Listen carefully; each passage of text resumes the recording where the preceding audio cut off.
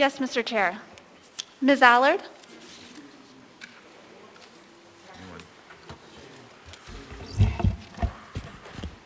Here. Thank you. Mr. Peterson? Present. Ms. LaFrance?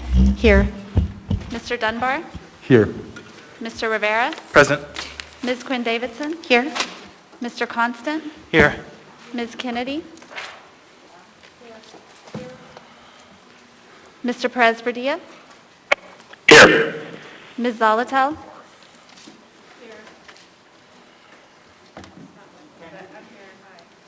having some trouble with the microphones. Mr. Here. Weddleton? Here. You have a quorum. Thank you, Madam Clerk. Next, we have the Pledge of Allegiance. Mr. Eric Glunt, can you please lead us in the pledge?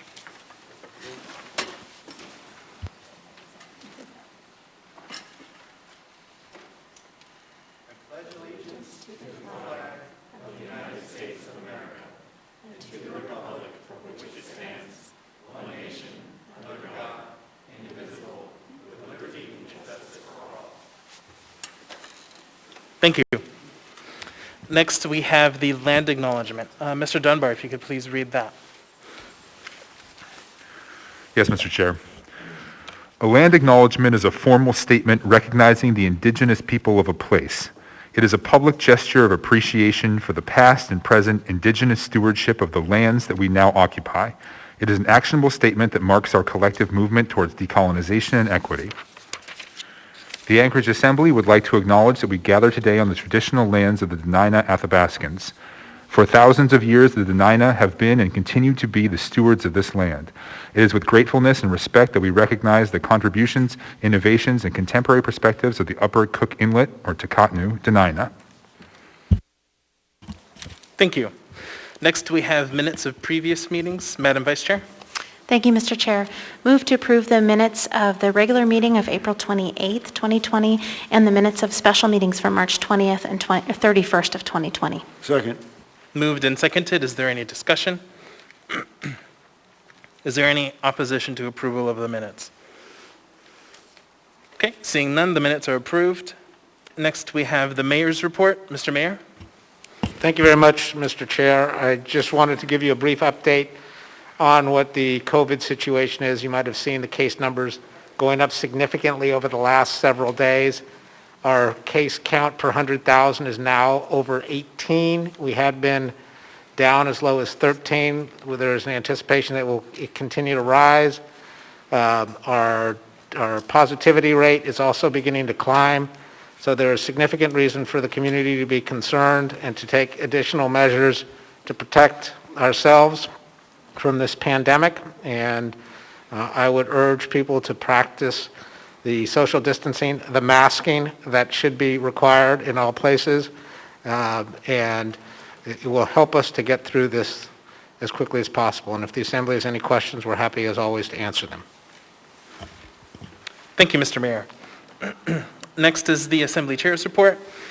So three things. First is want to welcome again the public to our meeting. I think this is going to be our second meeting where we've had in-person participation. So because of that, I'm going to go through the rules one more time. So these rules are outlined per AR 2020-296 as amended, which was approved on August 11th, 2020. And in short, these rules outline that it is a requirement to wear masks in the chambers as well as to maintain physical distancing. And I think it's especially important to note physical distancing when you are in line to speak. I don't think we got the marks up yet, but we will soon get marks up so you can see 6 feet in between in the aisle. And then otherwise, I want to also note that for the cloth face coverings, which are required in the chambers, if compliance is not achieved, I will ask for compliance, and if it is not achieved, then the chair shall not allow public testimony in person. It shall instead be conducted by telephone testimony. And then last, want to also speak to an exception here. So masks are required except for brief removal while speaking, drinking, or eating. And just want to emphasize brief removal in that instance. Okay, so want to thank everyone for helping to follow the rules and keep us all healthy and safe. Next, it is the intent of the sponsor or sponsors and or administration to postpone or continue a few different items. First is 11B, which is the Stantec contract. Next is 13B, which is the building codes ordinance that we have before us. And then last is 13D, which deals with the excise tax on e-vaping products or e-cigarette products. So just want to put that out there for the benefit of the public and the assembly. If folks are here to testify on those items, it is our intent to either postpone or continue testimony on those three items. And then last, just regarding the census, because it's something that I bring up pretty regularly. So the census by court order had originally been extended, the deadline to fill out the census, to October 31st. It appears that that deadline now may be October 5th. And so we are quickly running out of time. By the time I talk about the census this next meeting on October 13th, the deadline will have passed. So I want to encourage everyone to fill that out. With that, I'm going to go down to committee and liaison reports. I'll start on this side with Mr. Weddleton. Oh, thank you. Just one thing, on the items that may be postponed for later, if you came here to testify on them or if you will be on the phone, please do testify on those this evening. We want to hear from you, and the sooner we hear, the more time we have to deal with the comments you make. So they may be postponed, but your testimony should not be postponed. The Community Economic Development Committee met on Thursday the 24th, and we reviewed the Title 21 changes for downtown, which we'll see later, and also the 2020-85 on the building code. And I also attended by phone part of the Alaska Railroad Corporation board meeting, and one of the things they discussed was the claims to exclusive use of their right-of-way, and we've had a couple resolutions on that. And was able to speak and just reiterated our positions on that. And that same, or the day before that day, they have filed suit against the Flying Crown Homeowners Association to assert their claim of exclusive use. So that's an unfortunate turn of events. Thank you. Thank you. Ms. Zolotel. No report. Thank you, Mr. Thank you. Mr. Perez-Verdia. No update tonight. Thank you, Mr. Chair. Thank you. Ms. Kennedy. Thank you, Mr. Chair. Just to remind everybody that the Public Safety Committee of the Whole will be meeting on October the 7th, and we'll have some of our regular updates from the Fire Department, the Police Department, and Department of Law. And we'll also take one last look at alcohol tax revenues. So thank you. Thank you. Mr. Constant. Nothing to report. Thank you. Thank you. Ms. Quinn Davidson. Thank you, Mr. Chair. Ms. LaFrance and I jointly chair the Health Policy Committee meeting, the Health Policy Committee, and we'll be meeting on October 7th, this time for an hour and a half from 9:30 to 11. We're going to discuss a mental health first response system and a consultant that the Assembly has engaged to help us evaluate this work, as well as talk through a deep dive of the Health Department budget. So we invite anyone who wants to attend to please join us. It'll be on Teams digital meeting. The other thing is I wanted to make a note for you, Mr. Chair, that item 10F4 on the agenda, the consent agenda, this item actually relates to 13B, and so it should be numbered 13B2 and placed under 13B on our agenda. Thank you. That direction has been given to the clerk. Thank you. Next, we have Mr. Dunbar. Thank you, Mr. Chair. No report this evening. Thank you. Next, we have Ms. LaFrance. Thank you, Mr. Chair. The Budget and Finance Committee met a week and a half ago on September 17th. A few highlights: the Budget Advisory Commission is working on a resolution concerning the CARES Act contingency funds, And also, while there's a projected revenue shortage, about 18 million, a bright spot, which we'll be talking about later, is the 230 million that is expected to be deposited into the MOA Trust Fund after the MLMP sale closes. And that will generate an additional 4 million or so in revenue, bringing the total to about 17.6 million that we can use to pay for government services. And overall, the MOA's financial status is in good shape. We also had a discussion on CARES Act funds, and if I may have a moment of personal privilege, Mr. Chair, to go into some detail. Go ahead. Thank you. So during the meeting, there were some updates on the burn rate for CARES Act funds. And to recap for the public, because this is really important, the Assembly and the administration, along with many stakeholders from the community, put a plan together, a comprehensive plan for distributing our 156 million in CARES Act funds. And the intent was to get these funds out to where they were most needed and where they would do the most good in helping our community recover. So we identified 7 buckets of spending. That was economic stimulus, family support, housing and homelessness, public health and safety, community investments, direct municipal response, and a contingency fund. And however, as a result, I think, of some of the ways in which we have allocated, there's been some confusion as to the amount that's been allocated for businesses. And so for the amounts directly allocated to businesses and nonprofits, we had 6 million for small businesses, 3 million for nonprofits, 14 million for hospitality, tourism, childcare providers, and these are businesses, 10 million, mortgage lenders and landlords, and this is in the rental mortgage assistance, 23 million to them. And then in arts and culture, which is for businesses and nonprofits, another 5.5 million. That's a total of $61,500,000. That's over 39% of our CARES Act funding. And in addition to what has been allocated to be given directly to businesses, there is a large portion that's also been appropriated to be distributed indirectly to businesses. So for example, the jobs program and putting people to work, that's 8.3 million. Visit Anchorage and remarketing for tourism, which supports the tourism hospitality industry, that's another 2 million. The voucher program enables people to buy food, fuel, medicine, puts that back into the economy, that's $1 million. Child care assistance to parents, $5 million. It helps families, but that's also $5 million that's going to child care providers.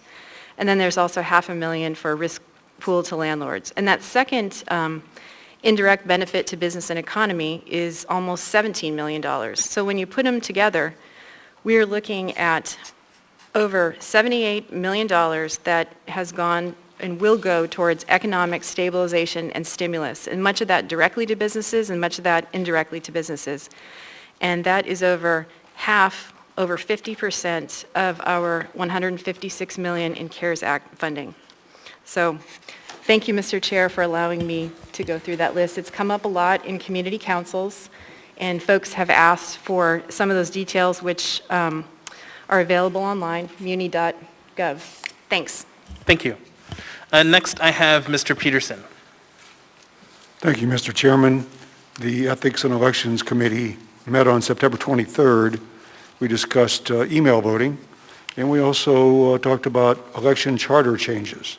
And we'll be continuing to discuss election charter changes in our next upcoming meeting, and probably also email voting as well. Thank you. Thank you. And next, we have Ms. Allard. Thank you, Chair. So we had the Audit Committee meeting last week.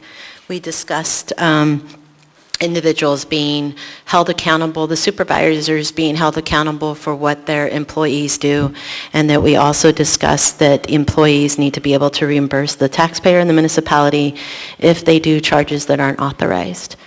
That's it. Thank you, Chair. Thank you. Next, we have addendum to the agenda. Before we do that, we're going to go ahead and do our laid on the table items. So for the public, these are, in short, we are going to be going through each of the items that were laid on the table and deciding if we're going to add them to the agenda or not. So first, we have item 10D12, AM 554-2020, cooperative purchase from Axon Enterprise, Inc. for digital evidence management bundle for the municipality of Anchorage, Anchorage Police Department. Is there a motion? Move to lay this item on the table. Is there a second? Second. Moved and seconded by Mr. Peterson. Does someone from the administration want to provide the rationale, please?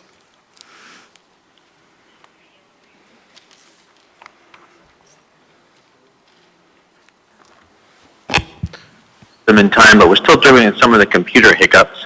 The request to lay it on the table is just so that we can continue with the procurement process that we had underway. Can I Thank ask you. a question? Sure, Ms. Quinn Davidson. So, Mr. Falsey, we only lay items on the table if they're urgent or there are some other provisions of the code that could apply. Can you speak to why the code requirements are met in this case to lay this item on the table? For that, I might have to solicit the assistance of either the purchasing officer or the chief of police. I'll say I believe this one sort of automatically showed up as a laid on the table item because it sprung out of the OnBase system, having been approved before the addendum deadline, and then due to a ghost in the machine came in after that. So I'm not sure we even requested the extraordinary laid on the table procedure, but I will defer to either Mr. Haddon or Chief Dahl if they are on the line. And actually, the clerk would like to address this point. Mr. Falsey is correct. This item did just appear as a laid on the table item. It was an issue with the clerk learning the new OnBase system. I believe that the administration submitted this timely. We didn't get it on the addendum, and so we included it as a laid on the table item. I apologize for not letting you know that ahead of time. Thank you. Seeing no further discussion, members may proceed to vote to lay this item on the table. Million.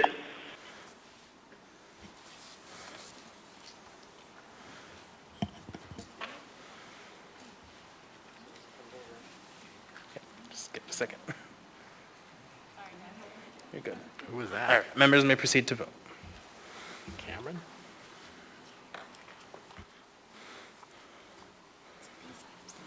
Mr. Perez-Vardilla? Yes.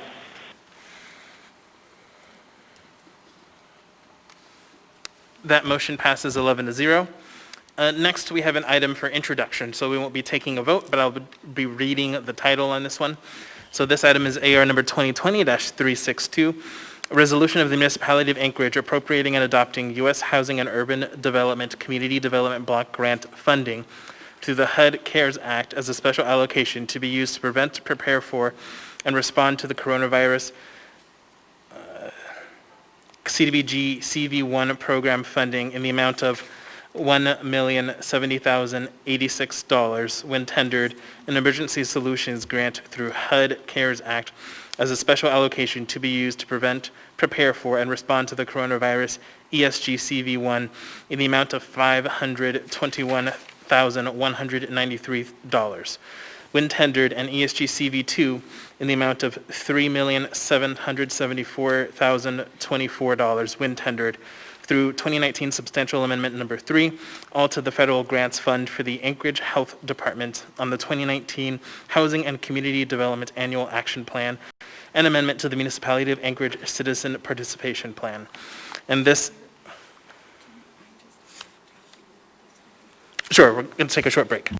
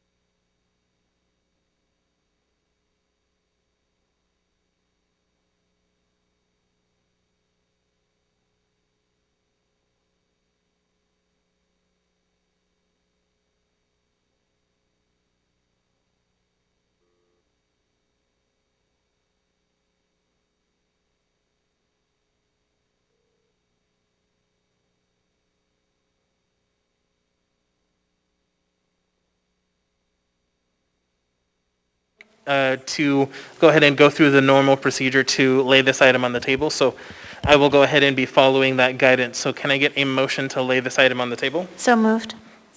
Second. Moved and seconded. Could someone from the administration please provide the rationale?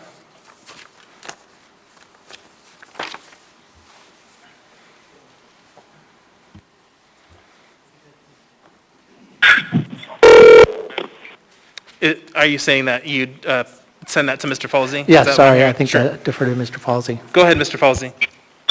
Yeah, I apologize. I'll continue the technical difficulties. I lost sound on the phone for a moment, hung up and called back in. Is this the HUD item that we are looking at or another item? This is the HUD CDBG money. These are items that I think the health department was prepared to speak to, so we should have Nicole Lebo or Heather Harris on the line, and I will pass the baton to them. And so for Hello, either of those, this is a motion to lay the item on the table. So what we are looking for is a justification for laying this item on the table. Please continue. Thank you. This is Heather with the Health Department. The municipality is required to submit an annual action plan that's reflected specific funding activities that the project meets the consolidation plan goals. We are needing to lay it on the table today due to timelines.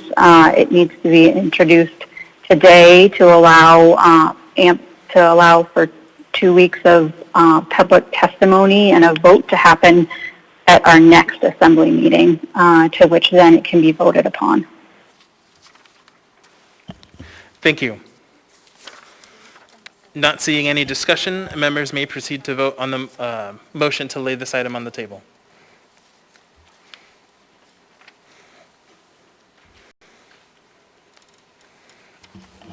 Mr. Presverdia?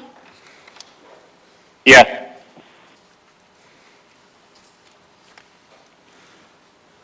That motion is approved 11-0. So that item is laid on the table and it'll be back before us on October 13th. Next, we have laid on the table item 13D2, an S version to AO number 2020-89. Ms. LaFrance? Thank you, Mr. Chair. We will not be laying this item on the table, or we would like to remove this item from the list of laid on the table items to be replaced later with a different S version. Thank you. Okay, so that direction has been given. All right, so that completes our laid on the table. Can we have 1 minute, Mr. Chair? Just 1 minute. Yeah, go ahead, Mr. Constant. Oh, okay, never mind, we're taking a break.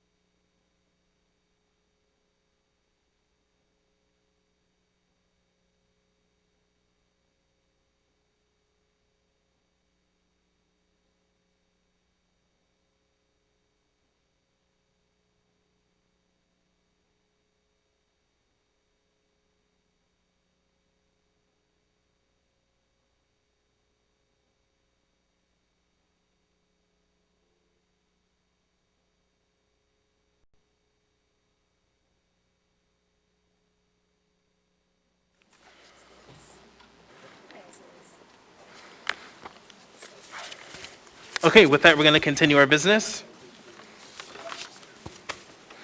So we're going to go ahead and move on to the addendum to the agenda. Madam Vice Chair?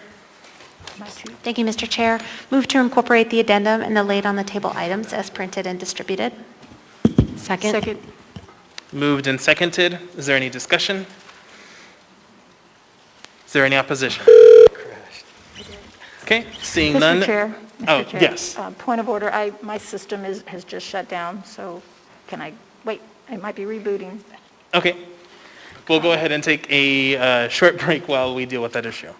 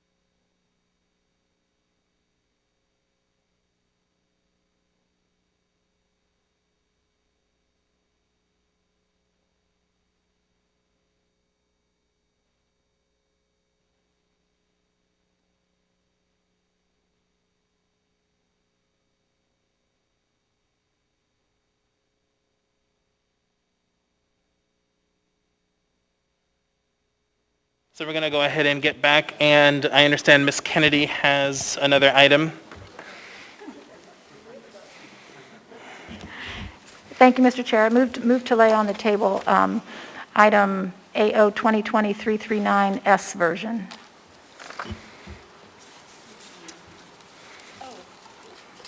And is this a document that we... It still needs to be laid on Right, the so table. since it's a substitute, we don't have to lay that item on the table. But I would like to read it into the record, though. So do we have the item?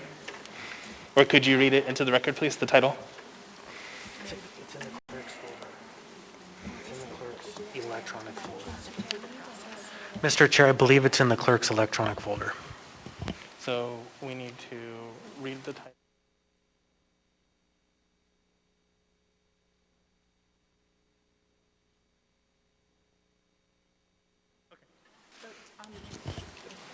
Is it my understanding that there are no printed copies of this? No, not yet. Okay.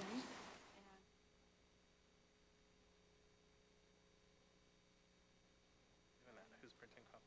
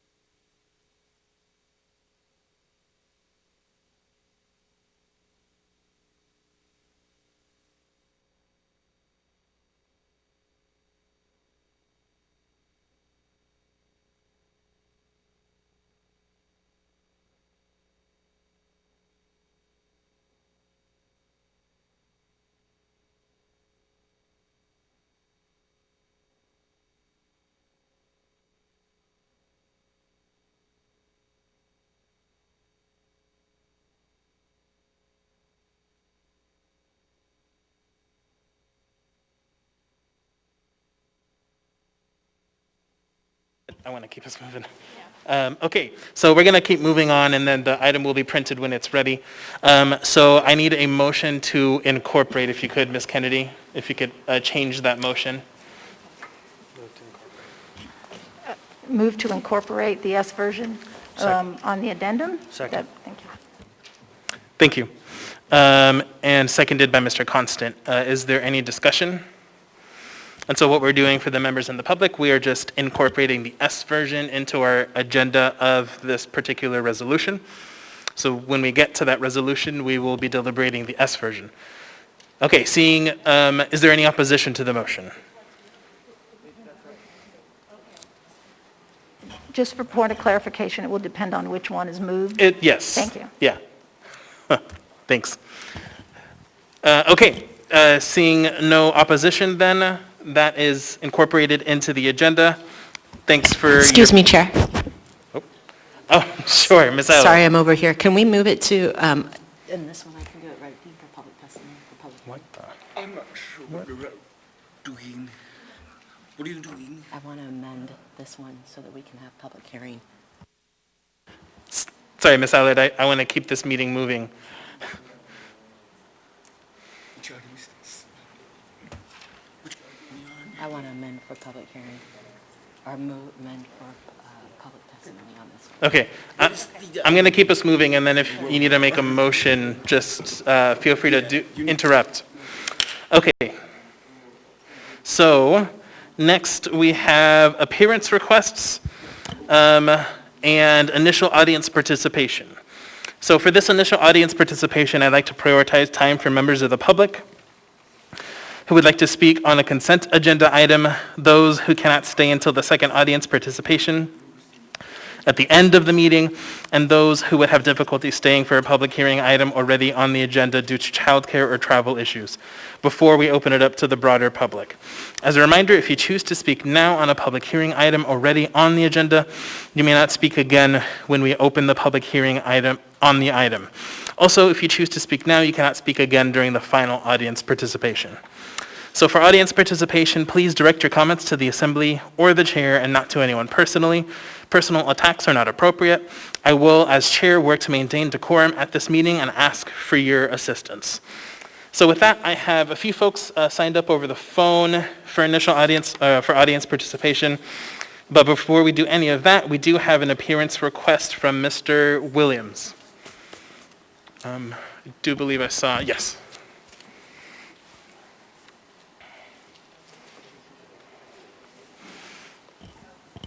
Welcome, you have 3 minutes. Good evening, and thank you, Assembly Body, thank you for your assistance. Could you turn on your microphone, please? There you go. All right. On this day of the 29th of September 2020, we would like to extend forgiveness to those who have trespassed against us.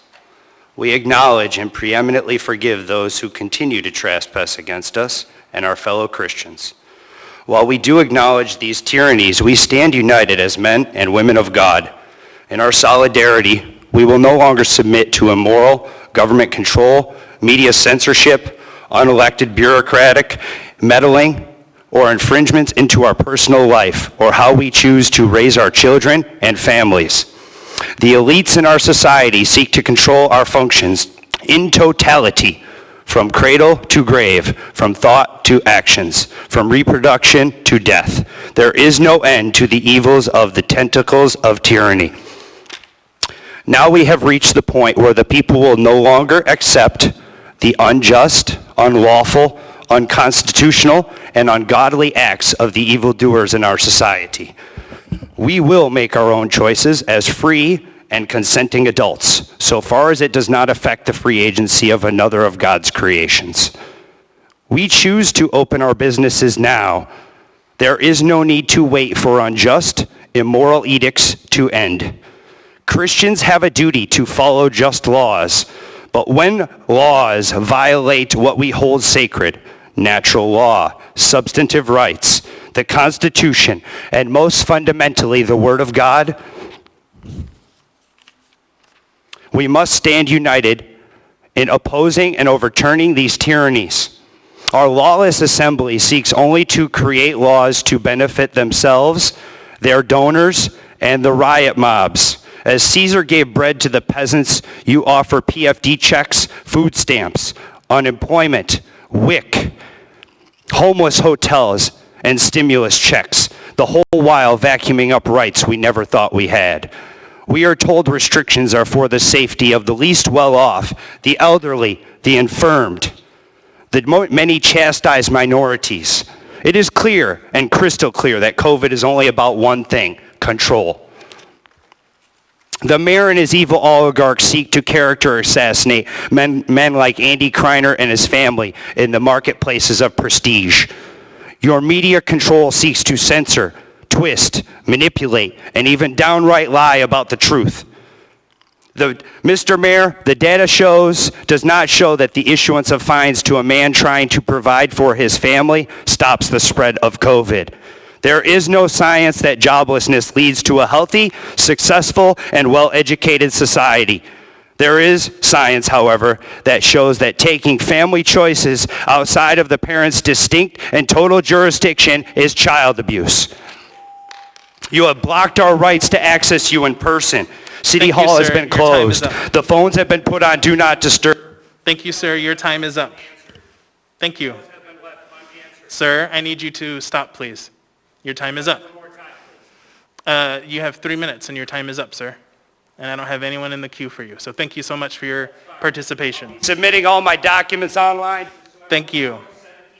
So we're going to go ahead and move on to our phone list for initial audience participation.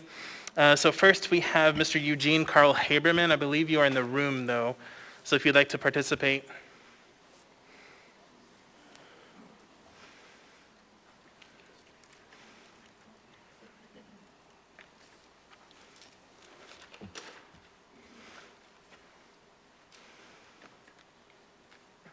Welcome. Now it's on, right? It is, yes. Okay. Yep.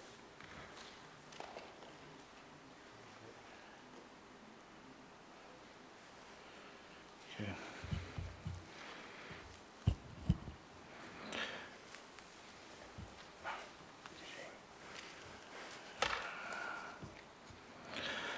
My name is Eugene Carl Haberman, Alaska resident for over 42 years, approximately 20 of those years a resident of Anchorage, currently resident of Mountain Valley. I attend a lot of meetings, but it's becoming harder and harder for me to capture your conversation and what you're doing. What I mean is this: these work sessions and committee meetings that you do on the side remotely, the information is more likely among yourselves, but not the people. It's less likely for the public to even have a conversation. The Rules Committee meeting that you had last week, I should note, was Friday. It was the same time as the mayor had his press conference. This has been a standard. Your meeting schedule, so who should I listen first? Your meeting or the mayor? You need to decide when you're holding your meeting so we can both have a chance to hear.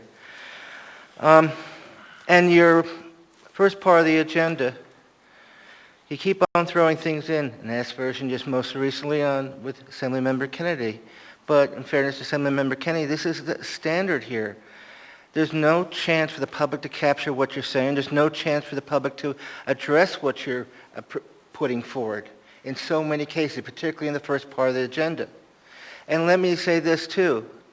Back in the back corner in the hallway, it's been a standard to have the packet back there, documents for hearings and all that.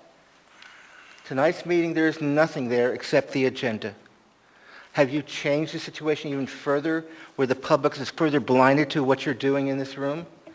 People don't understand these versions and so forth, but for me, I'm with this situation, and it's going to be more and more impossible for me or anyone in the public to address you before you make decisions. And then in closing, I got a minute here. You have so many things that you deal with legislation and resolutions in the first part of the agenda. Where's the chance for the public to address it? So many laid on tables, addendums, but that first part of the agenda, you're throwing it in there. You're doing amendments in there. You're doing all this stuff. Now, you recently changed the role that the public can come in on initial audience participation. But to remind you, There's only a limited amount of time for the public to come up here. If you don't sign up soon enough, you're out of luck because you only have so many people you're going to wish to hear. The Matsu Borough Assembly does not do any of this stuff, with all due respect. I have strong criticism of how they handle the meetings there. But you're going further and further away to have a conversation with the people, and I'm exhausted, plain exhausted in following these meetings, and frustrating because you're going in your direction and not in the people's direction. Thank you. With 1 second to spare. Thank you for participating. Next, we have Mr. Daniel Kemp. And while we're ringing up Mr. Kemp, just as a side note, we have until 6 p.m. for this initial audience participation. For those who won't be able to participate before that deadline, we will have a second round of final audience participation.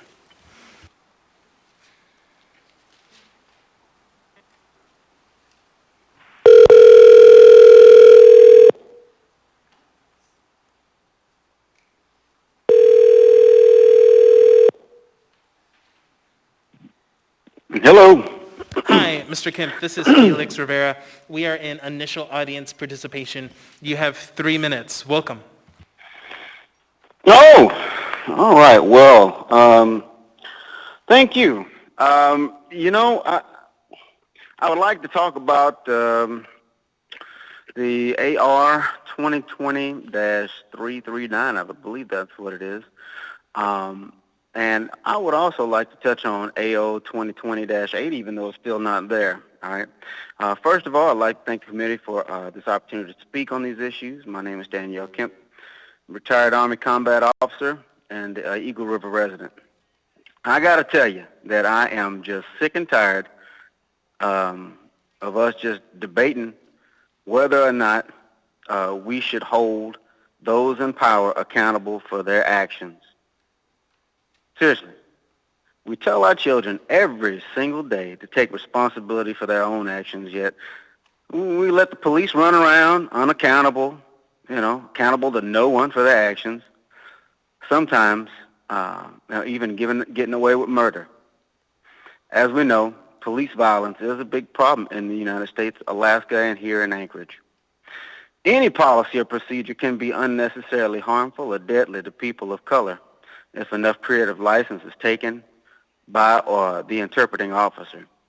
Right? There are visible patterns of disproportionate impact of violent and deadly policing towards black and brown people across the United States, which includes indigenous peoples right here in Alaska. Any policy that we improve or create must be geared toward the safety of people to protect and serve, right? And so, I read AR 2020-339. It's a good start, but it's far from what we need here. We need policies and procedures that will hold the Anchorage Police Department truly accountable. And I could tell you one thing that would really help in that area, and that would be a requirement that all police officers have professional liability insurance coverage in order to hold their job. I'll say that again. We need a requirement that all police officers have professional liability insurance coverage in order to hold their job. That requirement of insurance will ensure that each police officer is held personally responsible for any misconduct and not the municipality of Anchorage. Every time someone gets sued, every time a police officer gets sued, it's the city of Anchorage that has to pay for their stupid mistakes, not the police officer. All right? And so, currently the muni is vulnerable to a liability suit. From the information that is publicly available, Anchorage has shelled out over $20 million in the last 10 years for police misconduct. That's crazy. All right? And that's not much in the larger scheme of things, but we're only one incident of police misconduct, brutality, or wrongful death away from having... Your time is up. Thank you so much for participating. Next, we have Mr. Michael Patterson.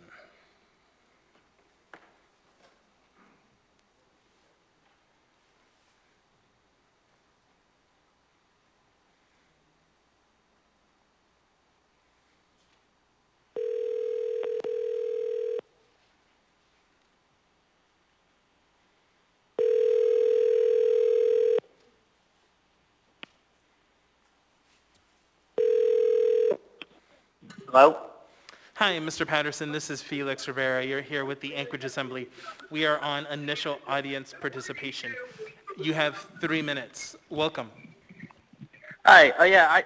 Thanks for having me. I just wanted to talk about AR 2020 339, and that while I support the spirit of making sure that APD is more accountable and that policy and procedural changes, are put through a public process, I'm pretty disappointed that this is not an ordinance and that essentially it's just words. It's pretty disappointing that the Assembly will say, we'll pass a resolution back in June saying that they support Black Lives Matter and that police brutality is a huge problem in the country and in Anchorage and Alaska, and then months later pass something or create the Back the Blue Day in August, and then something like this, or where they eliminate AO 2020-80, which would have held police to a higher standard, and then we get this, in my opinion, subpar resolution that basically just is a bunch of empty words and empty promises. Like, thousands of people went out in the streets in June demanding change in the city, and we have yet to see anything tangible in terms of body cameras or an independent police review board. And so, you can vote at whatever way that you want to on this resolution, but I don't think it really matters. And so what I would ask is that the Assembly actually produce something tangible in terms of actual police reforms that the police are going to be mandated and held to in terms of body cameras and independent police review boards. Thank you. Thank you for participating. All right, we're going to go ahead and go to in-person. Is there anyone in the chambers who would like to participate? Yeah, go ahead, sir. If you can come on up. For the record, I'm a beneficiary of the McKee Trust, recorded in the state of Alaska and filed with the UCC, the Treasury Department. If you could state your name, please. And Charles McKee. Thank you. And the State Department recorded. And so what I handed into the Assembly is in reference to Resolution 2020-339, but it also touches on to, this information touches on to the Ordinance 2020-104, and then Ordinance 2020-85. This information it talks about the definition of AS Alaska statute, and the definitions goes foreign trade zones, state of Alaska, definition in public corporations, and you drop down, it says, therefore law enforcement officers are actually color law enforcement officers enforcing private copyright color law, which does not apply to anyone not within the corporation. So I hold up this here piece of paper, 8.5 by 11, that indicates a corporation. You stand outside of that being a person, not a private civilian of that you've been filed with your trust, your treasure, your birth certificate. Therefore, you're not abiding by the Bar Association, which in this document indicates, shows how they've usurped your proxy vote. They made a proposal to the legislature prior to '63 that they would incorporate the state of Alaska and file it as ownership, and then they took and turned over their proxy vote of the public to them, and then this voter registration, it doesn't disclose to you that it's a proxy vote that you're relinquishing over to them.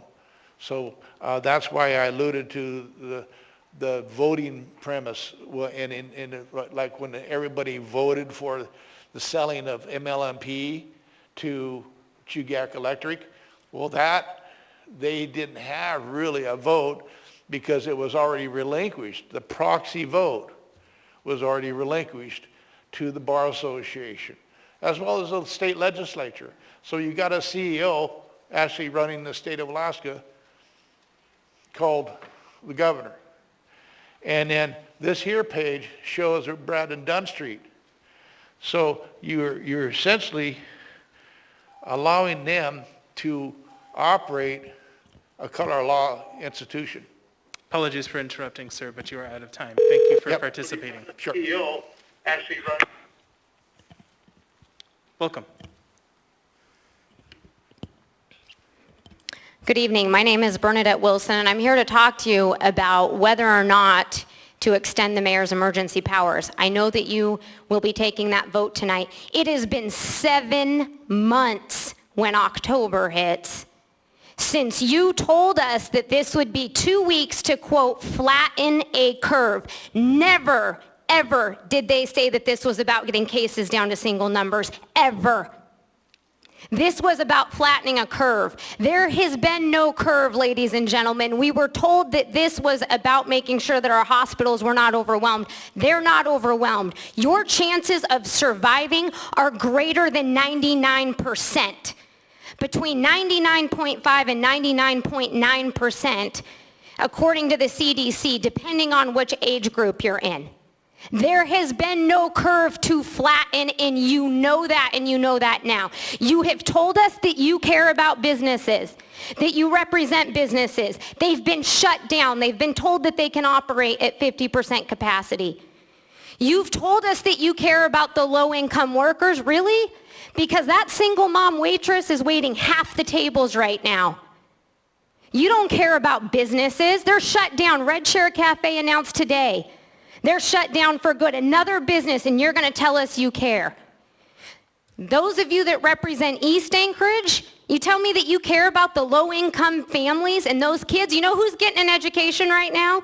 The only kids getting a decent education right now are the families that are wealthy enough to afford a private tutor or put their children in a private school. You have failed low-income families. I don't want to hear from a single one of you that you care about education. No, you don't. You care about this mayor having his emergency powers so you can continue to get any funds that'll come your way. This had nothing to do with flattening a curve. There is no curve, and if you didn't know that, then you know it now. And I recognize we may not have the opportunity to vote on some of you coming out in a couple months. That's unfortunate. But I'll tell you what, we will stay strong and hopefully get you out of there. So remember, enjoy your tyranny right now because it's coming to a really quick end. I know that you don't care representing certain areas. You could care less what anybody says. We all know that. The mayor can call it AstroTurf support thousands of Anchorage residents. I'll tell you right now, the only thing that's AstroTurf that's going on, the only thing fake that's happening within this assembly is you attempting to sell us the idea that his powers need to be extended. That's the only AstroTurf going on. The mayor and this body standing up in front of the press trying to sell Anchorage residents a load of bull. Thank you. Thank you for participating. All right, so we're going to only have time for one more individual. So, Mr. Chair, I was in the queue to ask a question. Oh, sorry, I didn't see you. Mr. Dunbar. Ms. Wilson, if you'd like to, I have a question for you. I have two, actually. The first is, so the legislature gave the governor emergency powers through November, and they've used that for a variety of testing and other public policies. Do you support also removing the governor's emergency powers? I do. I absolutely do, 100%. And I will also tell you that part of the reason the legislature did that is because, as you know, they are in session. They don't typically gavel into session every 2 weeks, so I understand why they did that, but I do support pulling it. I just want to make sure we have more time for one more person. So go ahead if you have a second question. Sure. So we learned yesterday that the death count is now up to 56 Alaskans. By your numbers, about 1%, or let's say it's even 0.5%, die. You said 95% survival rate. That means it's a 0.5% fatality rate. Right. That would be 1,500 people in Anchorage. Is that to you an acceptable amount of death? You have more people that die in car accidents and from crimes and homeless issues shooting up down on the streets. You can take all those other issues. Do those matter to you? Are you saying that... Okay. Thank you. Are you saying that we have 1,500 people die of homicide in this city? You've a got year? more So, than Mr. 1,500 Dunbar, did people you get that your die from question other answered? causes that you are not I did. addressing, Okay, and thank you should. So I'm going to go ahead and shut this down. Thank you. So, thank you. So, sir, I'm going to go ahead and let you testify, but that'll be it. Thank you, Mr. Chair. My name is Dave Bronson. I'm a voter resident of Anchorage, Alaska here. I have to echo a lot of what Bernadette Wilson says. We listened to the mayor talk about how there's a spike in cases. Does he not understand that there's also a spike in testing? I know how to end this, this epidemic or this pandemic. Stop testing, we won't have any more cases. I'm not advocating for that, but does he not understand simple math? The more you test, the more cases you get. That's what's going on. I ask that you do not extend the mayor's emergency authority here. Okay? You're going through a lot of really weird gyrations now. Now you're talking about taking $46.5 million out of the fireman's payroll fund, and then you're going to vote to put in $61 million back into that. A couple of questions. One, where does that extra $15 million go? Why are you taking it out of the firemen's, the first responders payroll fund? Okay, and what are you going to do with that money? Buy 4 buildings? You're going to buy 4 buildings to give 3 hots and a cots to people that need far more help than 3 hots and a cots. We know what causes vagrancy and homelessness in this city. We know what it takes, what causes that everywhere. And it's drug, alcohol, psychiatric abuse, it's economic problems, and the lack of availability for low-income housing. Okay? These people need help. You think you're compassionate by letting these people freeze to death on the streets? I have a friend who's a police officer, and he says, do you know what it's like going out at night, getting a call out in the morning, and scraping a human being frozen to the street off the street? Okay, that's what you people are doing. These people need real help, and giving them 3 hots and a cots and a couple of old hotels and an athletic club, that's not going to solve their problems. It may make you feel good, but it doesn't solve the problem. Okay? So stop the nonsense, end the emergency authority that this mayor has, and let's get back to normal, and let's stop the ridiculous gyrations of trying to find out where to find money. Why don't you just cut spending for a change? Why don't you just try that? Okay? You're looking for money to spend, and I got a question for you, Mr. Chair. Okay, if we end this emergency authority, what's your access to CRF money? Okay, does it end? I just want the answer, and for the record, I'd like the answer. If you end your emergency authority, do you still get CARES Act money? And I think the answer is no. It stops. You're here for the money. That's what this is about. Money and power, not solving problems. Thank you very much. Thank you for your participation. So apologies, but with that, we are out of time for our initial audience participation. So I'm going to go ahead and move us on to the consent agenda.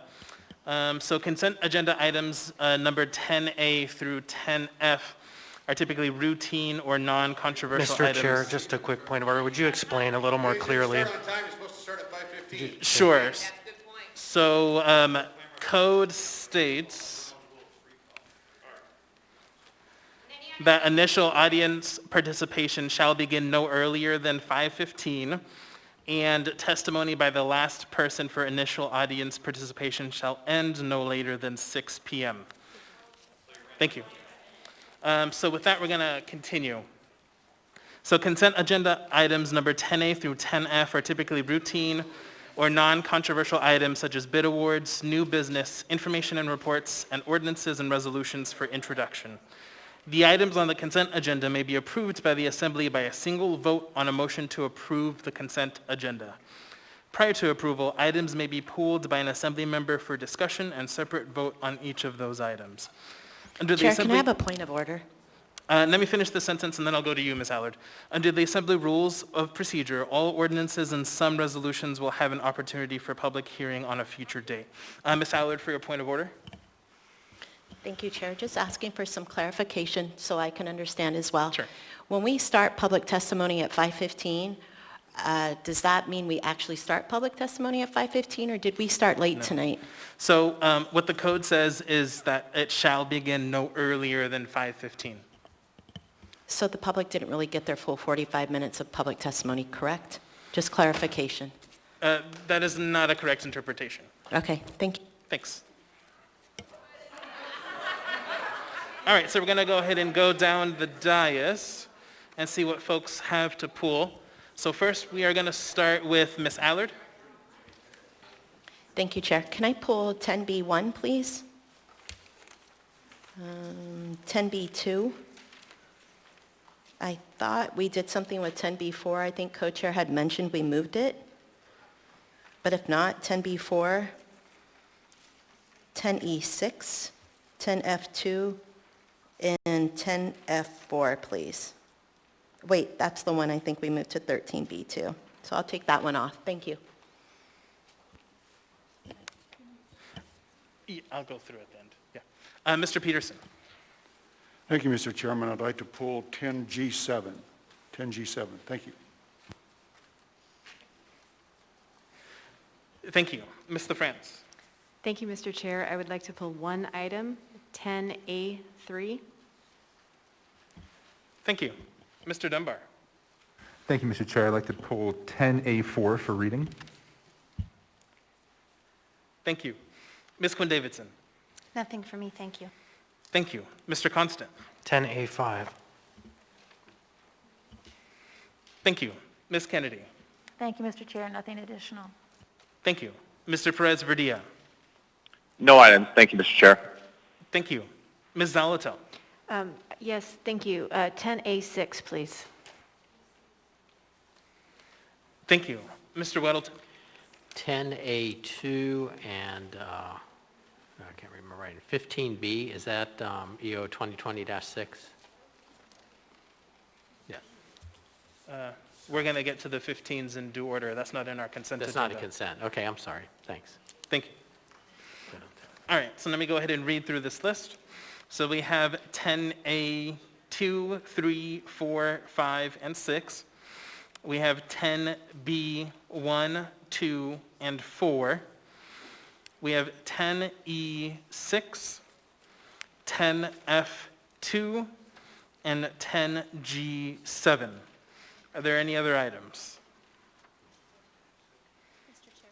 Yeah, go ahead. Could you confirm with Ms. Allard if she wanted to pull 10, the first one she mentioned, she might have meant to correct it to 10F4, or did you want both, Ms. Allard? Are you saying 10A3? 10B4, did you want to pull that? Yes, please. Okay. Thank sorry. you. Thank you. No. Ms. Allard, did you also want to pull 10F4? No? Okay. No, thank you. Thank you. Okay. Madam Vice Chair. Move to approve the consent agenda minus the pulled items. Second. Moved and seconded. Is there any discussion? Is there any opposition?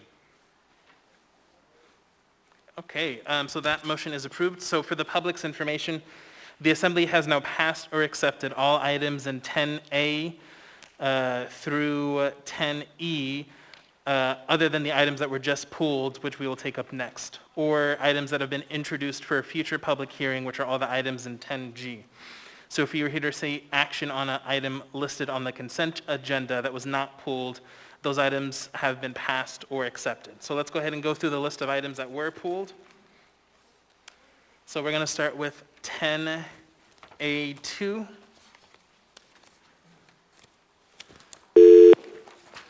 AR number 2020-337, a resolution of the Anchorage Municipal Assembly recognizing, honoring, and thanking Anchorage Fire Department Fire Inspector Rita Venta for over 31 years of public service and dedication to our community.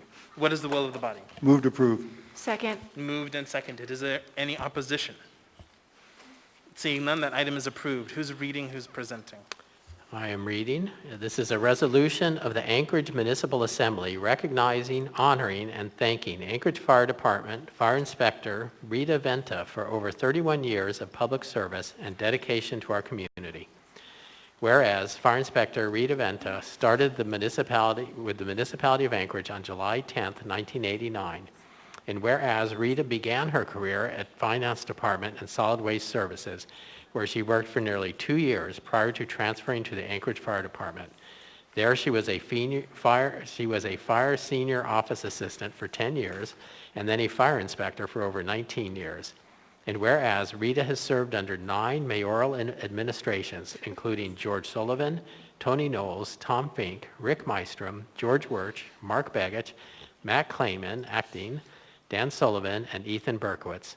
And whereas throughout her career, Rita has worked diligently and confidently on the job that needed to be done. Every day she came to work, she had an important impact that was valuable to our community. And whereas Rita's positive attitude, professionalism, heart for service, and commitment to the fire service profession is what makes our department strong. She has received many letters of commendation and gratitude from citizens and her supervisors to this effect. And whereas Rita has demonstrated an exemplary ability to communicate and follow up on tasks and collaborate with colleagues to keep the Anchorage Fire Department and its mission a top priority. Now therefore, the Anchorage Assembly resolves that Fire Inspector Rita Venta is recognized, honored, and thanked for over 31 years of dedicated and distinctive public service to the citizens of the municipality of Anchorage, passed and approved by the Anchorage Assembly this 29th day of September 2020.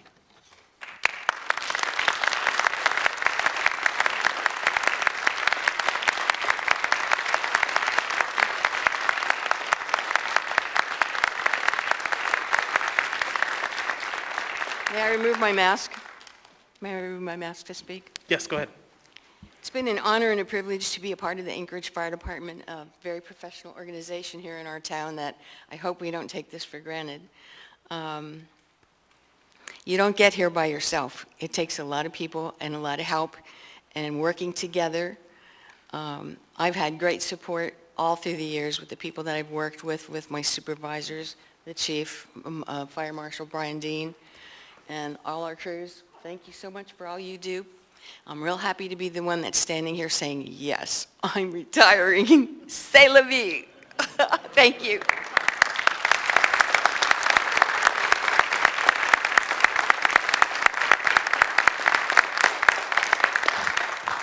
Thank you.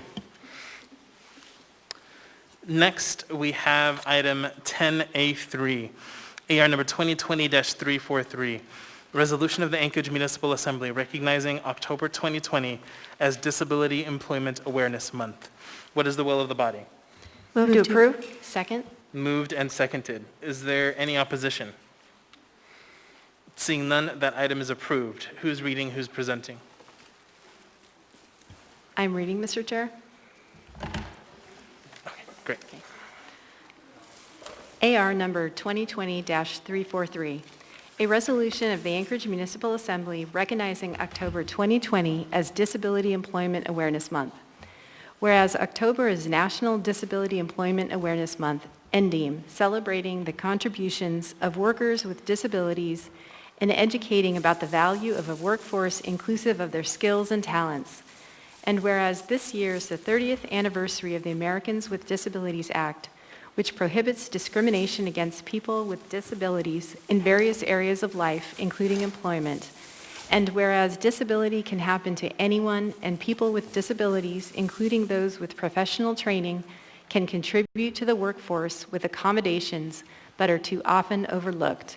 And whereas Alaska has a lower approval rate for Social Security disability than other states, yet adults with disabilities still need equal access to housing, income, and health care. And whereas this year's large-scale challenges, changing norms, and employment adjustments prove that many employment requirements may be successfully completed in non-traditional ways, and differently abled individuals have a legitimate and ongoing role in the work environment, however it looks and changes. And whereas hiring people with disabilities creates a vibrant, diverse, economically sound, welcoming, robust, and competitive Alaskan workforce, and whereas policymakers, labor leaders, and employers can increase economic vitality by training for and establishing disability-inclusive workplaces with part-time professional work disability-friendly technology, employment-first options, and equal opportunity for all, and have a responsibility to create systemic equality in the employment process. Now therefore, the Anchorage Assembly recognizes October as Disability Employment Awareness Month and encourages the people of Anchorage to further their awareness about disability-inclusive employment. Passed and approved by the Anchorage Assembly this 29th day of September, 2020.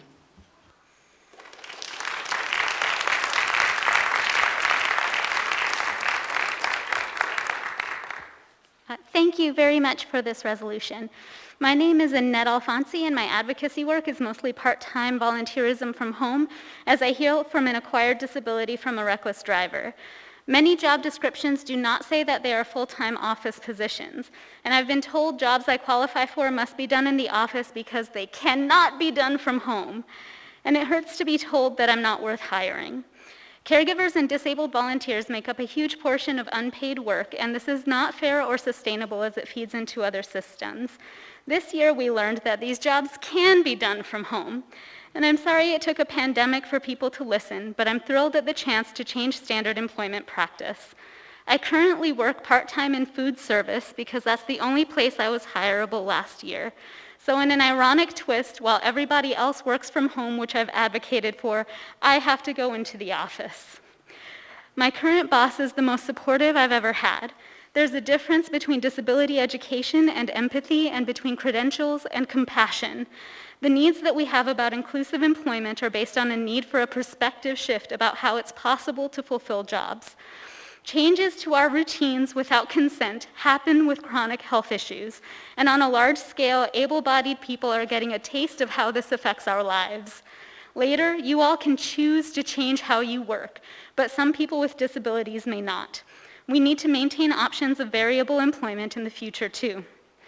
So now it's a perfect time to lead the way in employment first and variable employment opportunities, and to model what it looks like for people with disabilities to work in non-traditional ways. We experience the proof of it right now.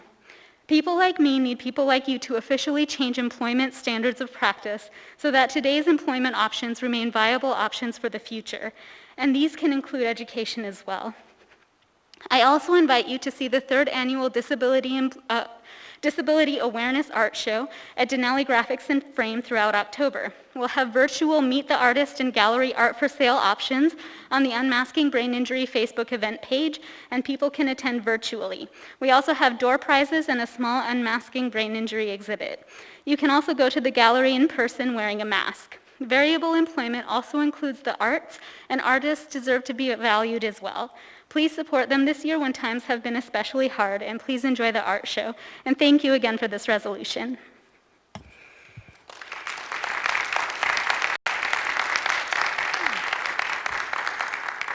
Thank you.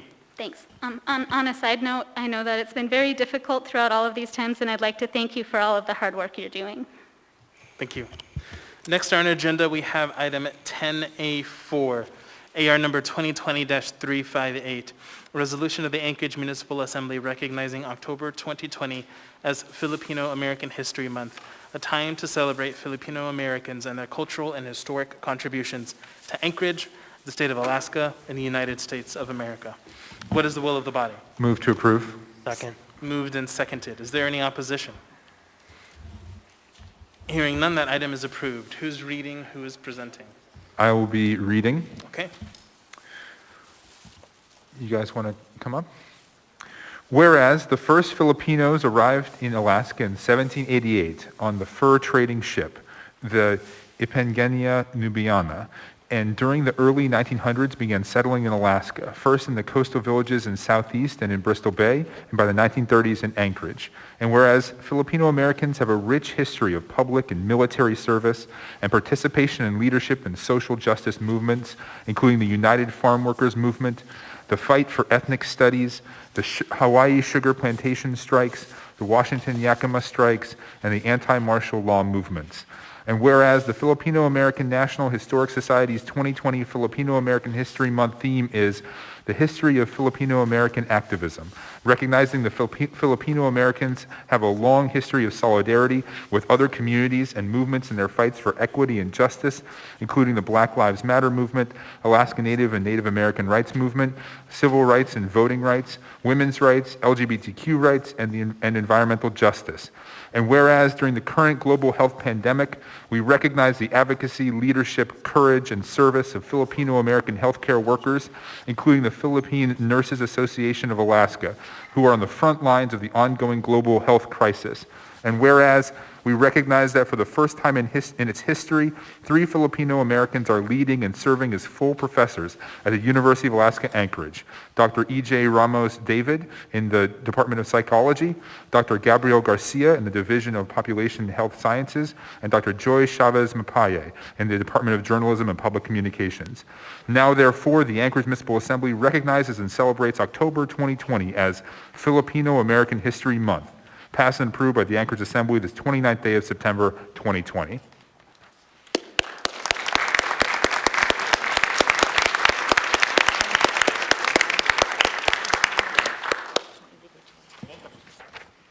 Thank you, Assembly members. My name is Dr. Gabriel James Garcia, one of the full professors that you read there on your resolution. I was born in the Philippines, but I grew up here in Anchorage.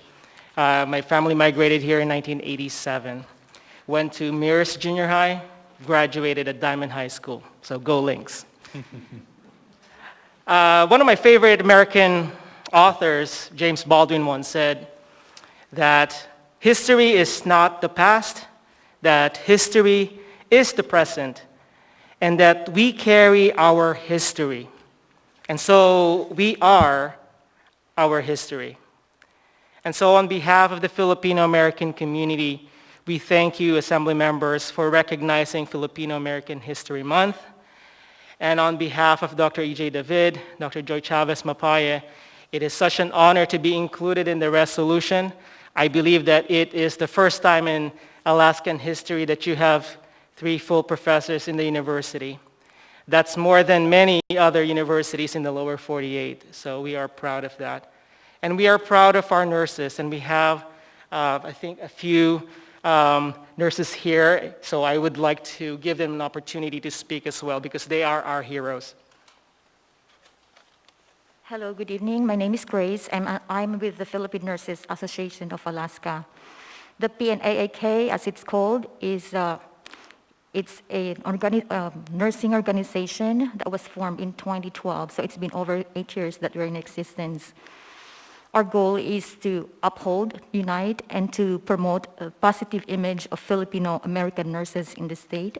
And also, we aim to provide mentorship to our younger nurses, Filipino-American nurses. And at the same time, we also involve ourselves in the community by trying to help out with volunteer activities that promote significant outcomes to the healthcare and to our society. Right now, being nurses in our organization, we are in the front line along with other healthcare workers, and we take pride and joy serving our community to battle the ongoing current global pandemic. Thank you.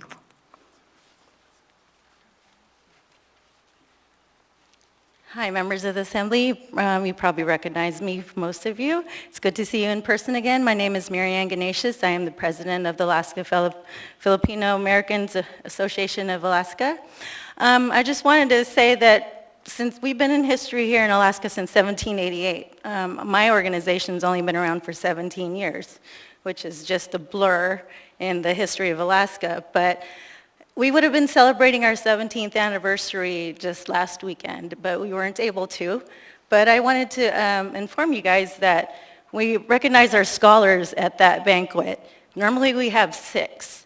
This year we got 12 scholarships. So that's a big change for us, and I think that maybe in the future we'll see their names here in a resolution in the future. So thank you very much. Thank you. I have a question for you from Ms. Kennedy, or a comment. Thank you, Mr. Chair. It's a comment. So I just want to thank you all for coming up. I'm sorry.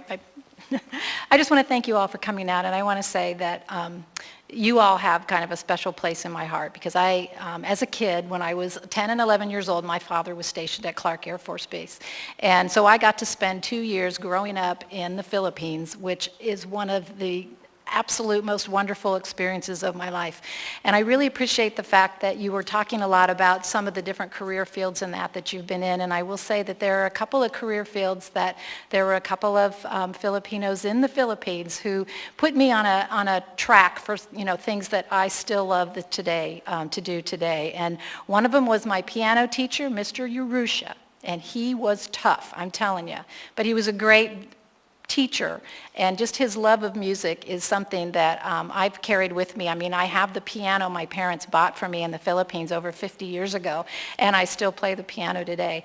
And the other one was a seamstress who would come to our house, and she could sew an entire outfit in a day. And I was so impressed that I learned how to sew, and I still sew today. So I just, there was so much that I learned in that culture. I learned so much about the history. I spent a couple of times in Manila and visiting the museums. I've been to Corregidor Island, Baguio City, and there are just so many amazing things about the Philippines that, like I said, just gives me fond memories, and when I see all of you, it just brings a lot of that back, and I just really appreciate the fact that you're part of this culture and this community here, because I think those are great ways to help share so much of what most people never get the opportunity to have that connection with or that understanding of. And I understand that I think you all brought us dinner tonight, or so thank you very much. Thank you, Mr. Chair. Thank you.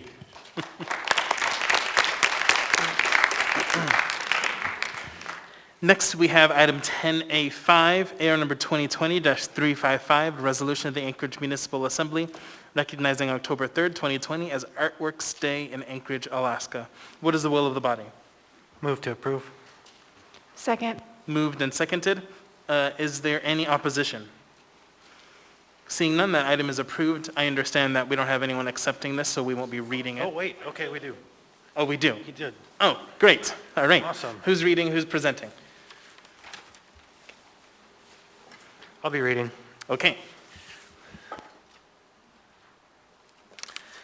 Thank you for coming. A resolution of the Anchorage Municipal Assembly recognizing October 3rd, 2020 as Artworks Day in Anchorage, Alaska.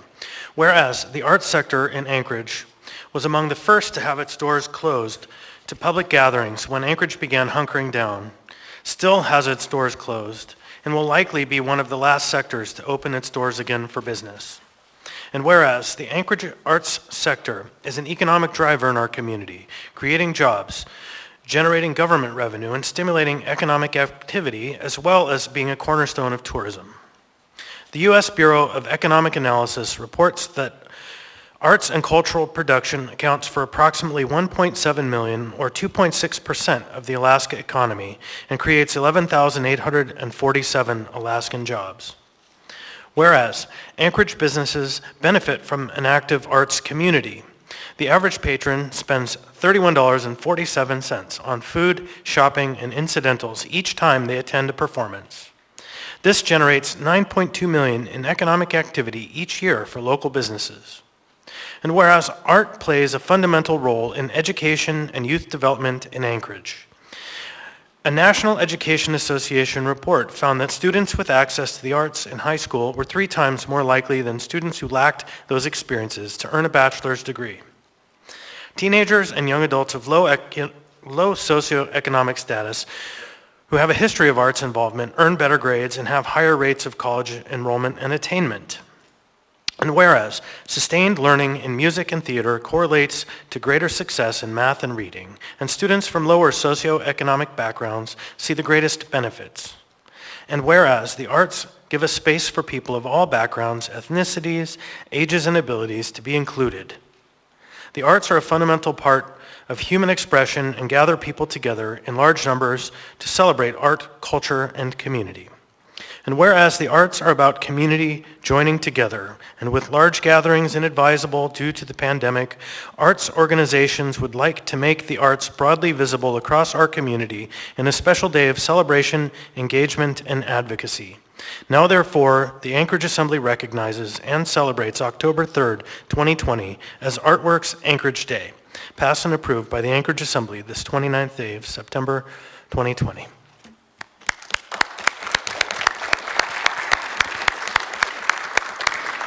Thank you very much for this honor. My name is Jason Hodges, and I'm the Executive Director at the Anchorage Concert Association. And this has been a tough 6 months for us as well in the arts. Usually you come to our shows, that's how you know that we're doing what we do for the community, but our doors are going to be darkened for quite a bit longer due to the pandemic. But on Saturday, we're going to make the arts visible across our entire community, and we hope no matter who you are, what you do, whether you're an artist, a painter, a singer, whether you cook or bake or you garden, take photographs, whatever it is, please share your art with the community to let people know that the arts are visible and still active very much. And thank you very much for all the work that you've done to support the arts and culture sector of our community. It's going to be a difficult winter when we're not going to be putting those shows on, but the support that you've provided to us is greatly appreciated and is going to be part of the economic recovery when we get on the other side of all this. So again, my thanks for this honor.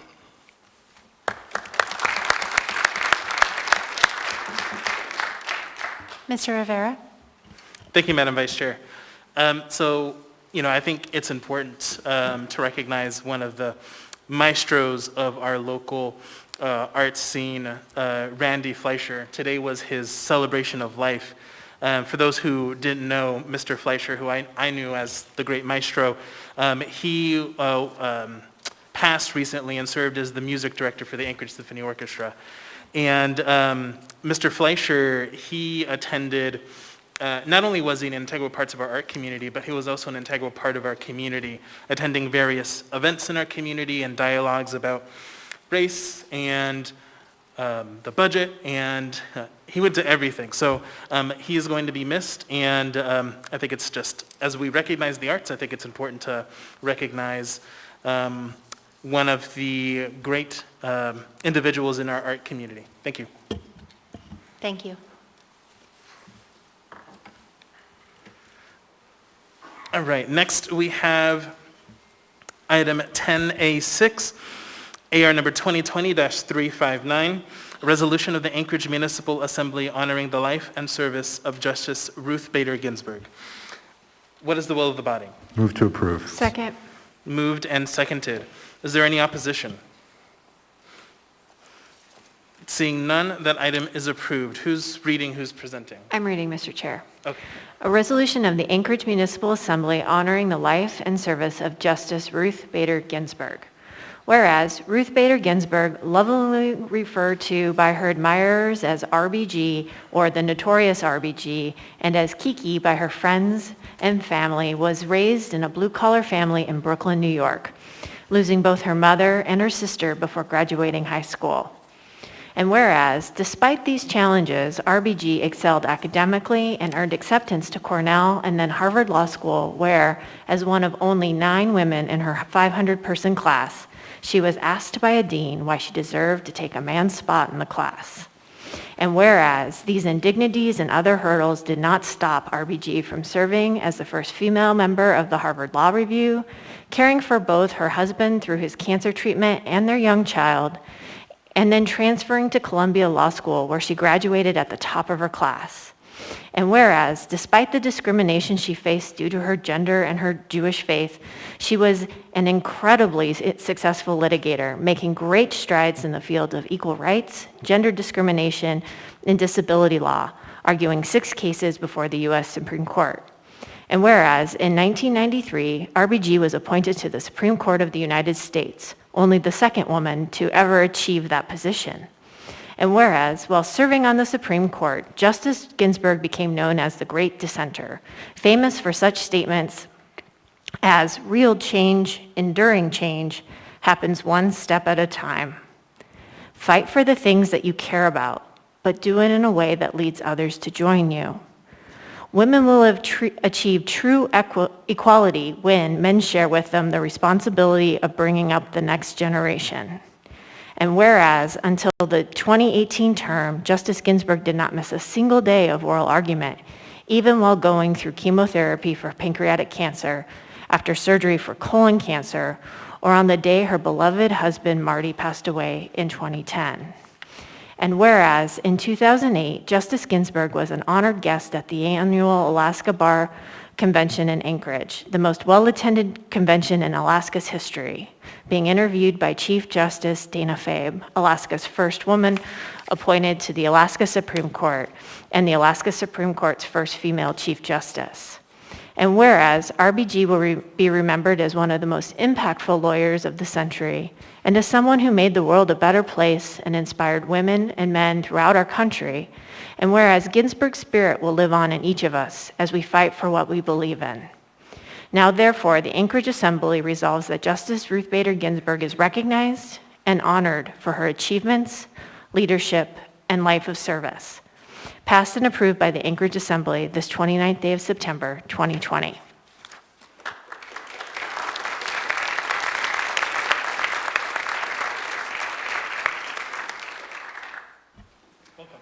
Hello, my name is Leslie Need. I'm a local practicing attorney, and I wanted to thank you for honoring Justice Ginsburg this evening with this resolution. And we'll be speaking, I guess, on behalf of all members of the local and state bar, thanking you for doing that today. Hi, my name is Lauren Summer. I am also a practicing attorney here in Anchorage, and I wanted to thank you for allowing me to share in honoring this very important figure, Justice Ginsburg. So thank you, and thank you for the resolution. Good evening. My name is Anna Crary. This is Callum. He would say hi if he could. I am also an attorney here in Anchorage, and I'm lucky to practice with these other two women behind me. And I thank you very much for recognizing Justice Ginsburg's life of service and the phenomenal strides that she made in her field. And I think it bears mentioning that I'm pretty sure none of us, female company here, would be here today were it not for the cases that she championed. So thank you very much for recognizing that.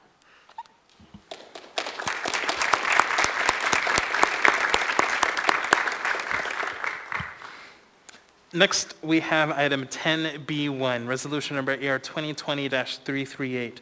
Resolution of the Anchorage Assembly adopting Anchored Home, the strategic action plan to solve homelessness in Anchorage 2018-2021.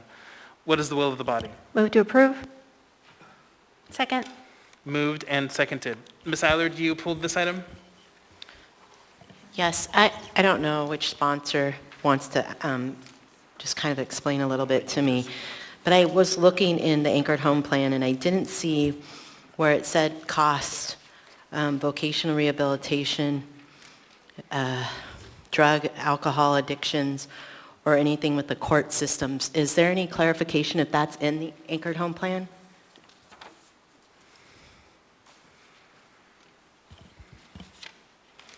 Would one of the sponsors want to address that? I think we're looking at Mr. Falsey again. Oh, sure. I appreciate that look, Mr. Chair. This is Bill Falsey. I would have to defer to Nancy Burke, as she has been the lead on the Anchored Home Plan for the municipality. I don't have that plan in front of me. So Mr. Falsey said that he didn't have that information at his fingertips. Do any of the sponsors, can they speak on it, or that's just, it's not in the Anchored Home Plan, then that's what I'm hearing? Oh, has Nancy Burke dialed in that she can answer that question? Great. Ms. Burke? Or maybe not. Is Ms. Burke on the phone? It appears she isn't. We can certainly get that information. Okay. Mr. Constant, I see you in the queue. Yeah, I'm not exactly sure the nature of the question, but the Anchored Home Plan isn't explicit about the specific costs to any entity of government or even to any private entity that's participating in it, such as Providence or Widener or any of the other participants. And so I don't know how to answer that question. It doesn't address the specific costs. That's not the nature of the plan. And then Ms. Zalatel for the same. Go ahead. Thank you, Mr. Chair. Yeah, so the Anchored Home really looks specifically at homeless services directly, those that are tied to, there are those that are related to homeless services, such as the Division of Vocational Rehabilitation. And I think as Anchored Home has been implemented, it's important to note that those services have been relied on and integrated more and more. I know the Division of Vocational Rehabilitation is part of the resource hub at Sullivan Arena right now. I hope that helps. Sure, go ahead, Ms. Hallard. It doesn't, because I still don't know the cost, and we're adopting a resolution where I don't see a plan, I see a layout, I see a presentation, but if that's what I get, okay, thank you. Thank you. Mr. Weddleton, you have an amendment? Right, I'd like to move Weddleton Amendment Number 1. Second. Moved and seconded. Go ahead, Mr. Weddleton. Well, thanks. Is this up where everyone can see it? Good. You know, this, are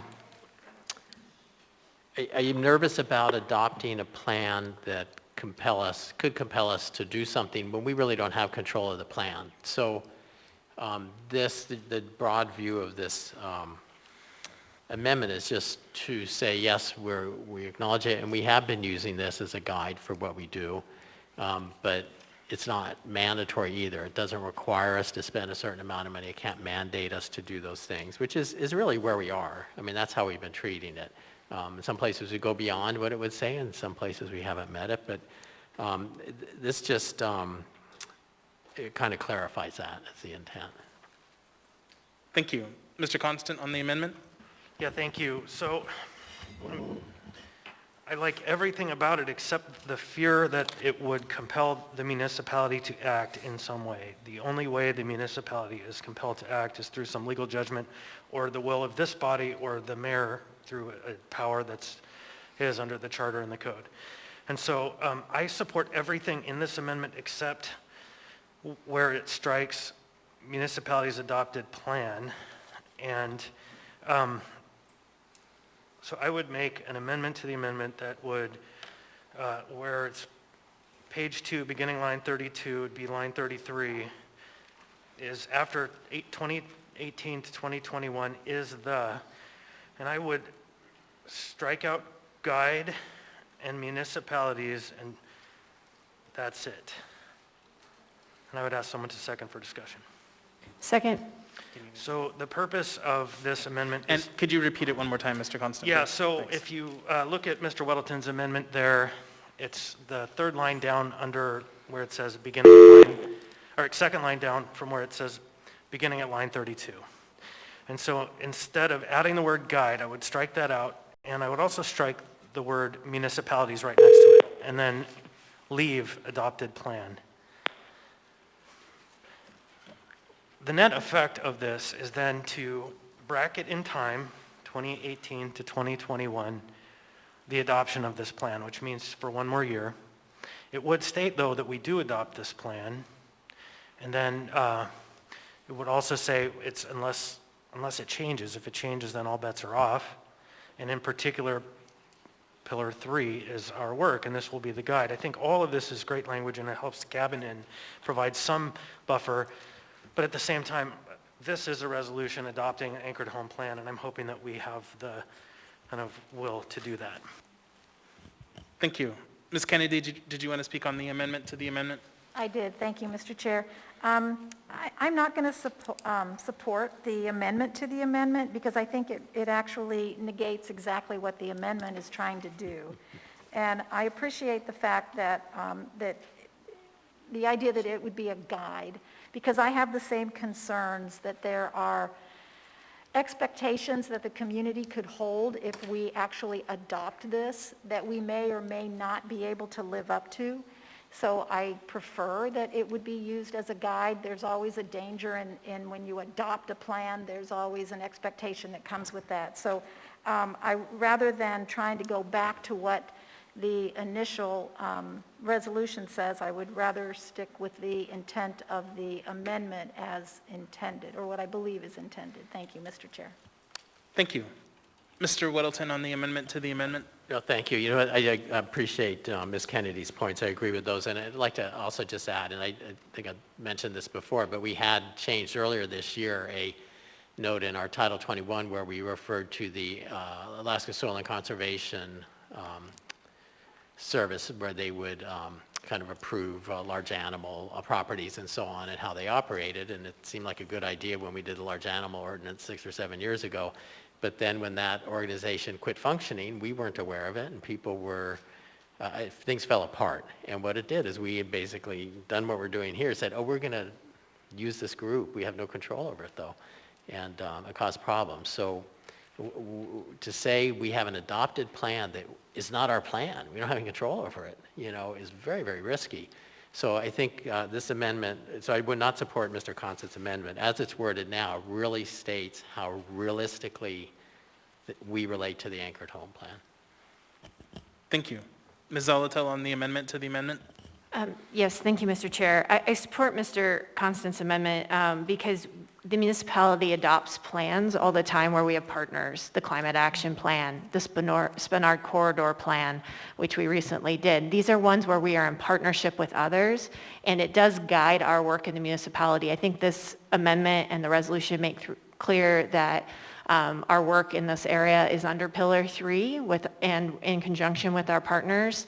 So I think it's completely consistent with the actions we take as a body with regard to plans that are put forward to address substantive areas. Thank you. Thank you.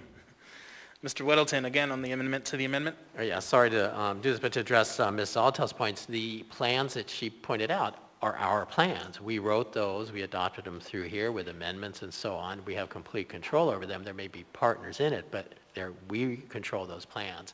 The big difference with anchored home is it is not a plan that we write or have control over. Not to say it's a bad plan, but it's not our plan. Thank you. Mr. Constant, and then I'd like to see us vote. Yep, just a quick counterpoint to that. The TIP and the MTP are a document that's worked out between partners, the state, the municipality. It is not our plan. In fact, much of it's their plan, but we continue to work and we have agreements.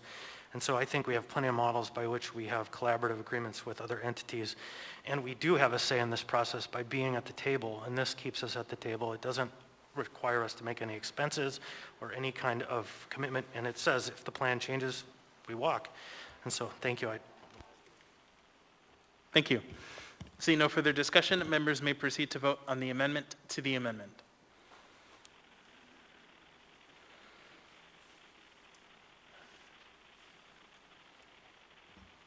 Mr. Presberdia? Yes.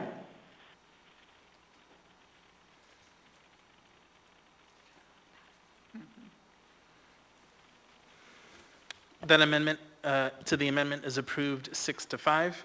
We now have the amendment before us. Is there any further discussion? Seeing none, members may proceed to vote on the amendment.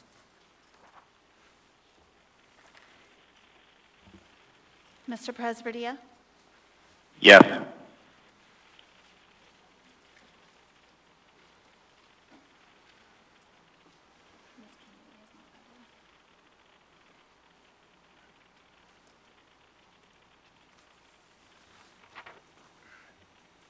That amendment is approved 9-2. We're now back on the main motion. Is there any further discussion? Chair? Yes, The amendment to the amendment, was that Constance and, Mr. Constance and Ms. Zolotel's amendment? The first one, the amendment to the amendment? I believe so, yes. And I voted yes or no on that, please, for clarification? I believe your vote was no on that item. Thank you. Yep. Mr. Dunbar. Yeah, just speaking very briefly to this resolution, and this has been stated or at least alluded to by some of my colleagues tonight, but we are adopting this plan, but we very much have a seat at the table. It's also the case that this is a resolution, which means we could immediately pass another resolution and change it if for some reason the organizations that are working on this plan got out of step with our desires. So I support this resolution. I think given the very partnership-oriented relationship we have now with these organizations, that it will be durable. But I will say again, if for some reason we decide this is no longer the approach we want to take, this body can very quickly change this policy. Thank you, Mr. Chair. Thank you. Seeing no further discussion, members may proceed to vote. Mr. Presberdia? Yes.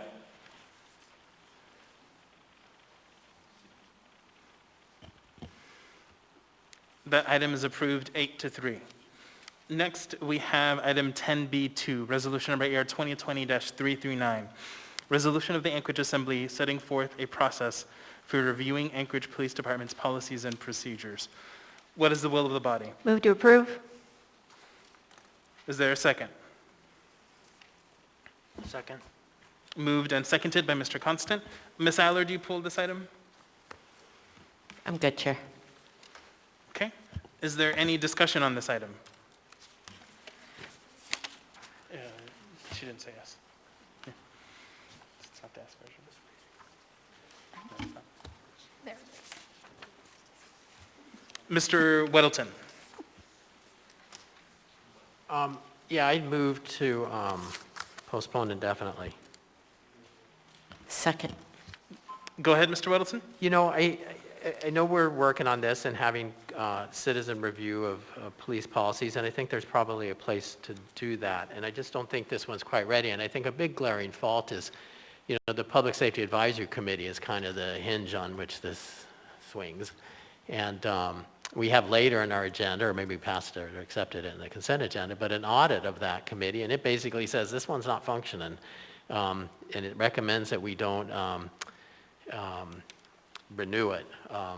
The recommendation is that we shut it down by the end of January if it doesn't reform itself and get it going. No, I think it will. We appointed some new people, and I understand they met, and they're getting it going. But this says we're going to use them. They're not ready yet. People don't know who they are. I don't know who they are. We don't know that they really function. But we're dumping a pretty big deal on them. So if this is a routine we're going to do, we're not ready for it yet because the cornerstone isn't set. Thank you. Ms. Kennedy, did you want to speak to that motion? Thank you, Mr. Chair. I guess, just comment. I've certainly been ready to try to provide some improvements to this particular resolution, but I also agree that there's a lot of work that needs to be done in terms of the Public Safety Advisory Committee that is part and parcel to this, so I'll support a resolution, or I'm sorry, I'll support the motion to postpone indefinitely. Thank you. Thank you. Mr. Perez-Verdilla on the motion to postpone indefinitely. Thank you, Mr. Chair. I also will support this. Again, I've said this before, but there is work that needs to be done here, and I support really looking hard at how we're going to be more transparent and work with our police in terms of their policies. I just don't think we're ready. We need to do a little bit more work to make sure that the path forward is clearer and that we have all the voices in the room. So I think more work is needed to be done, and I'll support a motion to postpone indefinitely, knowing that we need to continue to do the work to bring this forward in the right way. Thank you, Mr. Chair. Thank you. Ms. Zolotel. Thank you, Mr. Chair. If not now, when? I mean, come on. I have to say, frankly, this is a baby step, utilizing a tool we have and a tool that we are often relying upon, commissions and boards, to help us do this work. I appreciate that the Public Safety Advisory Commission has undergone some changes. Fantastic. Let's give them some guidance on where we could utilize them. They are there to support us in our work and do this work. So we can put this off forever, it feels like, but the conversation of 2020 is transparency in policing and accountability, and I want to have this conversation with the community. I want to use the tools we have. I want everyone to know that we have, quite frankly, a fantastic police force, but to know that, you have to be able to have these conversations, and if we don't provide the mechanism or we keep putting it off, it will be 2021, and it will just keep moving forward. I understand this body takes up so many issues, and we look at so many things, but I implore you to consider that this is urgent to a lot of members of our community, and it's not necessarily as far as they would like it to go, but it's a start. It is a baby step. Please don't put this off. Thank you. Ms. Allard? Thank you, Chair. I would just like to say that we are in Alaska. And if we truly had a problem with our APD, I can understand this coming forward. We do not have problems within the APD that reflect what's going on in the lower 48. We need to embrace the APD, understand they are doing what is right, and until I see any problems arise, solely against this. Thank you. Thank you. Ms. Quinn Davidson? Thank you, Mr. Chair.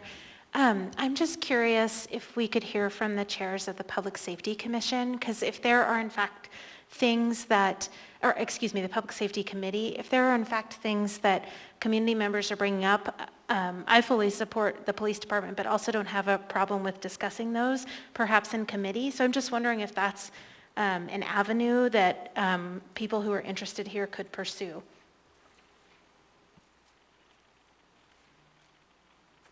Yeah, go ahead, if you'd like. Thank you, Mr. Chair. And thank you, Ms. Quinn Davidson, for the question about the Public Safety Committee and kind of what we're doing, because we do have a relatively long list of items that people would like to discuss.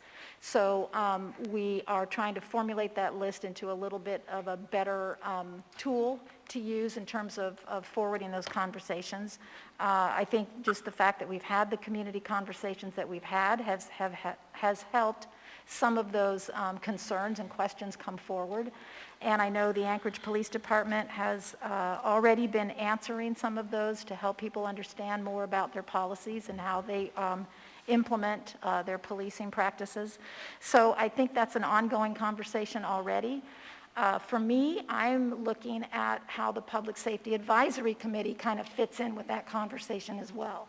And that is a question that I don't think has been answered yet. But I'll leave it at that, and certainly my co-chair, Mr. Perez-Verdia, may have some comments too. Thank you. Thank you. Mr. Perez-Verdia? Thank you, Mr. Chair, and thank you for the question. I guess I'm not fully understanding the question, but let me just say that the concerns that this that this brings forward are the same concerns and conversations that we are having in the Public Safety Committee. There is, it's my feeling at least that there's more conversation that needs to happen, especially with the Commission. As Mr. Weddleton said, it's you know, it's in a state of transition, and I don't think that there has been clear communication between our committee and the Commission in terms of our roles and how we will fit into this work. And so, again, I don't like putting things off either, and I'm the first one to say that that we need to. There's work here that needs to be done. This is not a non-issue, and I certainly don't want to put it off. But I don't believe that we're ready. I think that we need to have more discussion, and I think we need to get more people at the table to ensure that when we do take a step forward in this direction, even if it's a baby step, that it's the right direction. So that's sort of where I stand, and my co-chair, I think, would agree that we welcome these conversations at our committee and want to be a place where we can have these conversations and debate these issues and hopefully move forward with something that that will be approved. Thank you, Mr. Chair. Thank you. Mr. Constant? Thank you. So I've had extensive conversations with members of the community and with command staff of APD. And my takeaway from APD's command perspective is that they are more than willing to come to the table and have a discussion and even make transparency more effective, as they have been working to do over the last year or more, 4 years. And so this isn't, whatever happens right now, a statement that Anchorage doesn't have these issues or those issues or whatever issues. Anchorage has its own issues to deal with. And it is in fact a fair process for us to see regularly APD's policy changes, and it's also fair game for us to have advice from members of the community who aren't us but who are appointed to serve in an advisory capacity for us. And so I regret to see the way that this has gone, that there are some who would make this us versus them. That is not in fact how this debate is in the end going to be, because I think most of us agree we want a professional police force that provides for the public safety and respects the health and the well-being of all of our citizens and residents. And when you have residents who fear for their safety and relationship to the police, that's not a sign that those people need to change. It's a sign that we as government need to do a better job of communicating and relating with the people who we represent, whether that's us on this body or APD's command. And so I was hoping we'd get through this conversation tonight. There's a substitute version that was much more streamlined and that had the buy-in of APD command completely. I don't feel that's the way the wind is blowing today, and so I know that we'll be back at this question again soon if this question doesn't get answered tonight. Thank you. Mr. Dunbar, then I think we're ready to vote. Thank you, Mr. Rivera. I have a comment and then actually a question for Ms. Zalatel. I oppose the motion to postpone indefinitely because I believe that the intent of the sponsor was to postpone by a number of weeks and then come back with some revisions, or perhaps just help us work through this. I think two of the ideas in here, one, that we should involve the Public Safety Advisory Commission, and two, that we should try to get some affirmative statement of maybe quarterly, a summary of the policy changes, I think are both valuable ideas. And like Mr. Constant, I've spoken with the command staff, and I think they are reasonably amenable, at least to the latter. We passed an ordinance a couple months ago that required all APD policies be published online, and APD command staff agreed with that and actually went above and beyond and published them sooner than we asked for, which was great. But, policies change, and sometimes folks aren't always monitoring that website, which is quite detailed. And so it would be better to have some affirmative statement. They could come and just at least inform us. For that reason, I'm going to oppose the motion to postpone indefinitely, even though I don't think I support the current version of the resolution. My second question is to Ms. Zalatel, if you want, actually, you know what, I'm not even going to ask that, but someone could, in theory, move the yes version and we could not kill this tonight. Anyway, thank you. Thank you. Mr. Perez-Verdia? I'll be quick. I just wanted to reinforce what I heard Mr. Dunbar say. I actually think that there's some really valuable things here that we need to work on.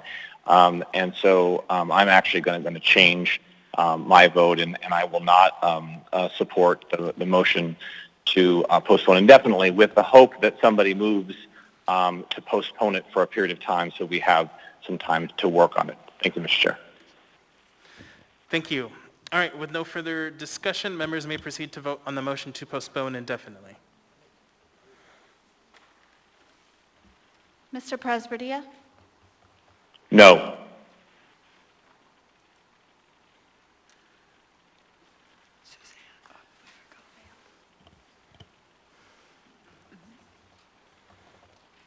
The motion to postpone indefinitely fails 7-4. So we have the original item before us. Is there any further discussion? Ms. Zalatel? Yes, Mr. Chair. I would move Kennedy Amendment number 1. Second. Moved and seconded by Ms. Kennedy. Did you want to describe it? Go ahead. Well, actually, if Ms. Kennedy wouldn't mind describing it, or otherwise I can take a crack at it. Really, I guess the reason I move this amendment is what it does is it makes some nice changes to the resolution that streamline the process a bit, as well as I really appreciate the recognition of the current conversations going on with community involvement.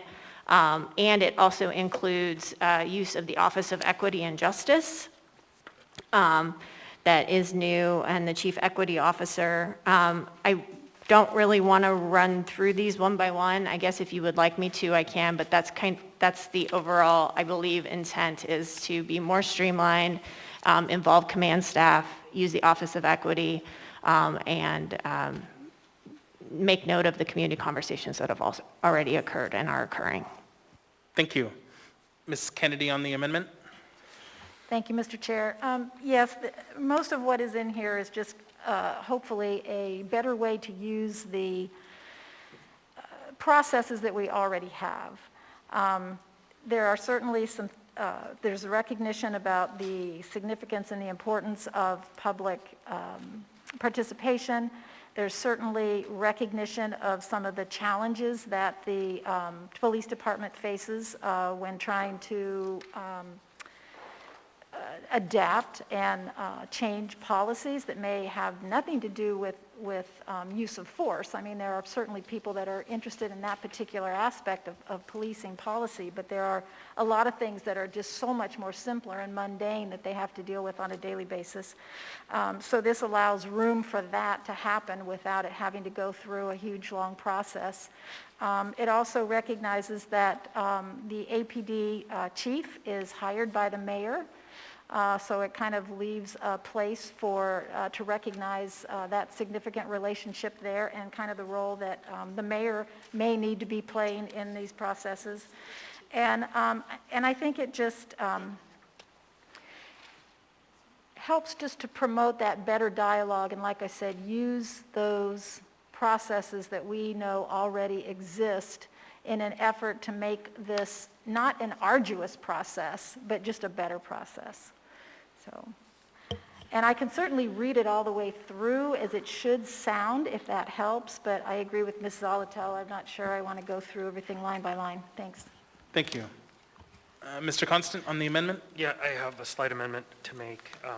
On the bottom of page 2, section 4, now 3, page 2, beginning of line 3, down at the bottom, I would like to strike the words "the chair of the Public Safety Advisory Committee" and say "a majority of the Public Safety Advisory Committee." My past experience with the chair of that committee has just been that person may represent themselves and in fact not the will of the committee or the commission. And so I want to make sure that that is the standard if we're going to go that way. And so I would ask your support of that simple amendment. Thank you.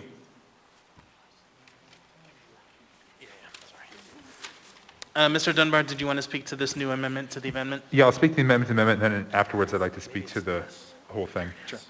So I guess I think there are some scrivener's errors in here, which we just noticed.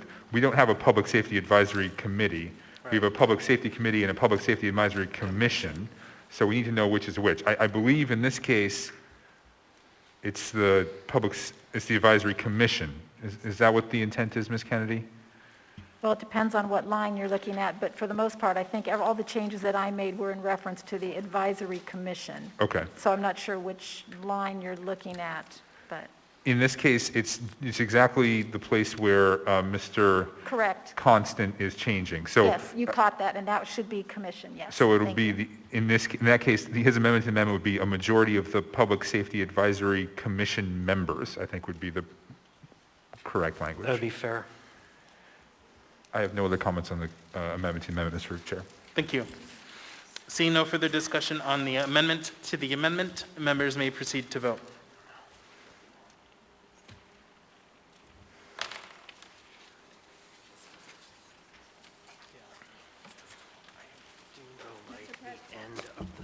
Mr. Presverdia?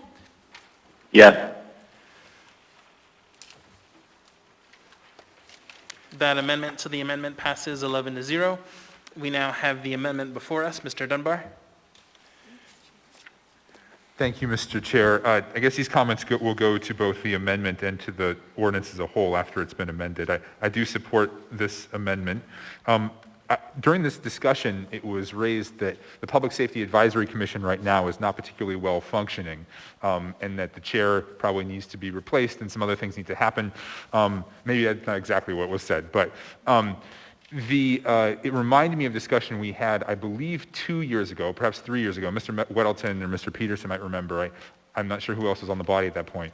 But it was actually Ms. Domboski, Miss Amy Domboski, Assembly Member Amy Domboski, who sort of saved the Public Advisory Commission last time. Very similar set of circumstances. The auditor said this isn't really functioning very well, maybe we should get rid of it. And Ms. Domboski agreed that she as an assembly member would start going to these commission meetings. And she did. At least when I was on the assembly, that's the first person I remember going regularly to these commission meetings. And because of that, we decided to renew the commission. When I became the Public Safety Committee chair briefly, I started going to the commission meetings too. And I should say that I went and I observed, and I probably wasn't as proactive as I should have been. There is no question that the commission needs some support.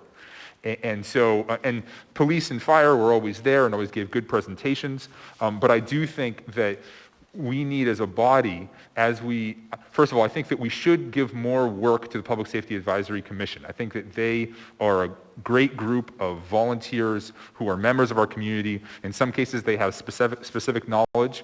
I know there's at least one former police officer on the commission.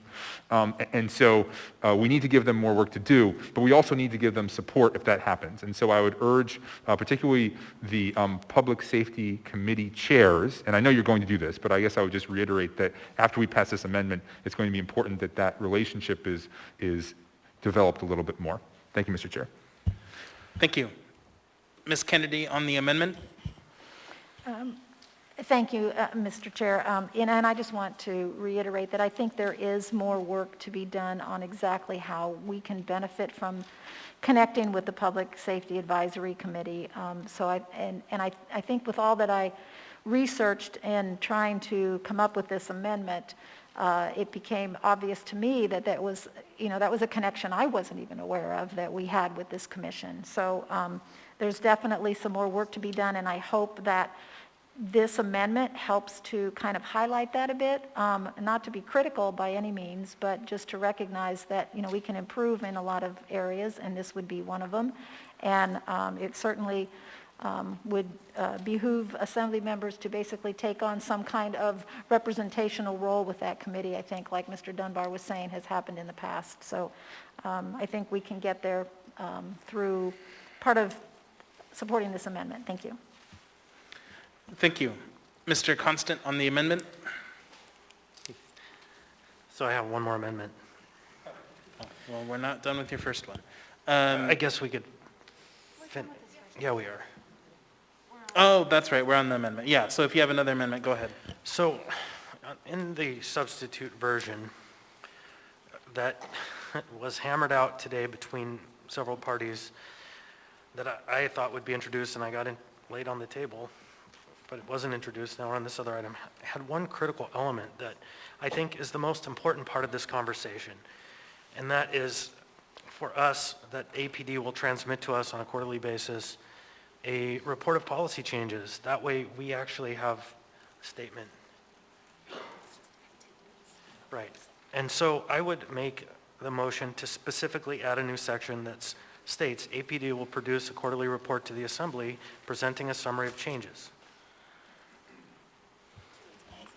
Yeah, but to a policy, sorry, that was already in there. Here, let me restate that. Will produce a quarterly report to the Assembly in the form of an Assembly information memorandum presenting a summary of any changes to a policy required to be posted by AMC 39080. And do you have this in writing? Yes. Thank you. And I'll second that. So. Thank you.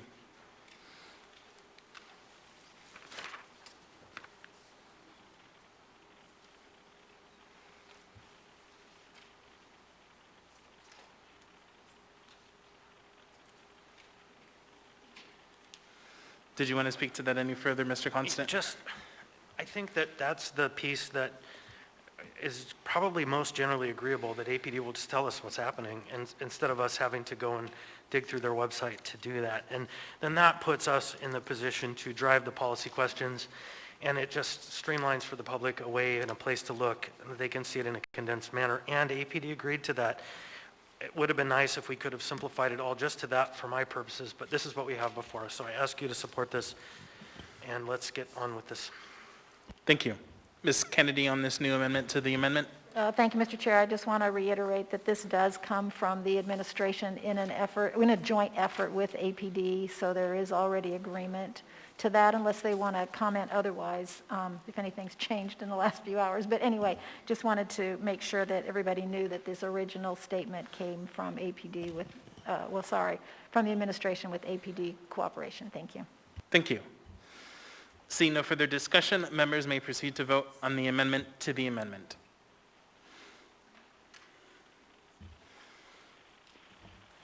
Mr. Presverdia? No.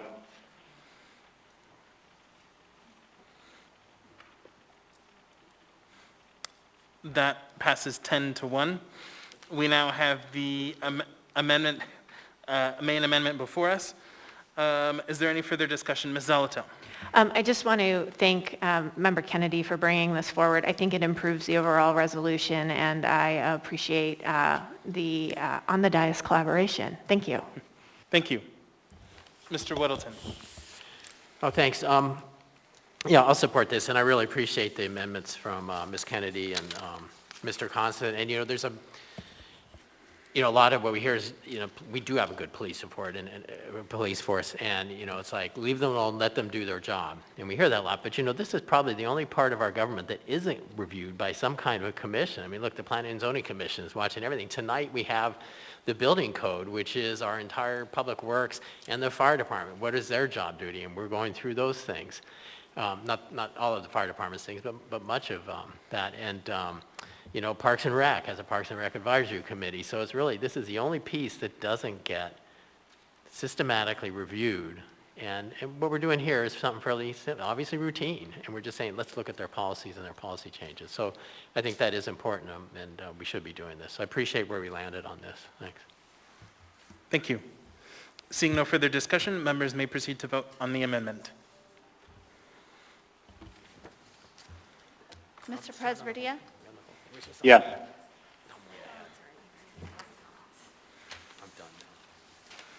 The amendment is approved 11-0. We now have the main motion before us. Is there any further discussion on the main motion? Okay, seeing none, members may proceed to vote. Mr. Presverdia? No.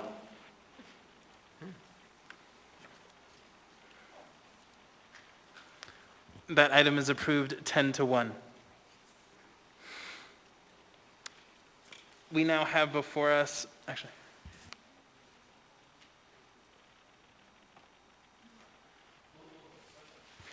so the next item we have before us is item 10B4. We're not ready for that item yet. I think there's an amendment that's being worked on, so we'll come back to that one. So the next item we have before us is item 10E6, AR 2020-361, a resolution of the Anchorage Municipal Assembly appropriating $25,000 of nuisance abatement fines to the Office of Economic and Community Development for the purpose of continued code abatement activities, all within the Nuisance Property Abatement Fund. What is the will of the body? Move to approve. Second. Moved and seconded. Ms. Allard, you pulled this item? I did, but I pulled it wrong. I apologize. I'm good. Okay. Thank No, you. I think I might have. Which is this? I'm sorry. Oh, no, but since we've got it in front of us. Sure. Go ahead, Mr. Weddleton. Well, I had meant to pull it, and then I scratched it off to not do it, but it was on there. Thank you, Ms. Allard. It just seems odd to me. I mean, I thought we had approved this fund for, nuisance abatement. It just seems odd to me that then they have to come back to us to use it. Is that, can we change it so they don't have to? Because we kind of say, go do this. Thank you. Through the chair, Chris Schutte, Director of Economic and Community Development. Assemblymember Weddleton, it is odd, but the fund, as you pointed out, is set up to collect delinquent fines and fees on our nuisance properties, and then those go into a fund that then gets reappropriated out to deal with future nuisance properties. We did not appropriate money to take care of this property this year, so unfortunately we do have to come back in this case. As the AM describes, though, we're appropriating an amount that we anticipate will be slightly higher than the cost needed for the immediate action, abatement action, so that there will be some remainder funds available if we have anything else pop up by the end of the year. Did you have anything else, Mr. Weddleton? I like that you went a little long on the dollar amount then. That's good. So is there a threshold, or is it like if you needed $500 to do something, do you have to move a shed? Do you have to come back to us? Through the chair, no, the expenses on this particular case will eat up a majority of those funds, unless, of course, the nuisance property is taken care of before a formal abatement action is required. So there still is the possibility that the property owner could bring this thing entirely into conformance, however low that likelihood is. And in that case, we would still have the money appropriated and sitting in this account ready to use for abatement action. Thank you. Thank you. Seeing no further discussion, members may proceed to vote. Mr. Presbytia? Yes.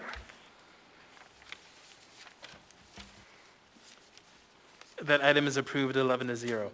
Next, we have item 10F2, Information Memorandum Number AIM 135-2020, Sunset Audit Report 2020 S1, Public Safety Advisory Commission. What is the will of the body? Move to accept. Second. Moved and seconded. Ms. Allard, you pulled this item?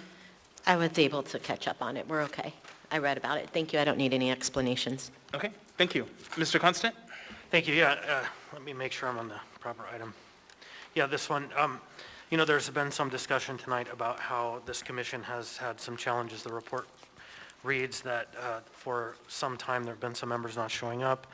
They have missed some of the mark. And I set to work on this commission almost as soon as last year began, looking for ways to make it better. And so we've been working on improving the process of this commission, and with the new chair who just took over, I think this week or last, and new infused energy of the membership, I anticipate that we're going to see really good results from this. And so I'm hopeful that the next review of this commission is not like this, and thank you. Thank you. Ms. Kennedy? Thank you, Mr. Chair. Yeah, there was a lot to learn from this audit, and I really do appreciate the questions that were asked and the way they were asked. And, you know, some of it to me is just maybe clerical that needs to, you know, they just need maybe some more administrative support. But I think it's also important that the commission understand that they have a role to play that's important. And I think, you know, as far as my perspective, I'm thinking, well, now there's another sounding board out there that we ought to be taking advantage of as well, to make sure that they understand that we value their participation and that their work that they do is important. So I think as we start to send that message and have just a little bit better communication, I think will both improve the commission's work as well as the benefit that they'll give us in our work. So thank you, Mr. Chair. Thank you. Mr. Dunbar? Thank you. I wanted to state first that as, you know, as not troubling exactly, but concerning as this audit report might be, I'm pretty sure it's better than the last one we got. The last time we almost sunset this commission. So I think they're moving in the right direction, but of course it takes a while sometimes. And I also want to say that my prior comments were not at all directed at the current chair of the commission. I was not aware that we had a new one. Thank you. Thank you. Seeing no further discussion, members may proceed to vote.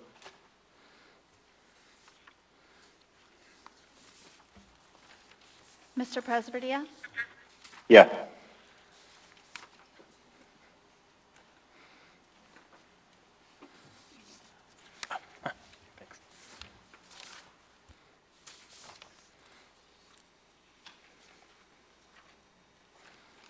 That item is approved 11-0.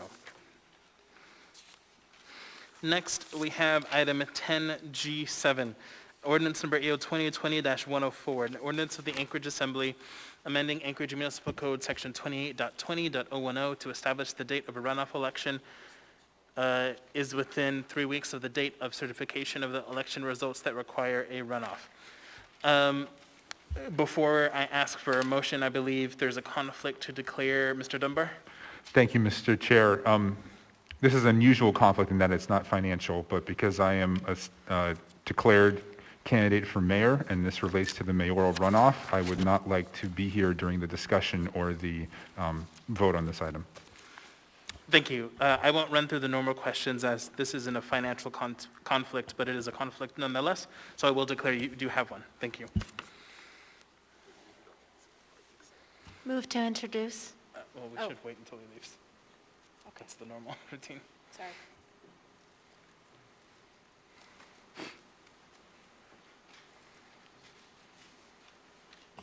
Move to introduce with P. Second. Third. Okay, and that is all that we're doing on that item. So that item will be back before us for a public hearing on October 13th and October 27th, and the 27th is when we plan to vote on that item. That's it. Dinner time.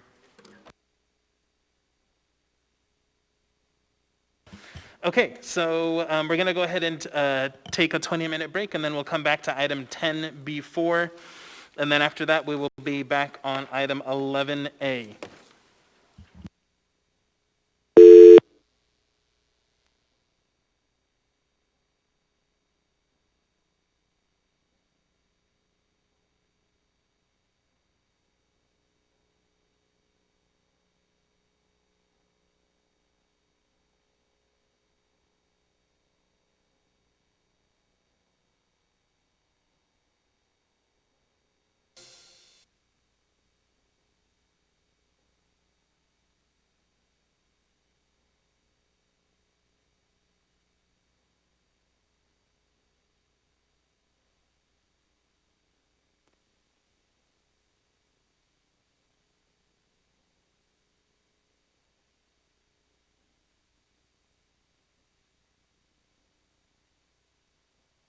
All right, we now have before us item 10B4, resolution number AR 2020-348, resolution of the Anchorage Municipal Assembly approving the renewals of municipal marijuana licenses for cultivation establishments, Dream Green Farms, number M10080, Old School and Buffy, number M11778, Secret Garden Cannabis, number M12770, Manufacturing Establishments Glacier Extracts, number M10828, Secret Garden Cannabis, number M12768, Retail Establishments Denali Dispensaries, number M11411, Hillside Natural Wellness, number M10837. Waive reading. Thank you. What is the will of the body? Move to approve. Second. Moved and seconded. Mr. Weddleton, you have an amendment? Move Weddleton Amendment Number 1. Second. Second. Moved and seconded. Mr. Weddleton? This is just simply to correct the category for Secret Garden Cannabis. It's under manufacturing, and it should be moved down to retail. Thank you. Second, if we didn't have one. We did. Okay. Thank you. Seeing no discussion on the amendment, members may proceed to vote.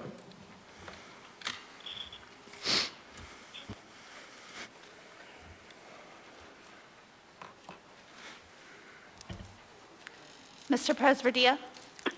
Yes.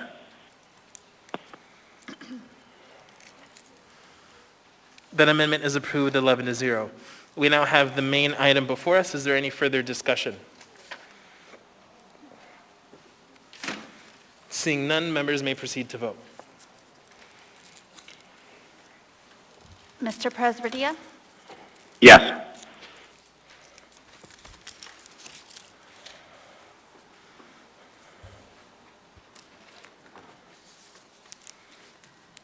That item is approved 11-0.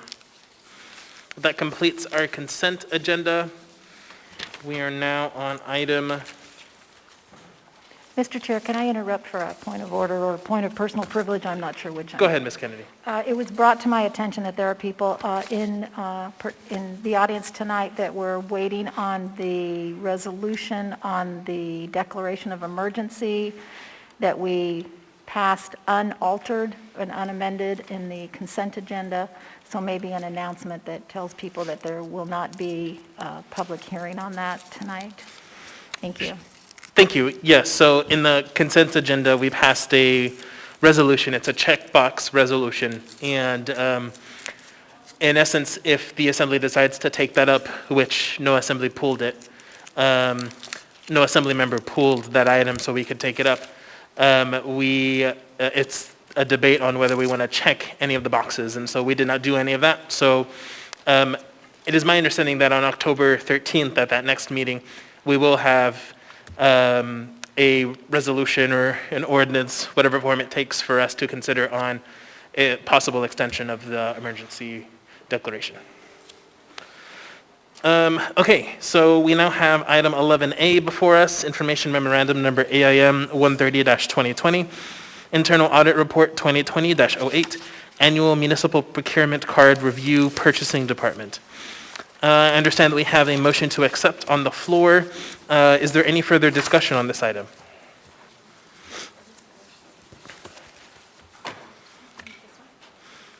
Seeing none, members may proceed to vote.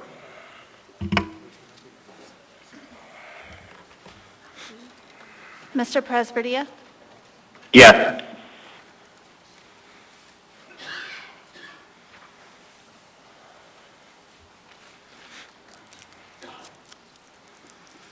That item is accepted 11-0. Next, we have Assembly Memorandum Number AM 410-2020, Recommendation of Award to Stantec Consulting Services, Inc. for professional engineering services to assist in the creation of a stormwater utility for the municipality of Anchorage, Anchorage Wastewater and Wastewater Utility. We do not have a motion on the floor. Ms. LaFrance? Thank you, Mr. Chair. Move to postpone to the meeting of October 13th. Second. Moved and seconded. Ms. LaFrance? Thank you, Mr. Chair. We are requesting postponement to this meeting on October 13th to allow the newly established Stormwater Utility Commission to get us their recommendation. The commission met for the first time last week, and my understanding is this postponement won't impact the project, and there's no firm end date of the proposal as well. I would ask Mr. Bockenstedt, oh, here he comes. If I've understood correctly. Can you go ahead and restate? Sure. Thanks, Mr. Chair. Mr. Bockenstedt, I was speaking to the postponement of this item to the meeting of October 13th to allow the commission to get us their recommendation. Through the chair, Assemblymember LaFrance, you postponing to October 13th is fine with us and for the members of the body. The commission had their first meeting last week. They have scheduled another meeting, I believe, on October the 6th, where they will consider a resolution that will be before them to support the scope of work that is referenced within this consulting services contract. And we believe that October 13th, that'll be before you guys. Thank you, Mr. Bockenstedt. Thank you, Mr. Chair. Thank you. Seeing no further discussion, members may proceed to vote on the motion to postpone this item to October 13th. Mr. Presberdia? Yes.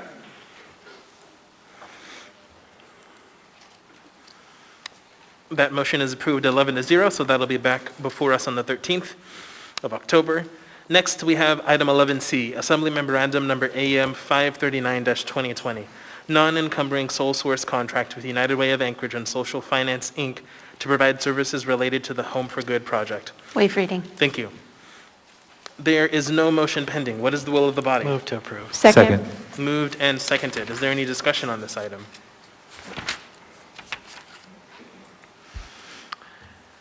Seeing Only one.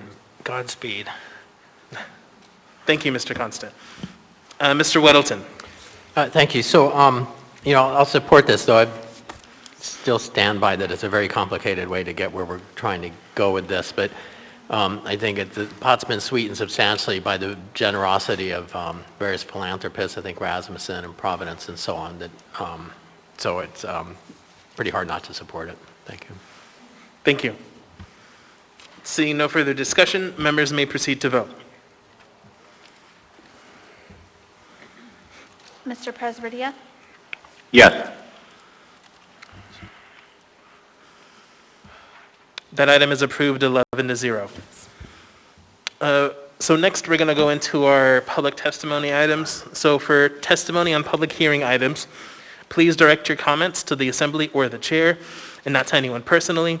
Personal attacks are not appropriate. For public hearing items, your testimony must focus on the topic, not other items or subjects. I will, as chair, work to maintain decorum at this meeting and ask for your assistance.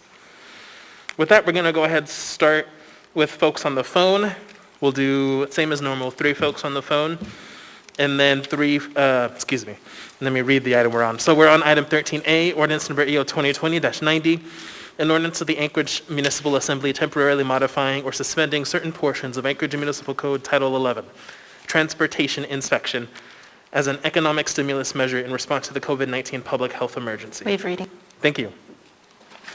So as I stated before, we're going to do 3 folks on the phone, and then 3 in person until we are done with everyone who wants to speak. So first, we're going to hear from Mr. David O'Malley.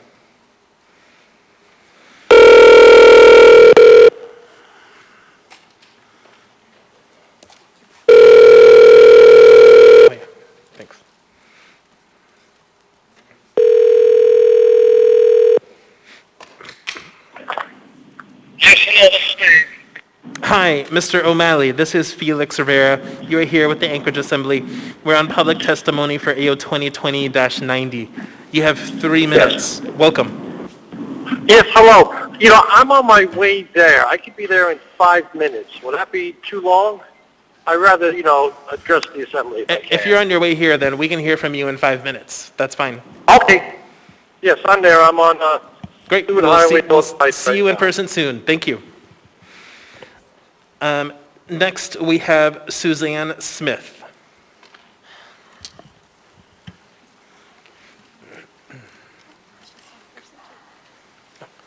Welcome. If you could turn on your microphone, please. There should be a button. There we go. Thanks. Can you hear me? Thank you. Thank you all. I wrote to you all, my name is Suzanne Smith, and I wrote to you all a few weeks ago regarding the taxi industry and the need for immediate help from the Assembly. For those of you that took the time to reach out with questions, I really appreciate your time and interest. Our industry needs help now more than ever. Our industry is a critical component to our city and the residents that live here. We take people to the doctor appointments, children to their home schools, visitors that want to be wowed by our great city places of interest, and people who have had too much to drink home safely. The ongoing coronavirus has had and is continuing to have huge financial burden to our industry. Some of the biggest factors, of course, have been the absence of tourism, the city hunkered down orders, restaurants and bar closures, online school, and many conventions like AFN opting to go virtual. Our industry thrives on an active city with people moving about, and as the months go on and people get more accustomed to doing things from home and lessening their exposure even when things are opening back up, people are not excited to go back out like they used to. The impact continues with no end in sight. I operate a fleet of taxis here in Anchorage, and with the hunker down order took place, I parked my fleet of taxis for the health and safety of our drivers and our staff at our shop. I reopened 2 months later, but am still only operating half of my fleet for lack of drivers available and or willing to drive in the current conditions. Last I checked with the Transportation Office, they reported approximately 100 permits still not operating as a result of the pandemic. So the last thing we need is to strain our industry with 30 more permits. Our drivers out there are struggling every day to make it. Weekly, we are hearing of lifelong Alaskan businesses closing their doors because we are not able to withstand the financial burdens that this virus and the city mandates have had on them. We have heard companies like the Perfect Cup closing, Carl's Jr. on Huffman just closed. Yesterday, I read that Shane Lamb's studio in Palmer is closing. These are places that have been around since I was a kid. I know there are no doubt others that will be following. I worry about our city and what it will have to offer after we weather this storm. Here's your chance to help our industry, an industry that consists of hundreds of small business operators so that we don't have to close our doors for operation. Our community needs taxi services, and your vote could help us navigate through these unprecedented times ahead. We are just asking for time to weather this storm. I encourage you all to please support this ordinance and grant us some time. Thank you. I have a question for you, Mr. Weddleton. Thanks, Ms. Smith. So this ordinance has basically 3 sections, and one basically says don't do the next auction, which would be 20 or 30 cabs, I think. And the last one is waive the permit fees, which is, I think, very responsive to the problems. I mean, business is bad. I think you've outlined problems across our economy. But the second section just refers to kind of pausing the changes that we've agreed to with transferable permits. So if that is paused, how does that help the industry? I mean, how does that help get more drivers driving and making more money? Well, it's not going to help the drivers necessarily, except that it's going to not add, the way it's going to help is to just give permit owners some time to navigate through how that actually impacted them. I don't think many people even really understood what was happening with their permits. I mean, you've got people that have been lifelong owners of permits that had invested for years and years in this industry, and it's a tragedy what happened to them. I mean, their investment, their livelihood went to basically zero in just a few years. So I don't think it's really unheard of or out of line to ask for some time for people to make some changes and decide if they want to sell their permit or not. It doesn't really impact the city anyway or them, so grant us that time to make some better decisions. Thank you. Thank you. Thank you for your, oh, actually, I have one more for you. Ms. Allard. I apologize. Did you, just to reiterate something, did you say that the Carl's Jr. on Huffman is closed? Carl's Jr., yes, it is closed. Thank you. Thank you. Thank you for your testimony. Next, we have... I'd like to testify. You are not up yet, sir. What's that? So, sir, you're not up yet. So I have... Is this public testimony, sir? Yes, this is this still the Anchorage Assembly, sir? Sir, there are rules for public testimony. So I am finishing the third person on our phone list, and then Oh, I'll okay. go to in-person. So next we have Nancy Barbosa.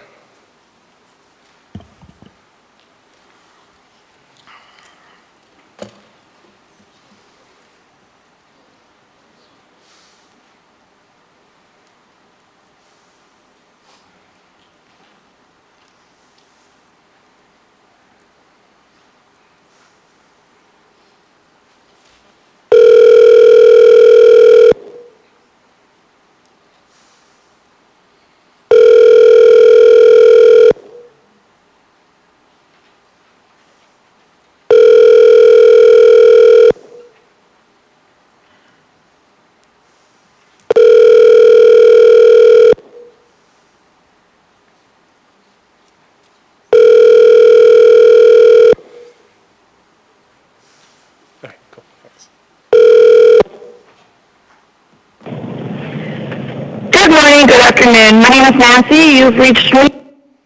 All right, we'll try Nancy again in a minute. All right, so we're going to go ahead and move on to in-person testimony. Is there anyone who would like to testify?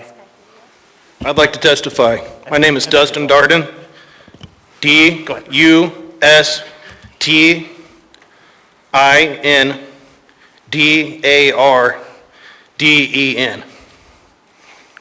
I'm here today representing the people of the United States of America, Anchorage, Alaska, Infowars.com, everything godly and holy. In absolute relation to the subject in which we are speaking about today, I'd like to make a public testimony. Ordinance 13A, number AO 2020-90, an ordinance of the Anchorage Municipal Assembly temporarily modifying or suspending certain portions of Anchorage Municipal Code Title 11, transportation, inspection as an economic stimulus measure in response to the COVID-19 public health emergency. Assembly Chair Rivera, Assembly Chair Quinn Davidson, and Assembly Member Constant, Assembly Memorandum Number AM 507-2020, carried over from 9-15-2020. So this is, sir. So sir. Hey, so I've paused your time, sir. So, sir, Mr. Darden. Hey, Mr. Darden, can you do me a favor? So I'm going to give you, Mr. Darden, I'm going to finish up your time, and I'm going to go ahead and just count this as a protest of our meeting, and then I'm going to ask you to, and then I'm going to ask you, sir, to leave the meeting after you are done with your testimony. So I'm going to continue your time. Thank you.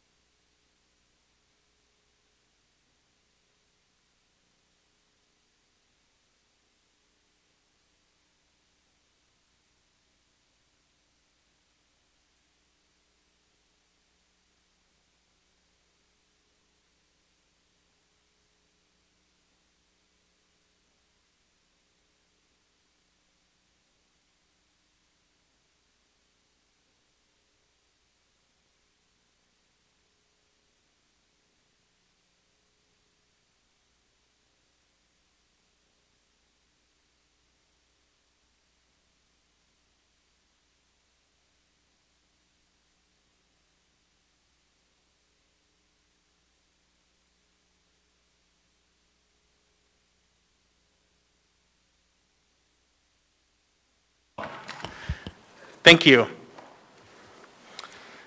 All right, so we're going to continue with our public testimony. And just to state it for the record, so Mr. Darden, I am not going to allow you to testify on any other items that we have before us today. Then I want my tax money back today. So we're going to go ahead and continue. Sir? I want it all back. No, sir. I want it back now. We have rules here, and you have not followed our rules. So you are done, sir. Establishment.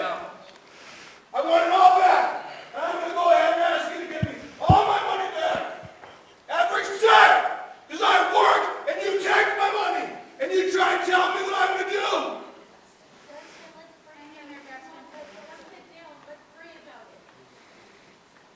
Is there anyone else that would like to testify on this item? Do not touch me. Do not touch me. Do not touch me. Yeah, we're just going to go ahead and take a short break.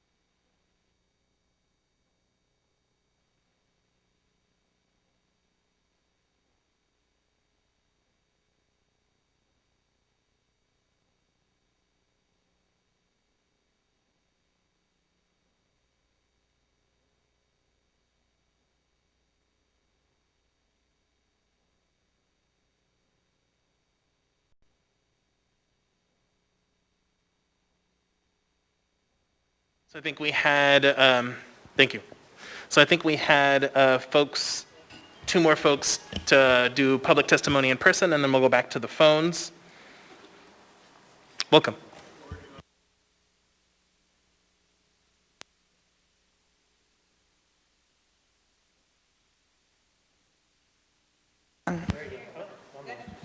There we now go. it's on. Okay. So I gave you guys a handout. My name is Kim Pavey. I'm the Fleet Operations Manager for Alaska Yellow Dispatch. You guys know him as Alaska Yellow Cab. Okay, so I gave you guys a handout of year-over-year trips run by our taxis. So from March 1st through September 16th, we are down a total of 172,435 trips. Now, that's not calls, that's actual trips run by drivers. So, and you can see that the number of cabs on the road, as I show here, in the beginning of March 1st, we had 196 cabs subscribing to our service. In April and May, we dropped down to 85 cabs. And now, even now, that things are starting to get semi back to normal, you know, the 50% opening up, we're still at only operating 150 cabs. And from my understanding, there are, I think, 7 or 8 permits at independent taxi and only 2 at city taxi. So that's still only 160 cabs. And there are 250 permits available and out there that are owned in Anchorage right now. So this is a small step, a very small step in really what needs to happen with our industry. But I would urge you to not put these permits out again. And in response to the question that was asked of Susie, what pushing back the non-transferability of the legacy permits is what we call them in the industry. What that will do is it will still make permits available for purchase for those people that would like to purchase those permits. So even though the non-transferable permits, the new permits are not going to be up for auction, they will still have the ability to purchase permits via the legacy permits. And to waive the permit renewal fee would just really help these owners that have, they have set in place costs that don't change. They have to fix their cars. They have to pay permit, the dispatch fee if they're on the road. They have to pay for their insurance, which is exorbitant. So I urge you guys to please take this small step. Thank you. I have a question for you from Mr. Weddleton. Okay. Thanks. I appreciate your hitting that one. I might have forgotten to ask you, but it was good information. So is Alaska Taxi Leasing, is that you? Is that Yellow Cab? Okay, so Alaska Taxi Leasing is a separate company that buys and leases permits. Okay, are they And connected so with they Yellow are Cab? Yellow Cabs. Okay. I manage them.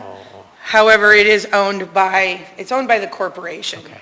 But they started a separate company to keep the two separate because Alaska Yellow Dispatch does not in fact own or operate any taxis. Okay, so that makes sense. And I appreciate your data here. So it shows you're down 30 cabs or more from what you were operating last year. But then the minutes of the Transportation Commission yesterday shows Yellow Cab buying 4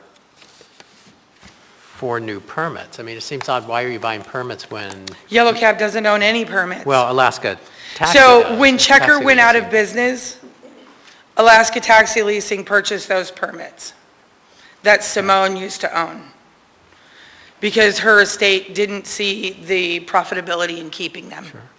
And so they sold those permits. And so Alaska Taxi Leasing believes that the industry is going to turn around, just like other people that want to buy permits believe that the industry eventually will turn around, that it will come back and be, profitable to be in this industry. And with your help, we can do that. But again, this is just a first small step to repairing this industry that has been completely decimated over the last 5 years.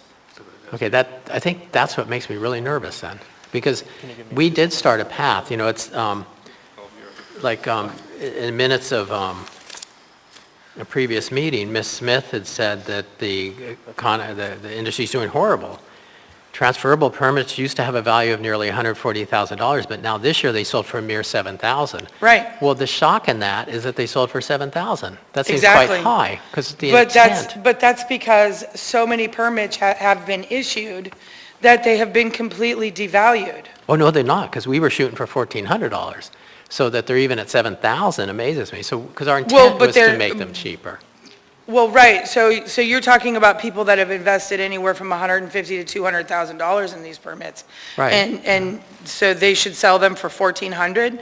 Because this year, on this auction, it's still an auction for the highest bidder. Right. So they're still gonna go, last year, the cheapest one went for $5,114. So they're still going to be sold for that way over that $1,400 mark. You see what I mean? But they're still available. Now I've heard, in the last 6 months, I've heard of one going for $3,000, a legacy permit, because the permit owner just wanted out.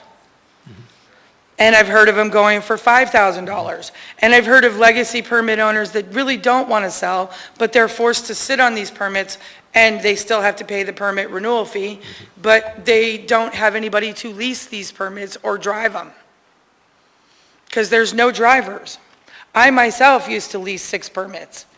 And I lost my cabs because when everything shut down, I only had 3 drivers for 6 cars. And that's something that a lot of operators, and I say operators because not every cab owner is a permit owner. Thank you. I think you answered his question. Thank you for your testimony. Yeah, thank you very Mhm. All right. Would anyone else like to testify? I think we have room for one more individual before we go back to phone testimony.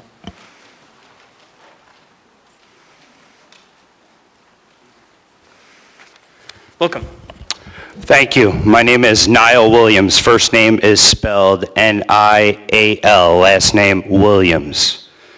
I represent 1776alaska.org.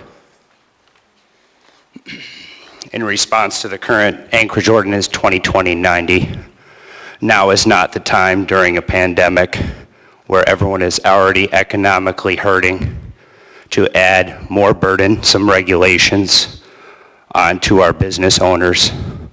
These are private entities that provide for transportation in our community.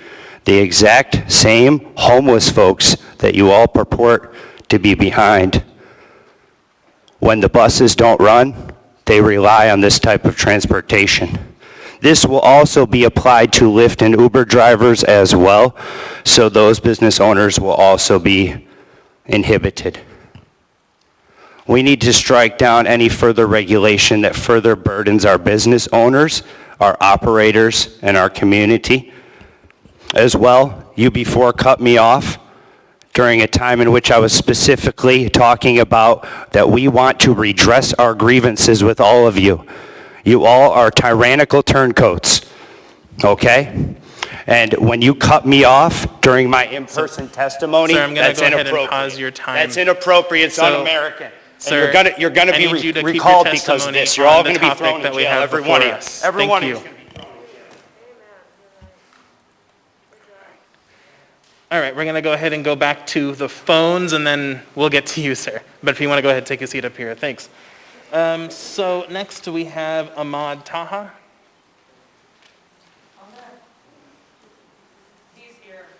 Okay. Mr. Ahmad Taha, are you here? You don't want to testify? Okay. Thank you for coming anyway. So we're going to go ahead and try Nancy Barbosa one more time.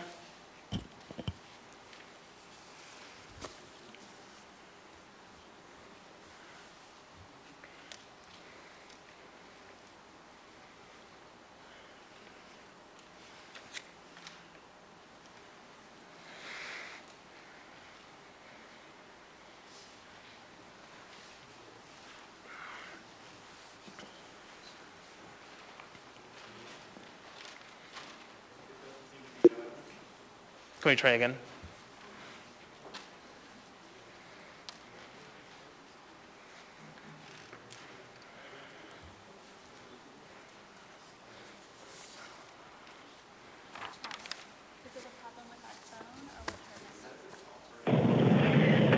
Good morning, good afternoon. My name is Nancy.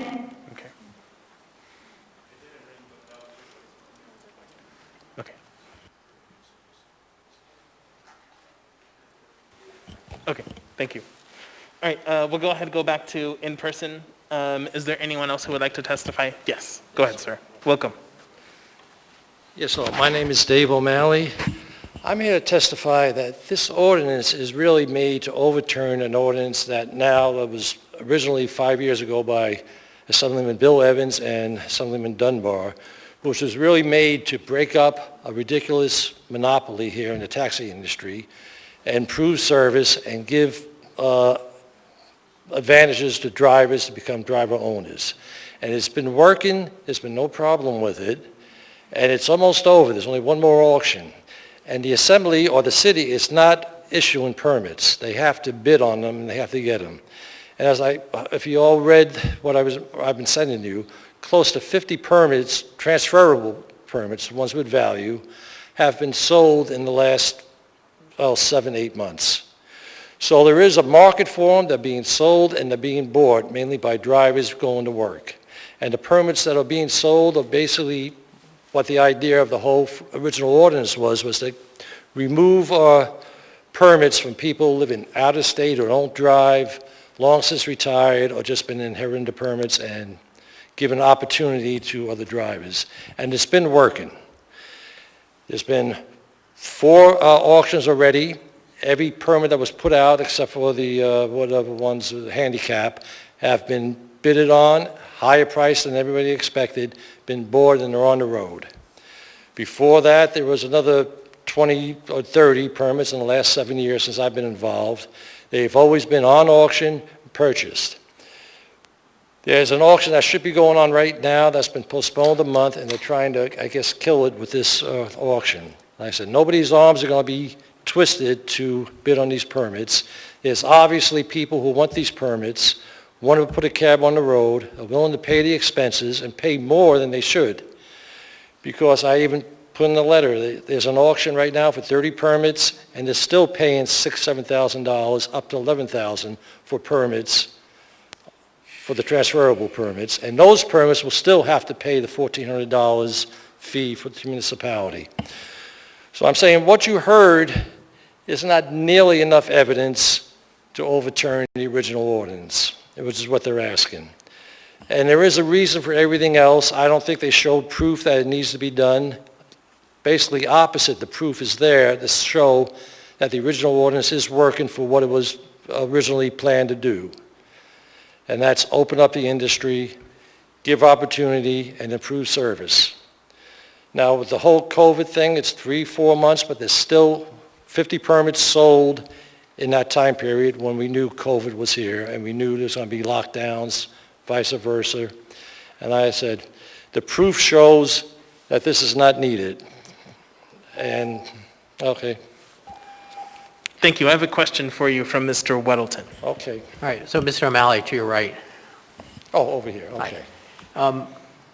No, I appreciate this, and I appreciate the information you've sent, and we've gotten good information from other sources too. It's been real helpful to kind of round out where we are now, having made big changes a few years ago. So were we to do this, we would cancel an auction and then waive fees. And if that were the case and someone wants to get into the business of driving a cab, how would they do it? Well, I guess they could purchase with the few remaining, to buy a permit, the few remaining transferable permits will want to be sold. Like I said, the transferable permits that you could sell have a value. The ones that are still on the road are from owner-operators who have no need to sell them. They can make the $5,000, $6,000 in a month or so. So they're keeping them on the road, they're working, they're making money. The ones that are being sold are from out of, long since retired, out of state, or basically never really drove a cab to begin with. They're having trouble finding drivers now. And I guess they always will have trouble finding drivers, especially with the new drivers coming in with the auctions. So I think actually this municipality added about 60, 70 permits in the last 7, 8 years. And they all been sold, they all been successful, and like I said, things are going well. I mean, they're going a little hurting now with COVID, of course, but things are going as planned. The amendment's going as planned. And something Dunbar did add a couple of years ago, which wasn't there, where they can park their permits now, park the cabs, and not be penalized. It used to be if you parked a cab over 60 days, you lost your permit. So now, slow times, they could park the cabs, not be, no penalties, no anything, no losing the permit. And the original, a lot of drivers would like to just work 4 months out of the year, the busy time, summer, and, October used to be the busiest month, but now it's not going to be Mr. without fund Welton, checks. did you get your Well, question? yeah, I think that is helpful, but not quite on the mark. So if there are no, city doesn't sell any permits, then they can only get them from current permit holders. And so basically the supply is down substantially. What will happen to the price? No, excuse me. Will the people have to pay more for permits then if we cut down our auction? If we I don't think the industry is going to go that direction, but like I said, there's still a lot of transferable permits out there. I mean, all of them. And the non-transferable permits should be put back on the market when they're returned. So if somebody wants out of the business, they just give the non-transferable permit back, and it should be up for an auction if it's going by Title 11. All right, thank you. Thank you. Okay. Thank you for your testimony. Okay. Would anyone else like to testify on this item?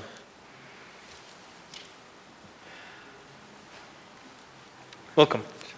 Yeah, good evening. My name is Sean Ryan, and it's been over a dozen years since I had any firsthand association with the taxi industry in Anchorage, but I know that there's any number of things I've done in small business over the years where technology and changing tastes have a negative impact on the bottom line, and the taxi business is certainly one of those. And in recent years, I found myself reading Robert Kiyosaki, who wrote the Rich Dad, Poor Dad books, and he mentions that you don't get into an investment with a artificially inflated value hoping that value goes up. You get into that investment hoping to generate income.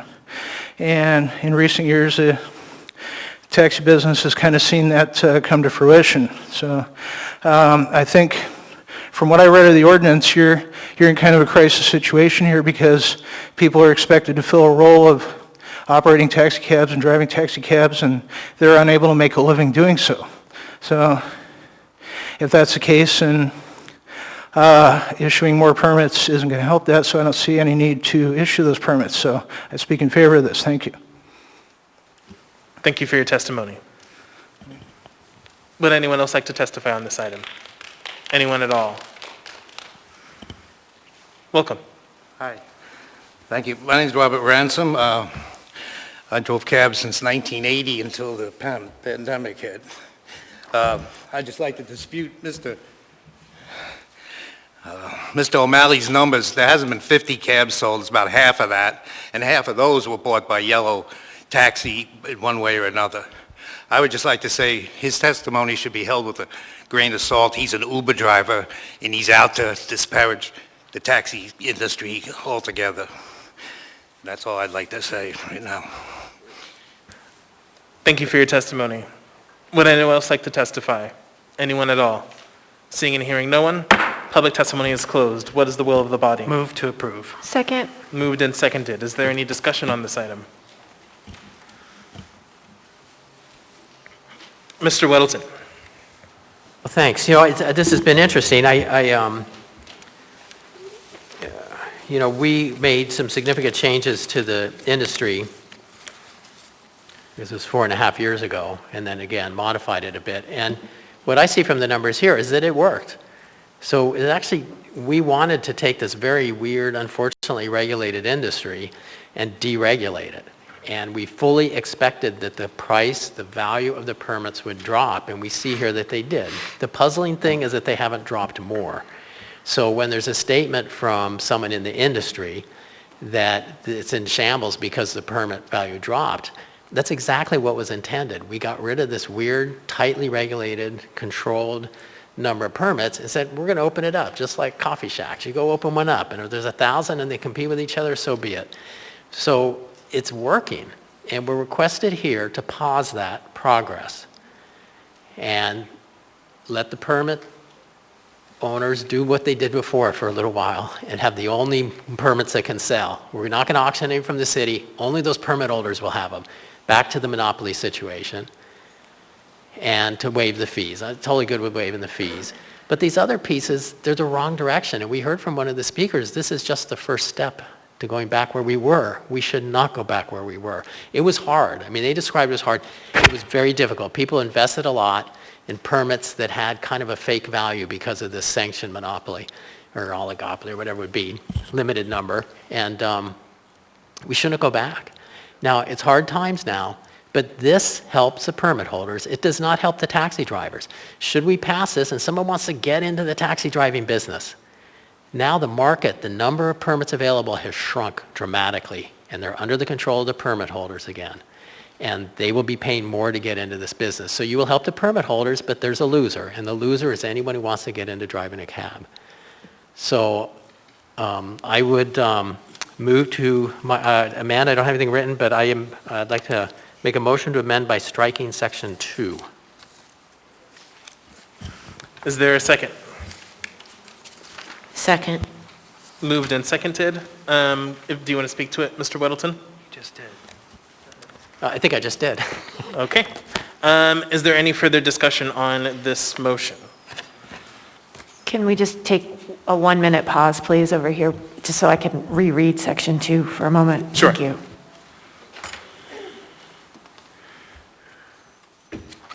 While you're doing that, Mr. Dunbar? I was in that queue.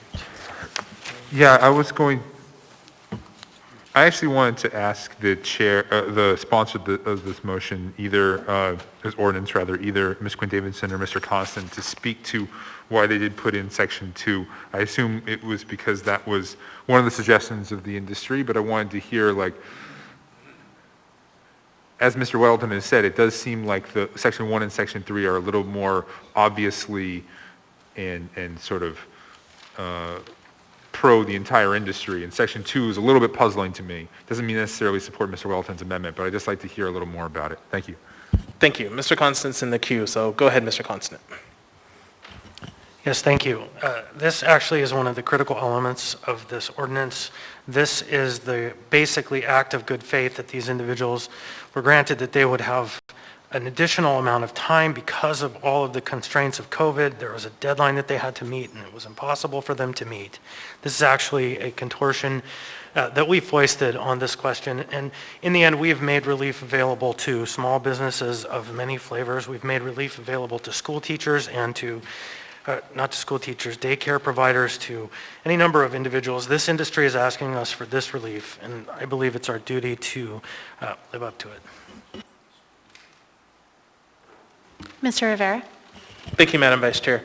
Also, speaking to this particular section, several members of the industry spoke to me about this, and specifically they were saying, I know 4 or 5 permit owners right now who missed this deadline because of everything that's going on, and so I think this is an easy way to give just one more year of time, so that in the middle of everything that's been going on, these permit owners can get their business done.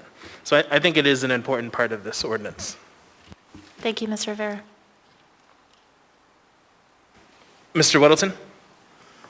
Oh, thanks. To Mr. Constant's point, I think when we've helped other people, other industries, because of COVID, we've helped them without hurting someone else. But when we do this, we're helping the permit holders, but we're not making it cheaper for those who want to get into driving a cab. So it's not, it helps permit holders. It doesn't help people want to get into the industry. And that is why we made the changes we made 4.5 years ago. Thank you. Ms. Kennedy? Thank you, Mr. Chair. Just a question. I mean, I think a lot of this is confusing and not having the background that some of the members have in terms of dealing with some of the initial taxi permitting ordinances that were handled a couple years ago. I find myself at, a bit of a loss on really which direction to go with this.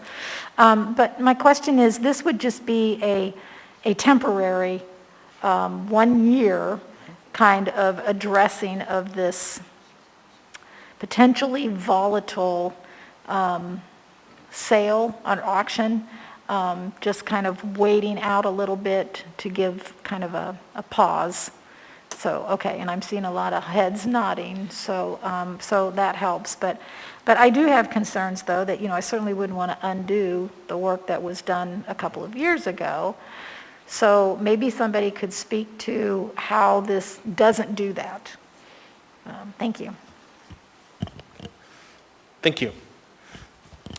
I'll keep going in the queue, and then hopefully someone else can get in. Ms. Zalato? Thank you, Mr. Chair. I guess I'm a little confused as well, because Mr. Weddleton referred to a list of recent transfers that were in front of the commission, and I wasn't able to pull it up in my email fast enough. So it seems like there's still the opportunity, if you want to get in right now, you can. This just suspends and puts a pause for if you want to pause. It's a permissive pause. Am I reading that correctly, or is it a mandatory pause? So I think at this point, I'm going to see, I think some of us could address that question, but I'm going to see if the Transportation Commissioner is available, or Mr. Falsey is available on the line. Are either of you two on the line? This is Bill Falsey, Municipal Manager. We do have Carrie Belden, the Transportation Inspector. It probably is worth retracing the bidding a bit. We moved from what was the old system of having limited number of permits that were set by the Commission and auctioned only if they were deemed necessary by the Commission, to an open entry system under the ordinance that was referred to as the Bill Evans Ordinance, and that was supported by voters in a referendum effort. The move from the old system of limited entry to the open entry system had a glide path where we would do a certain number of required permit auctions year over year, and then ultimately anyone could come get a taxi permit just by walking up to the counter and paying a fee. When the new system of open entry was to come into place, the idea was that a permit holder also had to drive the car. But there were going to be a certain number of legacy permit owners who didn't drive the car but who leased it out.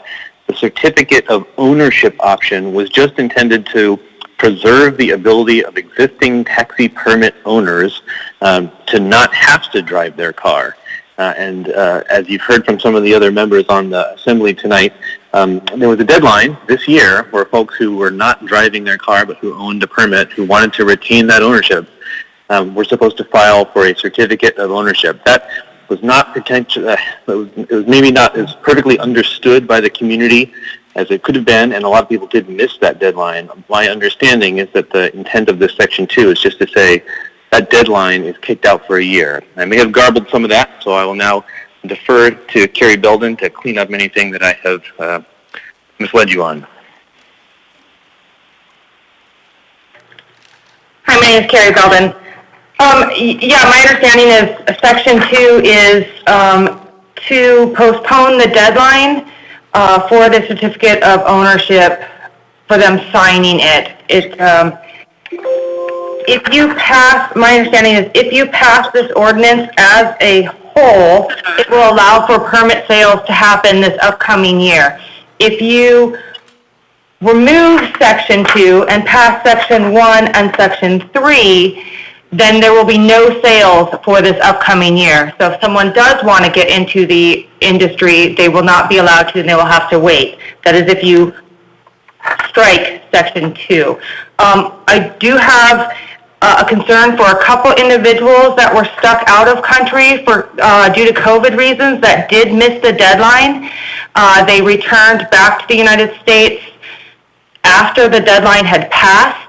So I do have a concern for a couple members in that situation if number 2 is struck. Thank you. Mr. Constant? Yeah, thank you. Again, I just would offer that Section 2 is us acting in good faith to the community of these individuals who have asked for this aid. We're told we're working on it, and in fact, now it's before us. Should have happened before the end of August, and it'd be an incredible act of bad faith by this government to not honor this section. I urge a no vote to this amendment. Thank you. Mr. Weddleton? Oh, thanks. So I think, I didn't catch who was speaking, the woman. Was that the transportation? The transportation inspector. Okay, thanks. To you. So, okay, yeah, that's interesting. So I thought that, because you can still sell permits. It's like the Alaska Taxi Leasing bought permits yesterday, and those weren't from an auction. So, I mean, permits are still out there that can be bought. Is that right? Through the chair, that is incorrect. Those permits were purchased prior to the deadline, but they must be approved by the Transportation Commission. And the commission meets monthly, so it covers the prior sales as an approver. But those sales are already completed and done. Okay, well, that's important. So I appreciate that. So I was in error. I would modify my amendment then to delete section 1 and 2, and that would allow there to be permits.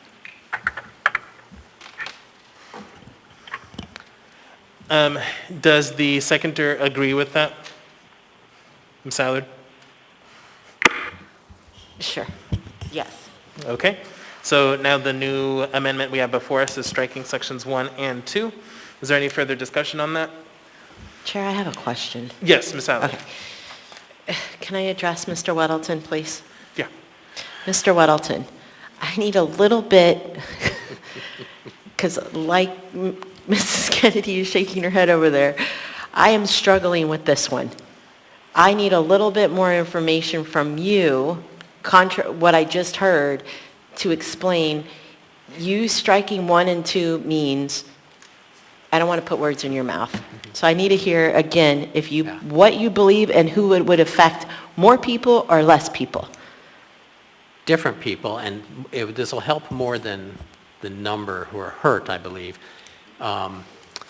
We are in a transition period from the kind of closed entry system, and this would pause this proposal. So, and I didn't realize that with deleting 2 that there would be no permits available for sale. We don't want that. We want people to be able to get into being taxi drivers easily like they could in any other business. So section 1 says the city will make available 30 permits. And it says we will not do that. So by deleting that, we will have an auction this year, and people can go in and bid on these permits. They have been paying, it was an average, you took out the outliers, I think we heard one was $3,000, another one was quite high, but may have included a cab with it. So when you take out the outliers, they're paying about $7,000 in the auction for the city permits, and also about $7,000 from the legacy permits. So people want to get in. The surprise to me is that it was that high, because we're going down, I think, to $1,400 in a year. So, but by deleting section 1 and section 2, anyone wants to drive a cab, you can go bid on a permit from the city. You got 30 there. Choose to or not. If the industry is not making money, people won't do it, right? But if it is, we make it available. Section 2, by deleting that, it takes away so that the only market isn't the legacy permit holders, which is the way it used to be, and we're trying to get away from that system. Okay, thank you, Chair. I hope that. Thank you, Mr. Weddleton. It was very complicated. We had lots of public hearings and. Thank you. Mr. Constant? Thank you. I would just offer that it would help abstract people that may exist somewhere, and it will hurt real people that are before us. That's what the point I think is being made.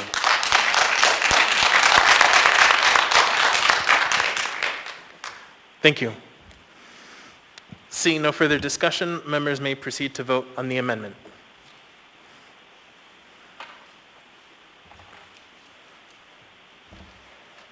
Mr. Presbytia?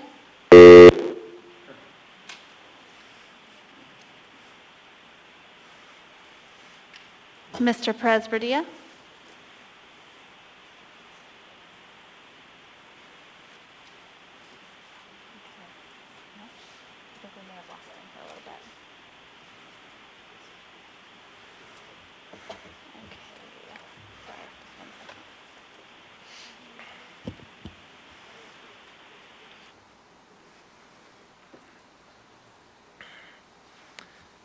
That amendment fails 9-1.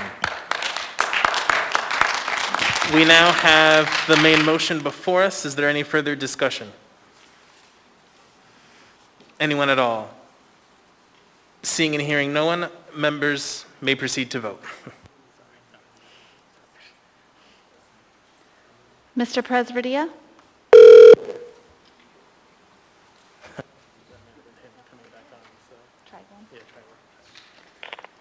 Yes. Thank you.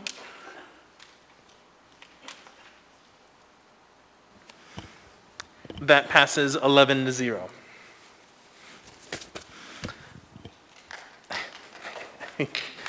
You can clap or not. Next, we have item 13B, ordinance number 2020-85, an ordinance repealing and reenacting Anchorage Municipal Code Title 23 to adopt the following codes and local amendments. Waive reading. Thank you. Just as a reminder, it is the intent of the body to, if majority approved, to continue this item to October 27th, but we're happy to hear from you today. So with that, public hearing is now open. Mr. Chair, just a quick point of order. Yes. So what you just described was to continue the public meeting, and this might be a question for Ms. Vogel as well. I'm hopeful that just so we can follow as closely to that state law that may or may not be applying to this question, that in fact we would close the public hearing tonight and then set a new public hearing, because I believe that the way the code, the state law reads is that we would have multiple public hearings, and that would allow people who are concerned to testify now and again, because it would be a new public hearing. So I know we're not there now, we can open and go through this public hearing, but for my part, I would hope that that's the action we contemplate as opposed to continuing the public hearing. Sure, that'll be up to the body. So we're going to go ahead and have one person on the phone, and then we'll do in person. So first we have Mr. Chuck Homan.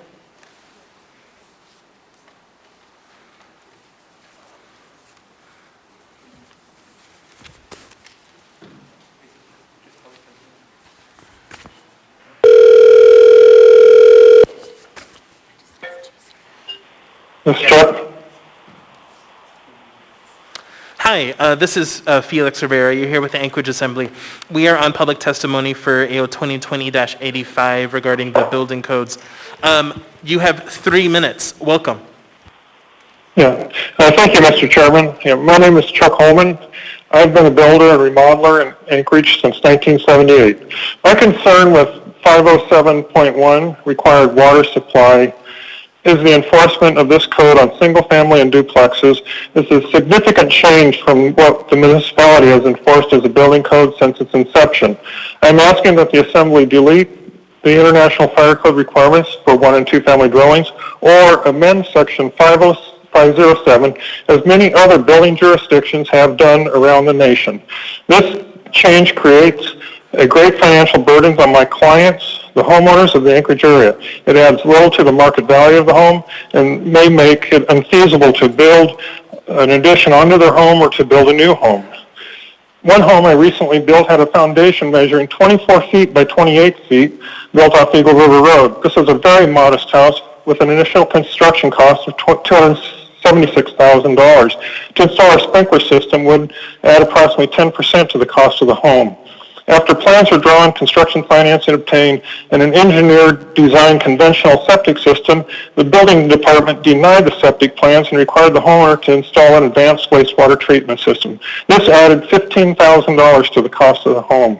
This past year, the Assembly increased the cost of conventional septic systems by approximately $4,000 with the code changes. I ask that when you're making a decision on this body, that you keep in mind the total cost to the consumer and the value that it brings to the community. I contacted my insurance agent about residential sprinkler systems and how it affects a homeowner's premium. Their response is that it has no impact on the homeowner's insurance premium. However, a monitored fire alarm system does provide a discount on the premium. Well, I agree with the fire marshal's concern of fighting wildland fires in Anchorage area. However, the changes fail to address this concern. Water supply in areas unserved by the municipal fire hydrants needs to be addressed. Installing sprinkler systems inside residential homes fails to address this issue of stopping wildland fires. On the municipal website, the Anchorage Wildfire Protection Plan is over 10 years old. Items identified in it no longer exist. The South Fork Fire Station on Highland Road has been abandoned, and the property was being considered for sale recently. Restoring the site as a water storage facility and increasing the number of water tankers the fire department has available may be something this body should be looking at. Thank you for taking my concerns into consideration. Thank you. Thank you for your testimony. All right, we don't have anyone else to sign up to testify over the phone, so we're going to move to in-person testimony. So, Mr. Darden, unless... Yes, sir. So on this, my name is Mr. Dustin Darden. So, Mr. Darden, unless a majority of the body disagrees with me, I'm going to go ahead and enforce my prior ruling, which was that you cannot testify anymore today.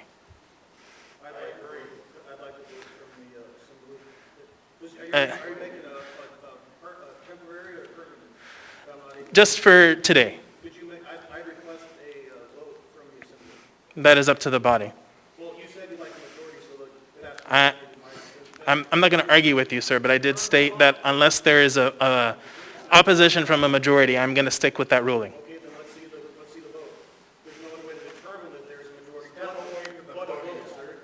So, sir, I'm gonna stick with the ruling that I've made.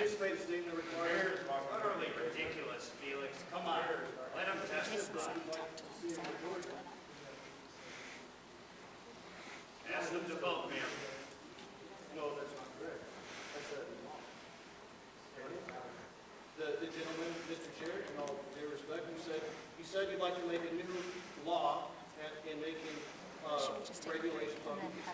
I think Yeah. it'd be in order. All right, so we're gonna go ahead and take a short break.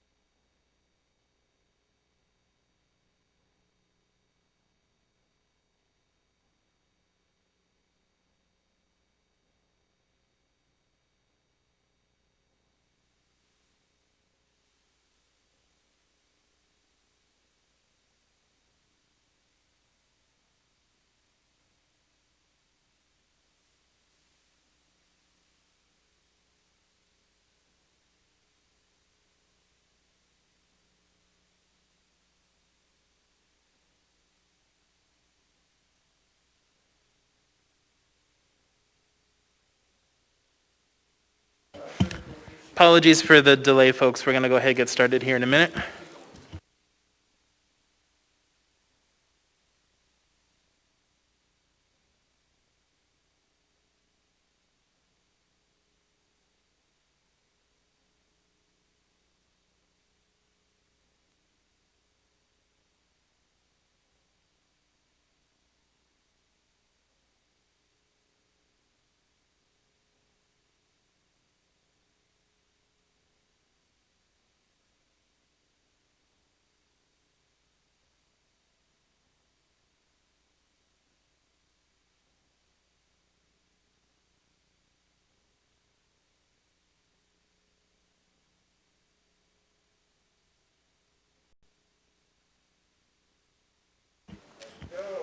All right, so we're going to go ahead and get back to the meeting.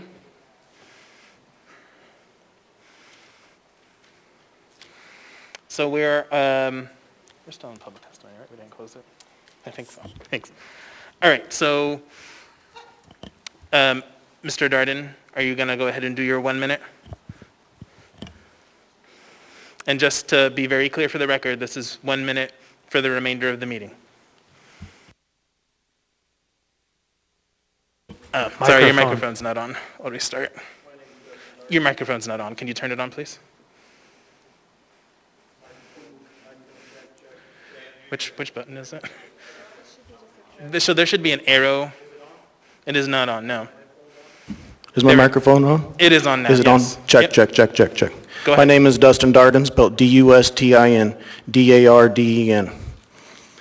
There's a specific portion of this bill I'd like to speak on. 2018 Uniform Building Code. And with this, I request that you make an amendment to this ordinance to include reverse osmosis filtration systems in every school building to remove the hexafluoric acids that you're adding to the water supply and all municipal buildings. If we're doing this code, we got to stop damaging their brains and their bodies with classified neurotoxins that's known to lead to lower IQs, damage in the brain, kidney failure, and cancer. I did not agree to speak only 1 minute to this, and for the rest of the night, I will be speaking. I've broken no law, nor have I done anything of any harm to any man. Thank you for your testimony. All right, welcome.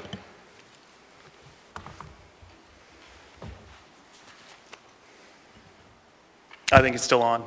Yep.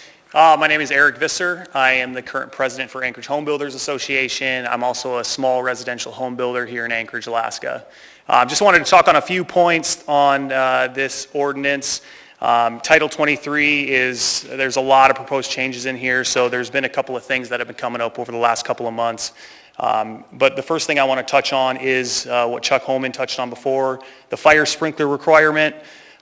We have been really digging into the weeds on this to try and figure out exactly what's changing with this requirement and how the municipality is going to enforce it. From our perspective, there's been a letter that Bob Dole had sent out to the Chugach Eagle River Advisory Board that kind of led them to believe that there was no actual requirements changing. They were just giving residential home builders another option for fire sprinklers for homes that are built more than 600 feet away from a fire hydrant.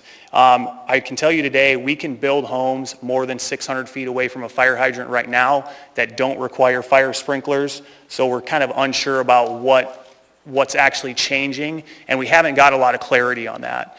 There's been some things going back and forth where, people are saying people are lying to each other. We're just totally unclear. We don't think this is a really good, clearly written policy, so we'd definitely like to either go back into a work session and get that changed, or just not have the IFC apply to 1 and 2 family dwelling units in Anchorage.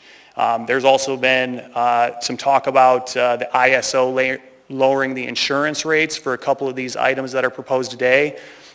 We called the ISO regional office today. They're not aware of any proposed code changes within Anchorage that would actually lower our insurance rates. And they also are not clear that requiring fire sprinklers within residential homes will actually by itself lower the insurance rates for the residents and the municipality of Anchorage. So we're still trying to get some more information on that. Going back to the work session that happened on Friday, Brian Dean made a presentation about some of the average installed cost on residential fire sprinkler systems within the municipality. Those were strictly installed cost. There is a lot of other costs that go into the residential building house that weren't really included on that. You're talking 5% for real estate commission, 1% loan origination fees, title insurance, profit, overhead, all those sorts of things. So you can really take that number and about double it for the cost that he actually proposed on what the average cost of a fire sprinkler system is. And that's really all I had for today. I will take any questions. Thank you for your testimony. I don't see anyone in the line for questions. Oh, go ahead, Ms. Salatel.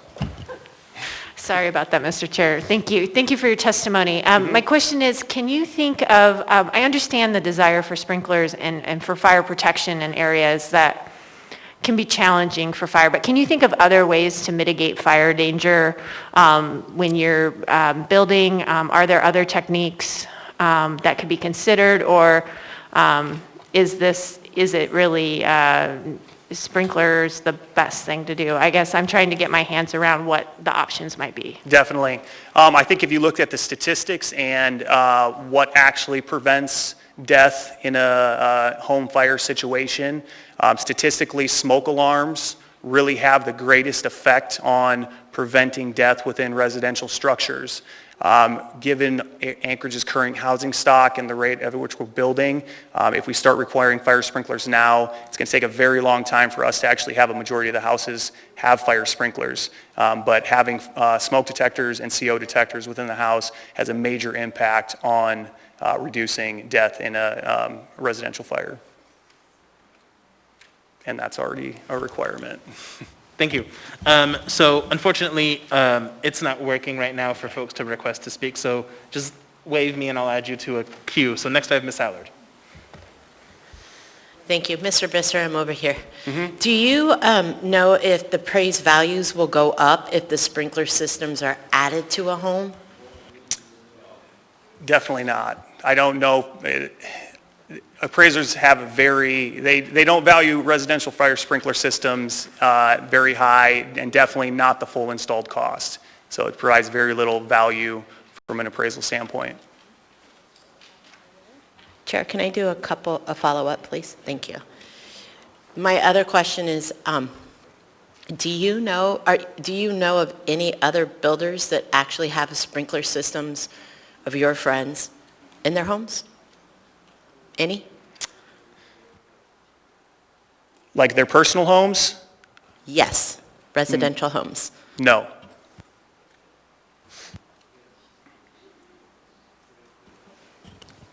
Did you have anything else, Ms. Allard? No? Okay. So next I have Mr. Weddleton, then I have Mr. Peterson, then Ms. Kennedy.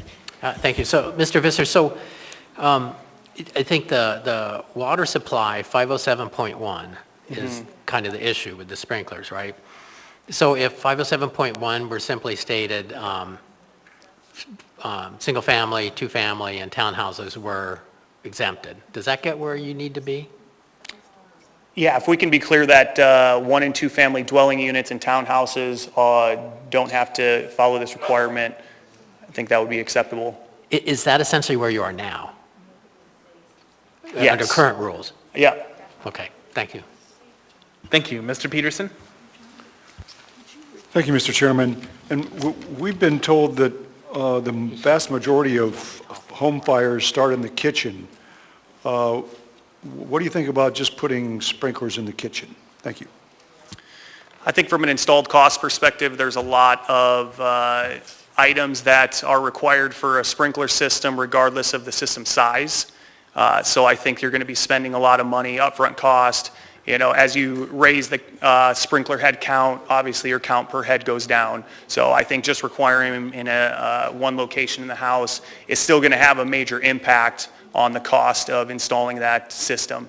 So from a cost benefit perspective, you might as well just put them in the whole house if you're already spending, half that cost for one sprinkler head. Thank you. So I have Ms. Kennedy, then Ms. Allard. Thank you, Mr. Chair. Mr. Visser, sorry. You were talking a little bit about the appraisal value of the house not really being able to reflect the cost of a sprinkler system. So then, essentially, who pays for that additional cost? Is that something that just comes out of the builder's profit if they can't actually charge more or, put a higher price on that particular house? I mean, really, who's paying for this then? No, it's a direct cost to the consumer.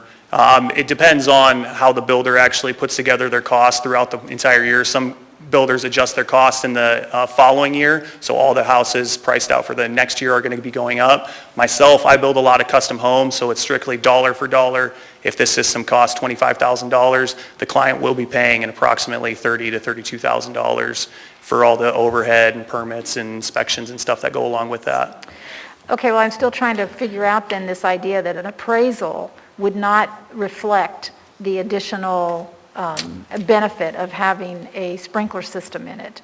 So when you go to get your mortgage and you have somebody come in and appraise the house and they say, oh, we've got two houses, they're both 2,500 square feet next door to each other, one has a sprinkler system and the other doesn't, but they're the same value. Correct. So when that happens, who's actually paying the cost of the sprinkler system being put into that house, one of those houses? It'll come directly out of the client's pocket. It's the same thing with, say, in-floor radiant heat versus a forced air system. You don't get the appraised value on in-floor radiant heat than you do on a forced air system, but people are willing to pay that upgrade cost, and it comes right out of their pocket because they want that amenity, but it's not valued the same way in an appraisal perspective. So you're saying it would just come out of their pocket? It Correct. wouldn't be something that could go into their mortgage payment? Depending if the appraised value is above or below the sales cost. Okay, all right, well, okay, I'm still tracking on that, but thank you. Thank you. Ms. Allard? Thank you. So there's a couple I have. If we put, and you might not know the answer to this, I do, but I want to hear it from a builder. If we put sprinklers in the kitchen, and that's the number one place where fires start, and you're having water come down and it's hitting grease, what's the number one thing they say to us? Yeah, don't put water on a grease fire. That's right. So putting sprinklers in a kitchen seems crazy, right? So my other question is, right now interest rates are really low. Correct. So right now, a lot of people can afford to buy homes. But you said next year, if this was implemented, rates are probably going to start going back up. So this might price more people out of the home industry. So my overall question is, it doesn't just affect a buyer. So if you have a buyer and everybody falls below them, who are the people it's affecting? I'm talking down from the mortgage lender to the mortgage lender's assistant to title company. How does it affect a builder? All the way down to the electrician? Can you tell me a little bit how that's going to impact everybody? Well, so National Association of Home Builders puts together some statistics for us that depending on the price of the home, say if you have a $550,000 home, if you raise the price by $1,000, it prices approximately 230 people, 230 families out of the ability to qualify for that home. So if you raise a $550,000 house to a $551,000 house, there are now 230 people in Anchorage specifically that can't afford that home. So we're talking if we raise the price of a home that's built in Anchorage, $15,000, we're talking thousands of people that now can't afford that home or can't qualify for that home from their income perspective. So yeah, it does trickle down all the way.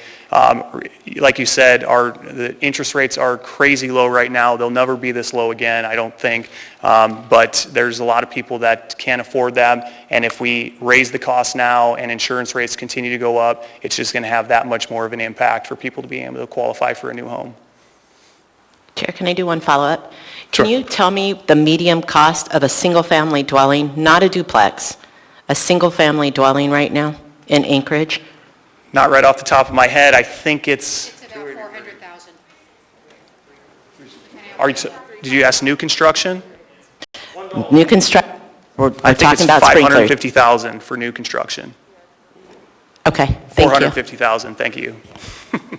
Thank you. Phone to friend. All right, thank you. Thank you for your testimony. Thank you. Welcome. Through the chair, I do understand that I will not be on topic, so if you choose to stop me, I do understand that. I would just like to point out, I've been against several of these people on your assembly, and also the mayor many times, but I was really impressed by the way the mayor came over here and talked to this gentleman over here. It didn't have to be for any other reason other than to acknowledge what was going on. And I do appreciate that. I want to thank each and every one of you for allowing that to happen, because it was very well done. Thank you. Spot on. That's what we want from our assembly. That's what we want from our mayor. Thank you. Thank you. Welcome.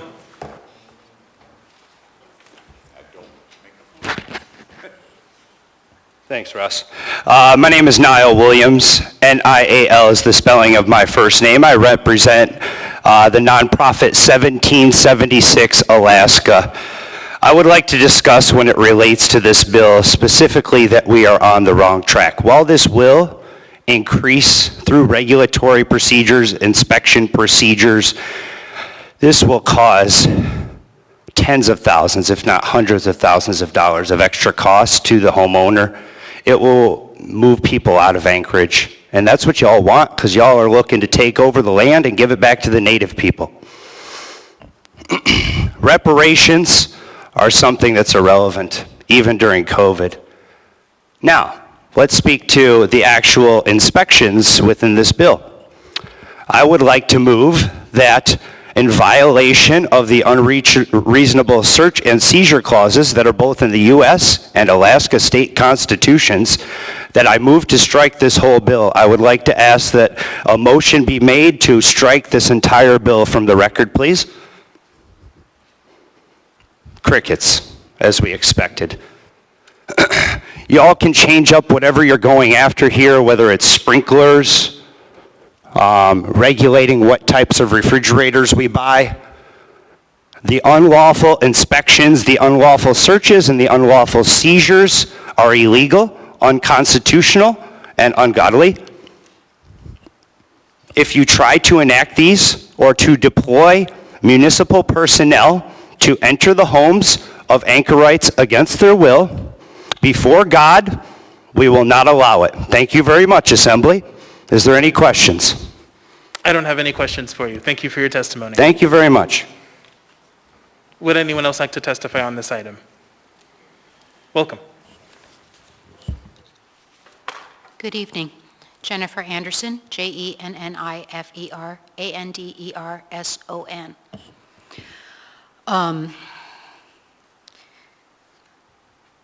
Your phone?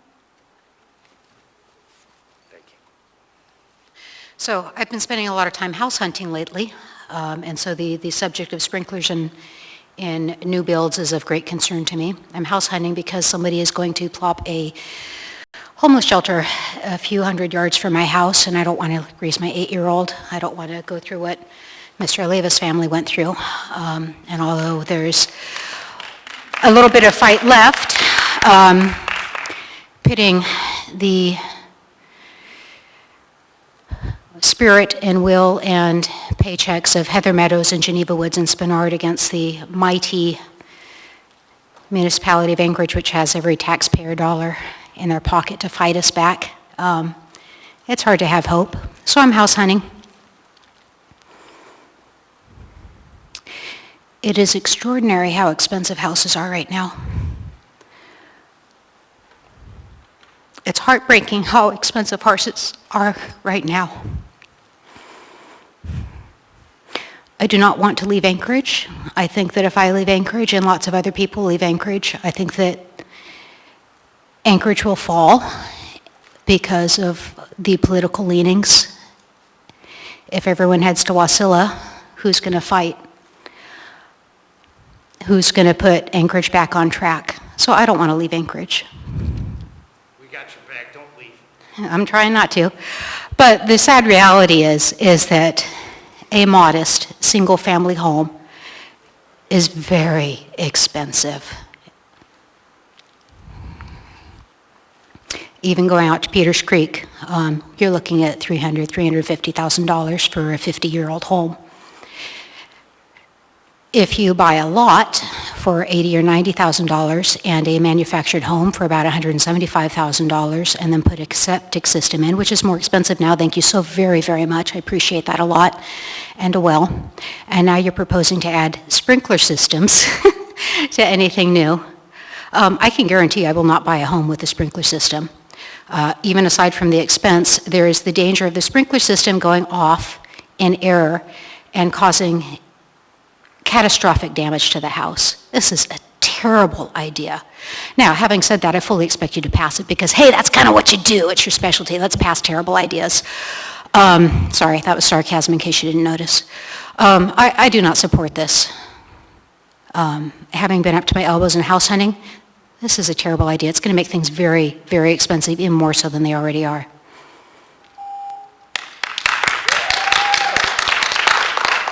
Thank you for your testimony.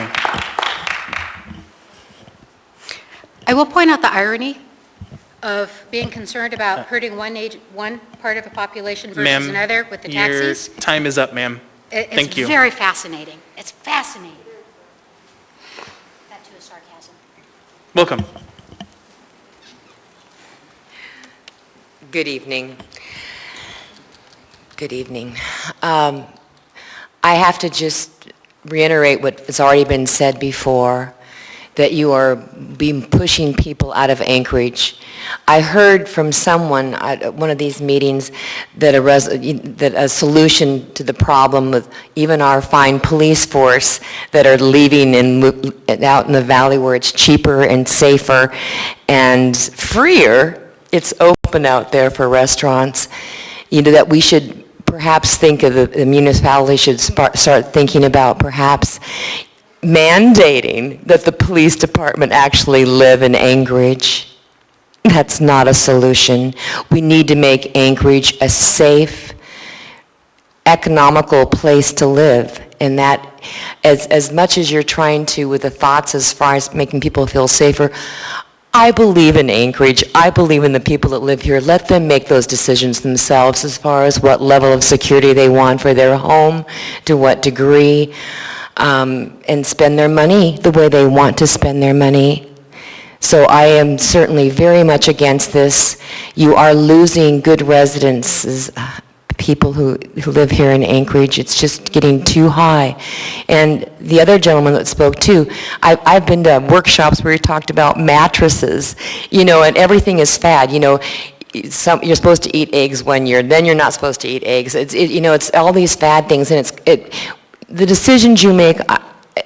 And being a business owner, I look at things differently. Every decision I make has a cost factor involved in it, and I don't think that you're considering those things, and you're burdening and you're hurting Anchorage. Thank you. Thank you for your testimony. Would anyone else like to testify on this item? Yeah.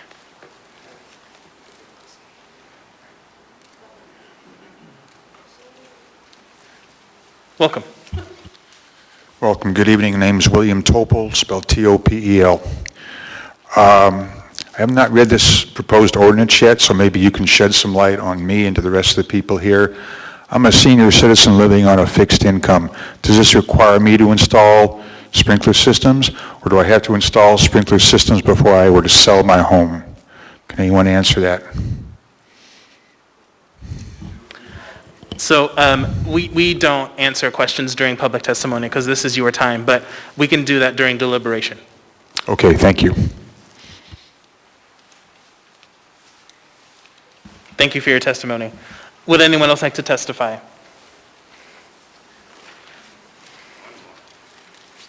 Welcome. Yes, my name is Terry Pisa. I'm a realtor, and I've been a realtor in this town since 1976, not just single time, but triple time. Regarding values, the average value of a home is $365,000 and some change. A sprinkler system, if it's, a gentleman said $30,000, my guess would be that it would probably decrease your insurance by, let's say, $100 a month. Does anybody agree or disagree with that number? Okay, perfect. That would make 320 years to recoup that dollar value. I don't think any of us are going to be alive to see that return on our money, so I don't think it's a good idea. Number two, a sprinkler system is kind of like a new septic system. The buyer will say, oh, great, we have a new septic system. It costs $42,000 because of an Advantic system, because of the crazy improprieties that our assembly has made in order for us to improve a septic system. When you sell a new home and it has an Advantic system, the buyer says, oh, great, thank you. How much does that make to the seller? Not a lot. Regarding our upgraded heating systems, our upgraded whatevers. The last price I just got was a $5,000 increase on a 5-star, $30,000 value to the seller. Excuse me, a $30,000 cost to the seller yield $5,000 in their pocket. Not cost effective in my world. So, I'm not sure how many people died in their kitchen because of a kitchen fire. I don't have privy to that statistics. Does anybody else? Okay, great. So I'm not so sure how many lives are going to be saved by adding a sprinkler system to our homes. All right? I think the greatest value we have would be beef up our fire stations, protect our police, and our first defenders are first and foremost. I would also say that windows that are escapable are of great value. Please, let's ensure that our children and everybody occupying the residence know how to escape from a window. Also, I would think that our best, to my knowledge, our fire and our smoke detectors are the greatest asset that we have regarding our homes. Also, I think that the bulk of our fires that have caused deaths have been because of multiplexes that are rentals. Is there any question regarding that matter? Okay, great. Do you guys have any questions? I don't see any questions. Thank you for your testimony. You're welcome. Would anyone else like to testify on this item? Anyone at all? Seeing and hearing no one, Mr. Weddleton? You're looking for a motion? Yep. I actually am not quite ready. I think Mr. Constant made a really good point about the 30 days, and 30 days would put us not into October. Mr. Constant, did you do your math? That puts us into November, which is quite long. Mr. Constant, go ahead. Thank you. So after hearing from members of the building industry and the legal department, depending on where you fall in the question, it doesn't really matter if we comply with or try to comply with that state law. We won't. And we don't need to according to our council. So I think we can do the second meeting in October or the first meeting in November, either way. Okay, well, I'd move to postpone, well, actually, can I ask some, well, actually, I guess I'll make the motion, then I'll talk to Shooty then. Okay, Sure. move to postpone to the second meeting in October. Did you mean postpone or continue? Continue the public hearing. Okay, thank you. So that would be a motion to continue the public hearing to October 27th, seconded by Mr. Constant. Go ahead, Mr. Weddleton. So, Mr. Shooty, is that, what does that do to people trying to plan building for next year and so on? Thank you, through the chair. Mr. Weddleton, I think that the building community, as well as the department and users of the code, of course, would like the certainty of knowing which codes they are using and implementing sooner rather than later. That being said, with the work session already on the calendar for next week, continuing the public hearing at the second meeting in October, I think is still a workable timeline for all parties involved. We would like to avoid where we landed last time when we adopted codes in the 2015 cycle that pushed it into the new year. So we're shooting for the moon on this one. Could I follow up briefly? So tell me, there's a number of things in here. I mean, everything can be dealt with somewhere or another, but I think the big issue is the sprinklers.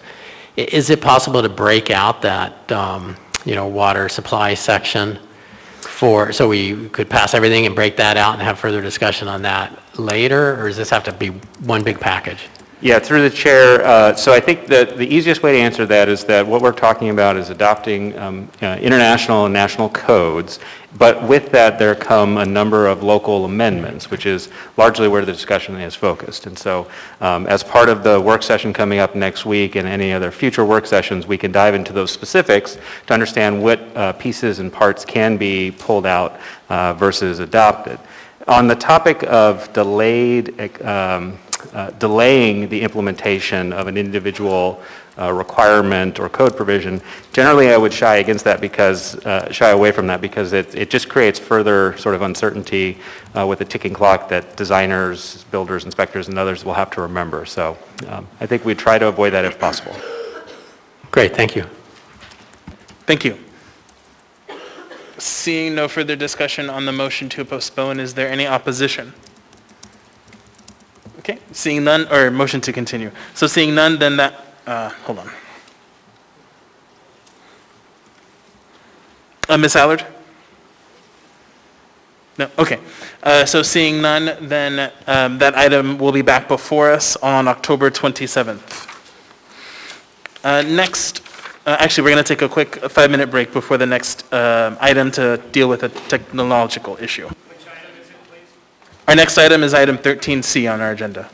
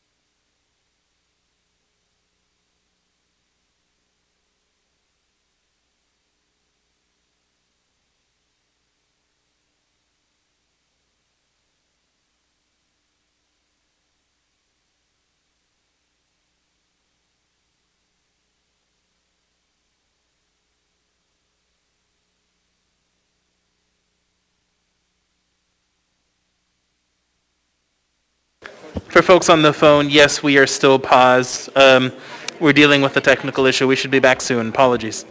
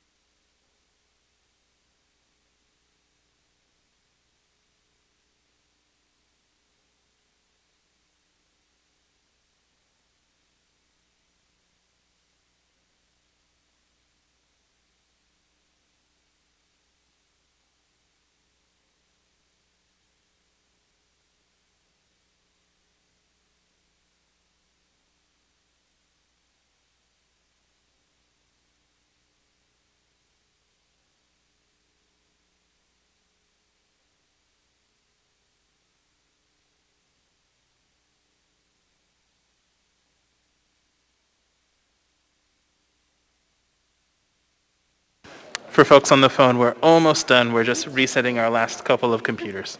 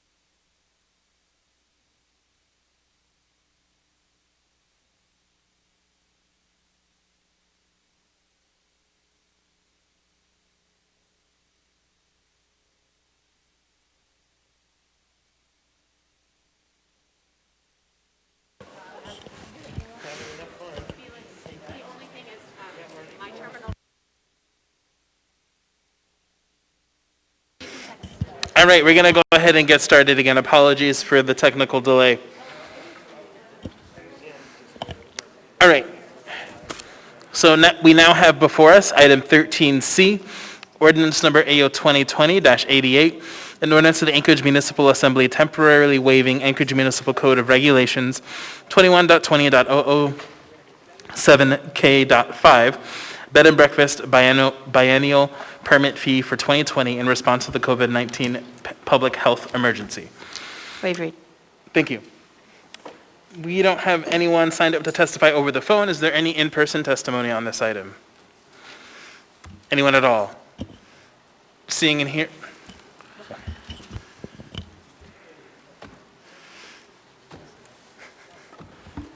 Welcome.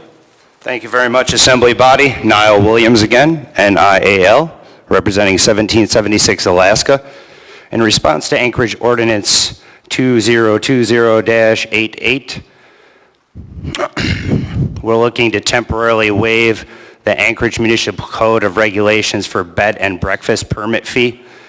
What this is looking to do is remove the fee for temporary structures. There's currently a bunch of pieces of artwork around town that represent homeless hotels.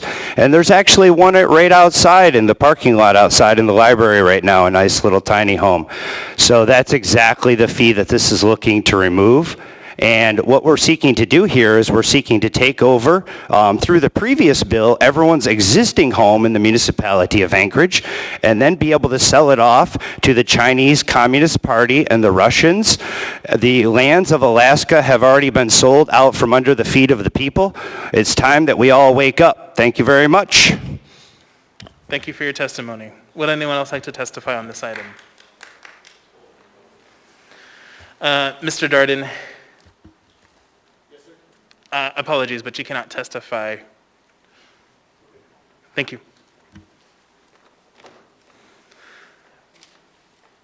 Seeing and hearing no one else. Excuse me, Chair. Yes, Ms. Allard. Can you please clarify why Mr. Darden can't testify, please? Sure. So I made a ruling earlier in the meeting that Mr. Darden was not able to testify on any other items. I'd like to make a motion. And what motion would that be, Ms. Allard? In regarding to Mr. Darden not being able to testify, I'd like to repeal that and put it to the vote of the Assembly. Sure. Yeah. So the name of the motion escapes me at the moment, but I understand what you're trying to do. Please reconsider or something. Thank you. Yeah. Thank you. Override the ruling of the chair. Thank you. Is there a second to that? Second. Seconded by Ms. Kennedy. Is this a debatable motion?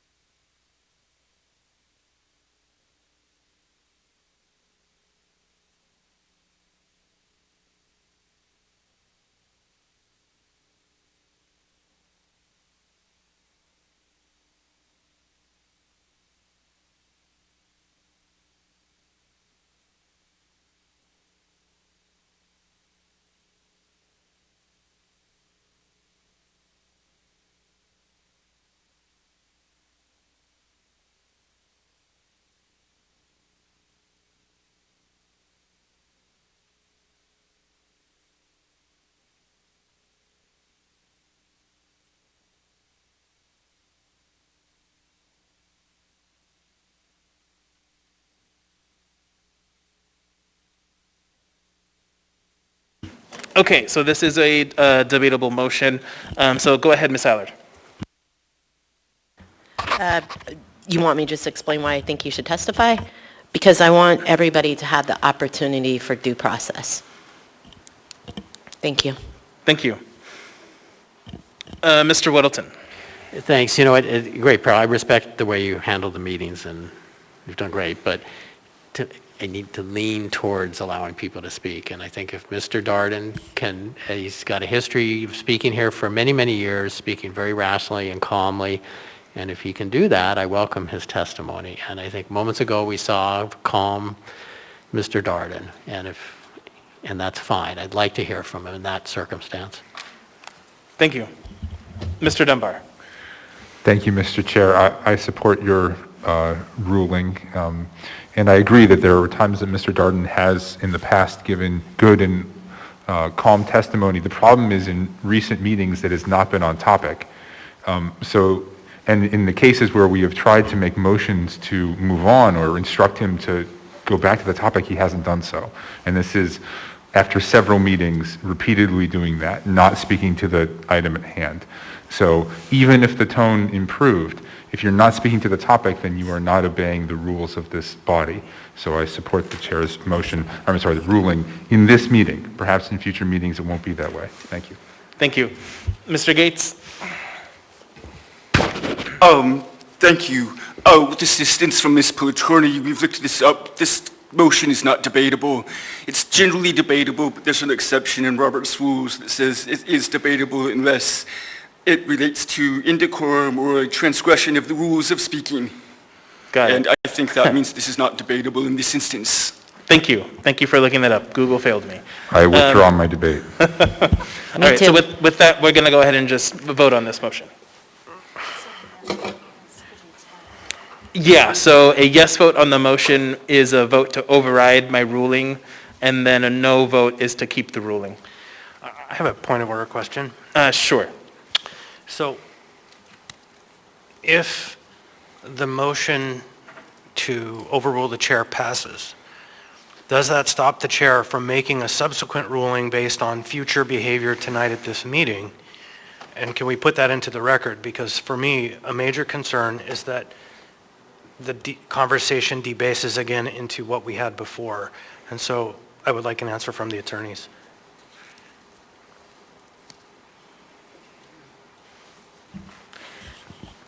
Through the chair, I don't think it would prevent the chair from issuing a similar ruling cutting off speech that violates our speaking rules. Thank you. Thank you. With that, members may proceed to vote. Mr. Presberdia? No.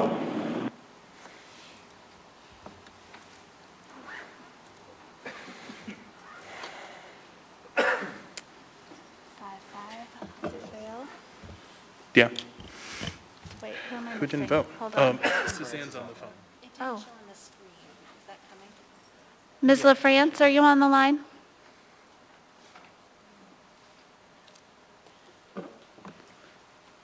It appears Ms. LaFrance is out.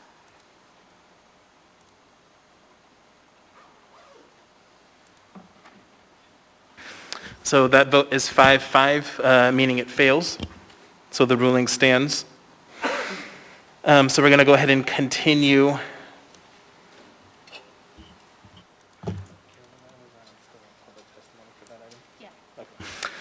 So seeing no one else to testify on this item, public testimony is closed. What is the will of the body? Move to approve. Second. Moved and seconded. Is there any discussion on this item?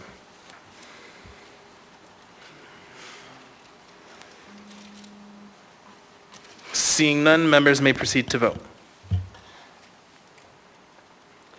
Mr. Presberdia? Yes.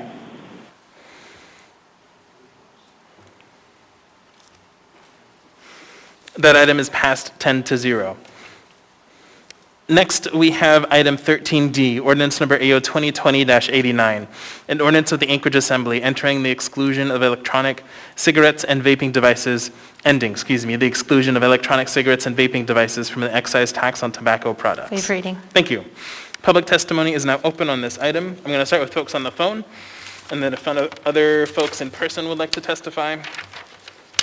So first on the phone, also as a reminder, it is, I think, the intent of the sponsors to continue this to a future meeting. But again, welcome folks to testify today. So first we have Ms. Laura Moeller.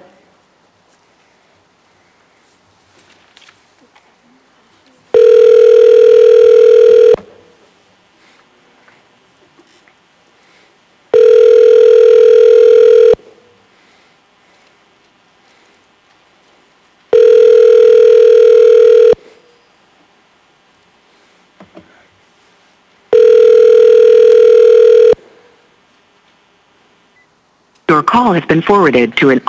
Okay. Next, we have Mr. George Stewart.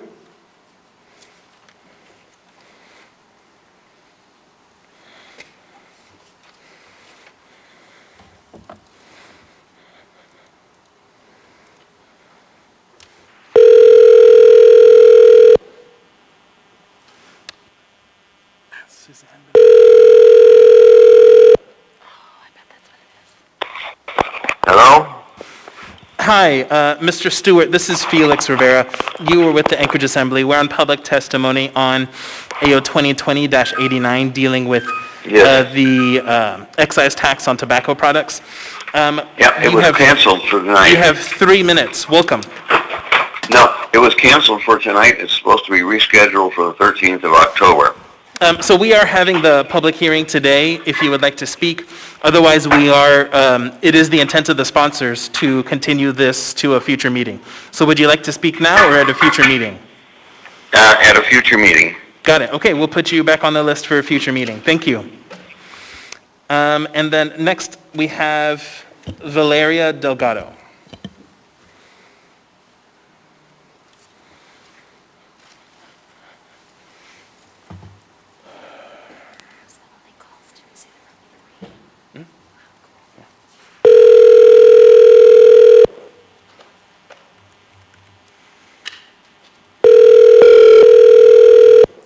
Hello? Hi, Ms. Delgado. Hello? This is Felix Rivera.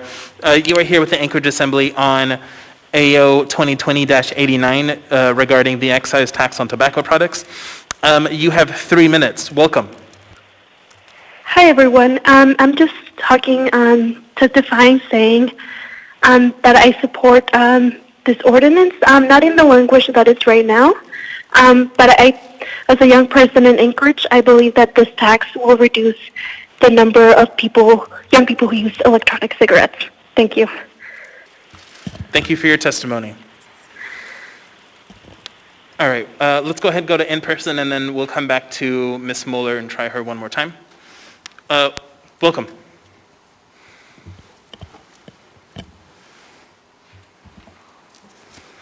Thank you, Assembly.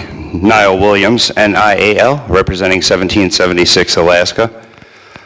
In response to AO 2020-89, I would like to move for the Assembly body at this time to adopt the Rochelle Abbott Family Advocacy Ordinance that reads as follows.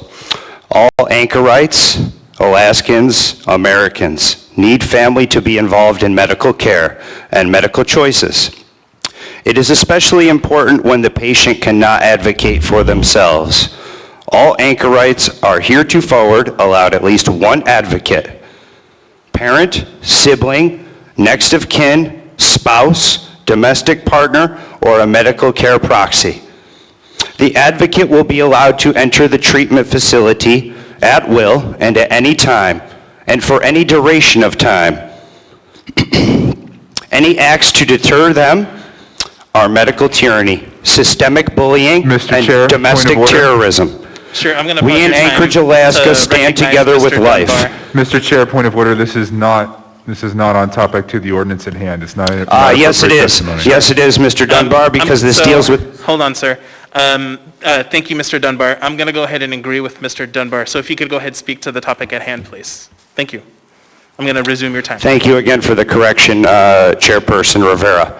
While this does go directly to the health and safety of the community, because we're seeking to tax this just based on the same language that exists in federal code that taxes cigarettes and snuff and tobacco, so that's why we're seeking to tax electronic cigarettes.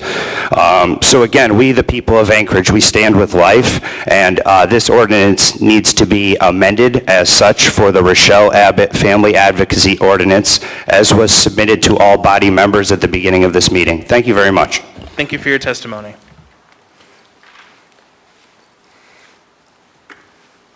Mr. Darden, as has been stated previously, you are not allowed to testify at this moment. Thank you. Would anyone else like to testify? Let's go ahead and switch over to the phone and try Ms. Laura Moeller one more time.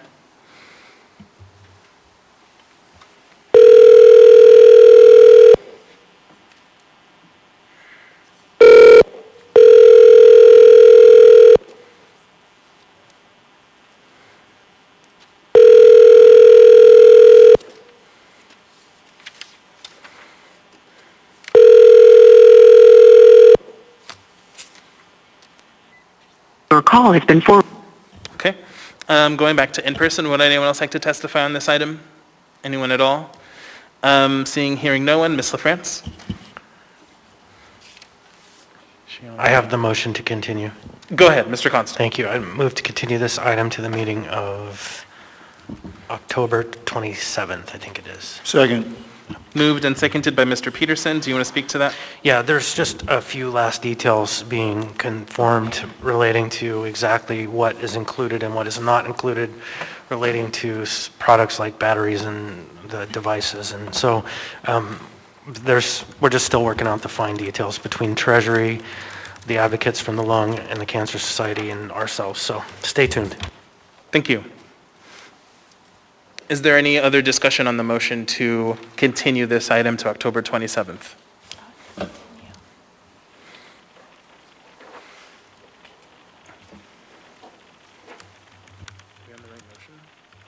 now. Hold on. Continue public hearing to the 27th? Got it. Got it, thank you. Seeing no one, members may proceed to vote. Mr. Presverdia? Yes. Ms. LaFrance? Yes.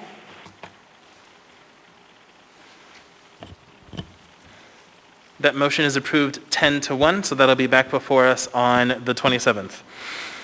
Next, we have item 14A, ordinance number AO 2020-99, an ordinance of the municipality of Anchorage repealing in part AO 2020-66S, as amended, and AR 2020-271S, as amended, to change the funding source for certain approved items from CARES Act funds to area-wide general funds fund balance. Waive reading. Thank you. Public testimony is now open on this item. I'm going to go ahead and start with the folks we have on the phone, and then we'll go to in-person. So first we'll start with Ava Wisman.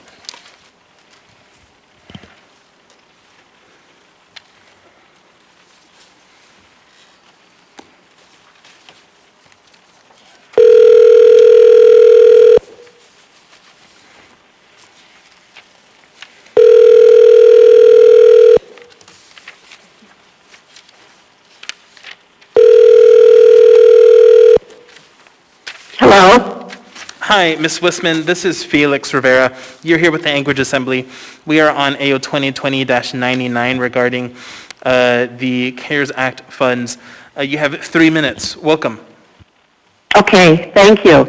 I attend Central Lutheran Church in Fairview, and as many of you know, Central Lutheran Church is the hub for people experiencing homelessness for their basic needs.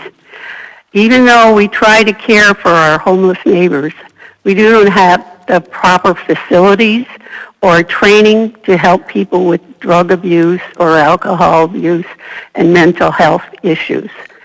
I support the municipality to provide funding of the buildings to care for the people. and so they can have the help that they need. Thank you very much. Thank you for your That's all. testimony.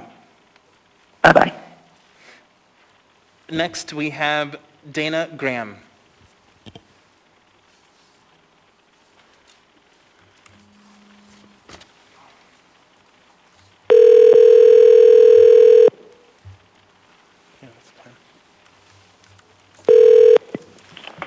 Graham's. Hi, this is Felix Rivera. You here with the Anchorage Assembly. We are on public testimony for AO 2020-99 regarding the CARES Act funds. You have 3 Yes. minutes. Welcome. Thank you. My name is Donna Graham, and I appreciate this opportunity to speak in support of the Ordinance 2020-99. This city has been very good to me, and I want to thank this administration and Assembly for stepping up to meet the urgent needs of my neighbors experiencing homelessness. Let's get this purchasing done. I'm part of the faith-based organizing ministry of Central Lutheran Church in West Fairview, where many unhoused sisters and brothers congregate.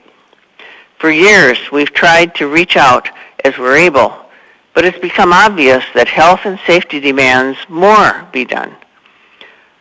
Forces trying to label some folks as other are not in the spirit of the Anchorage I know and love. These proposed shelters and housing options will be a great blessing for our entire community. We are all one. We all get our turn to help or be helped. This CARES Act money is a golden opportunity to do the right thing. When I first arrived in Anchorage nearly 60 years ago now, I was awed by the gorgeous natural setting. But what really dazzled me was the warmth and welcome of the people. I want to pass that tradition on. Under your leadership, we're all one compassionate city. No them and us, just us. No othering allowed. Let's make 2021 a year of healing and hope as all our neighbors find stability and build brighter futures in this beloved city. A quote from Psalm 122, "Peace be within your walls and security within your towers." Thank you for listening. Thank you for your testimony. Next, we have Lillian Marvin.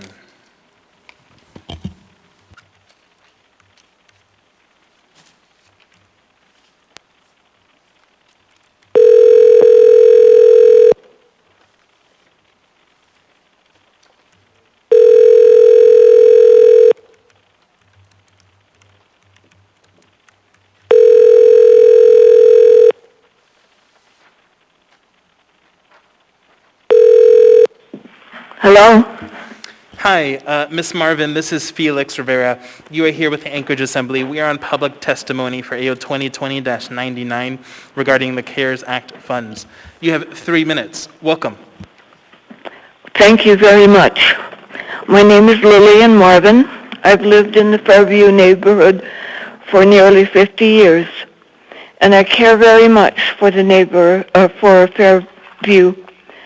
And I have many friends who live here, and I also attend Central Lutheran Church, which has provided a lot of services for homeless people in the past.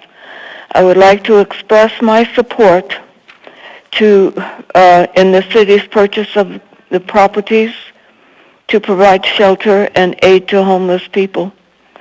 Virtually all services and resources which serve homeless people are concentrated in the Fairview area, and this creates a disproportionately large population of homeless in Fairview.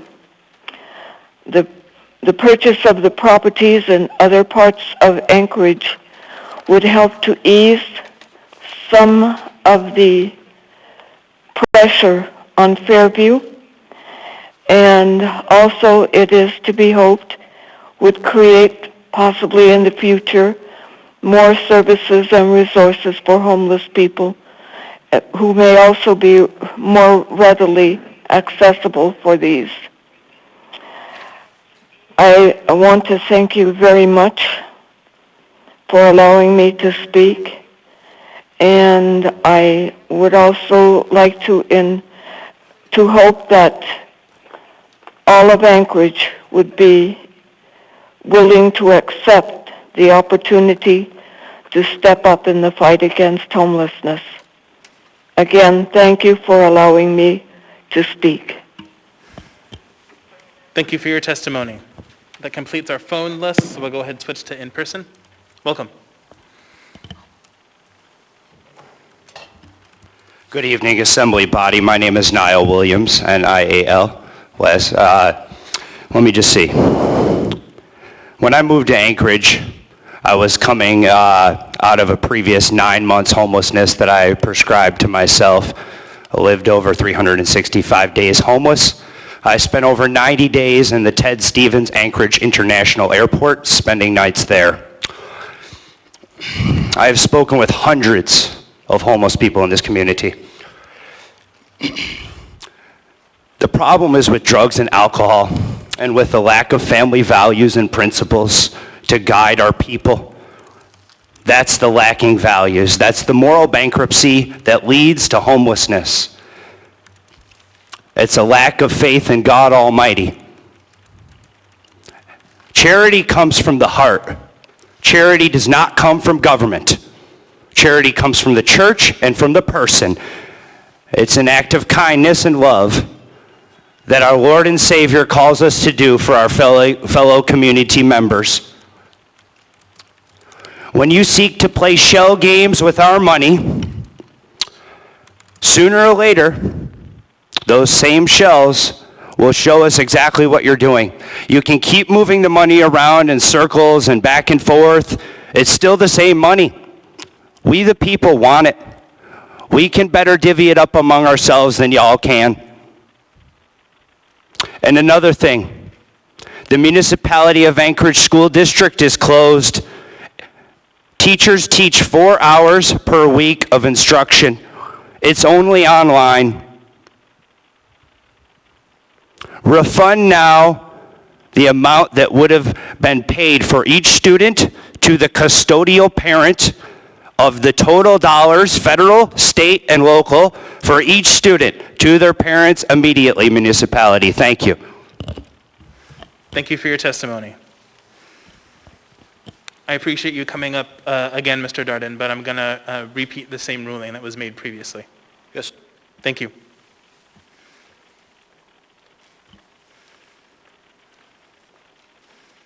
Welcome. Yes, I did. If you can turn on your microphone, please. Oh, could you turn on your mic? It is not on.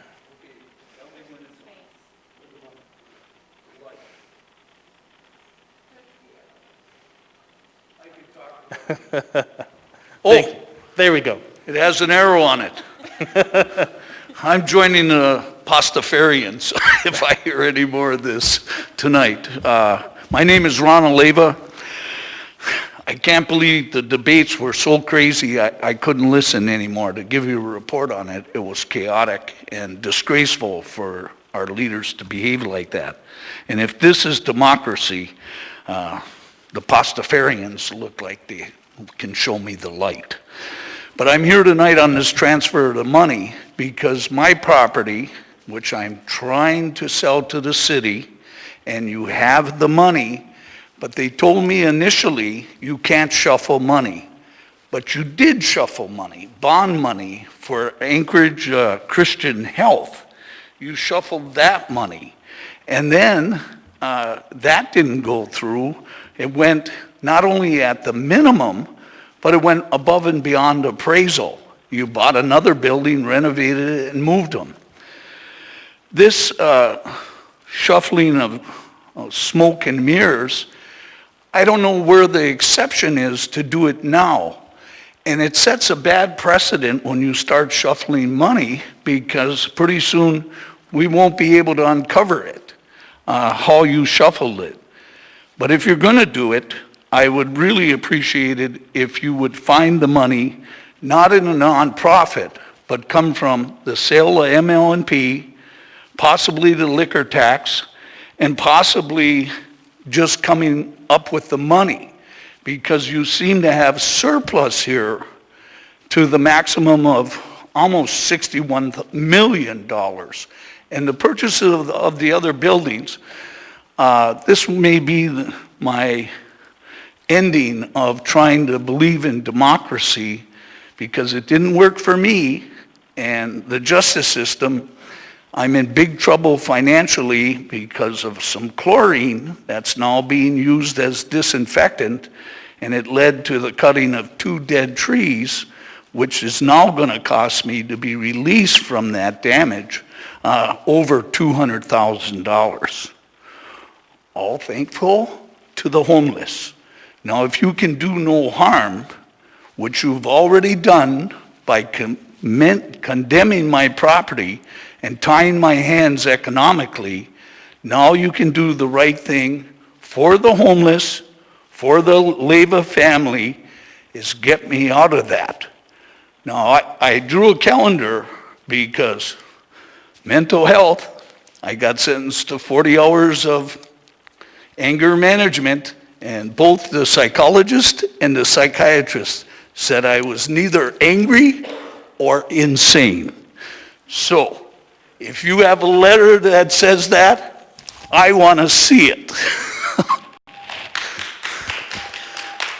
Do you have any questions? I don't see any in the queue. Thank you for your testimony. No questions? Will you give me a deadline? You're going to buy my property or you're not. Thank you, Mr. Oliva. But Felix, you set a deadline, and administration put in that amendment. I'm not going to go any further. My family's future depends on this. Thank you. Okay? And let me tell you, I can keep talking, Felix, because Thank you, Mr. just Oliva. myself and Teresa I need to Obermeyer continue the public were hearing. escorted Thank out you, by a Mr. Oliva. security guard and the Sure. chief of So I have a police. question for you from Ms. Quinn Davidson. Thank you. Hi, Ron. Nice How to are see you? I'm good. I'm good. Relatively. So I just want to let you know that I followed up with the administration tonight to get an answer on how we can set a schedule. Sure. So we want to do that and keep up the faith. Oh, okay. Now, you know, with these masks on, I can't see if politicians are moving their lips, so we're There going you to go. let you go. All of you be safe. Thank you, Ron. Okay, Thank good you. night. Would anyone else like to testify on this item? Welcome. Jennifer Anderson. I'm opposed to this ordinance. We operate in a high-trust society.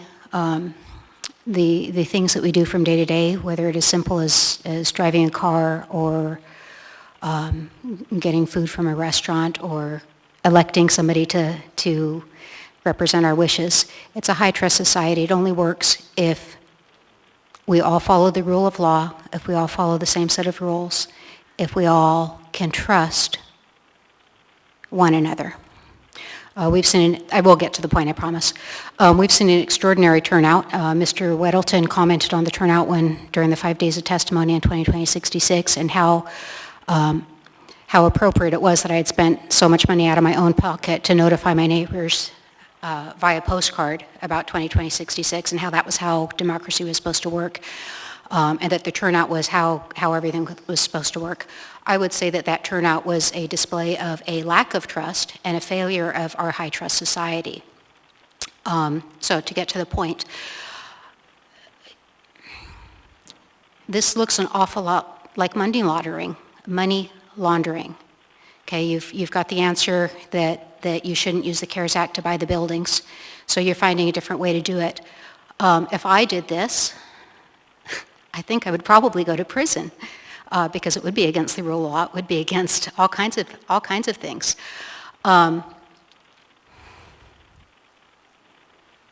We have to be able to operate in a high-trust society or the things we do from day to day don't work. This is not trust. This is money laundering. This is shuffling things around so that you can engage your ideas. It's not right. It's not honest. It's not cool.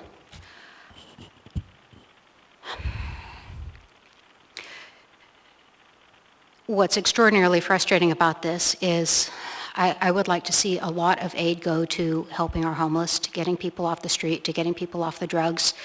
We see people on the streets because they're addicted, because they've got big problems, and seeing them on the street is an outcome of those problems. I do want to see that aided. I don't see the purchase of these buildings helping that. Okay, they're in high traffic areas, they're right next door to residential neighborhoods. You know, the taxi cabs, we're worried about hurting one portion of the population versus another. You're going to cause extreme harm to the neighborhoods that are adjacent to the properties, and you're going to play shell games and launder money in order to do it. I wish I didn't get so nervous up here. It's hard to speak. I don't want to be here. I don't want to be talking to you. I wish that I could trust you. I wish that we were operating in a high-trust society like we ought to. This is very disappointing. Thank you. I have a question for you from Mr. Weddleton. Not exactly a question. I wondered if the administration could clarify. That we heard that we were told we can't use the CARES Act funds to buy buildings. Is that correct? Through the chair, Assemblymember Weddleton, no, it's not correct. Thank you. Thank you. I don't want to engage in this debate in the middle of public hearing, but Ms. Allard? I'd like to ask the administration a question. So this is going to be the last question. This really should be saved for deliberation, but go ahead. I'll withdraw. I'll wait for deliberation. I was just going to. Sure, yeah, if you don't I'll mind wait waiting. for deliberation. Thanks. Welcome. Hi, is this on? Yes. Roger Branson. I identify as a longtime consumer of mental health services, and I've had an advocacy for folks caught up in those situations for quite a while, especially folks who have are in the system receiving treatment against their well-forced treatment.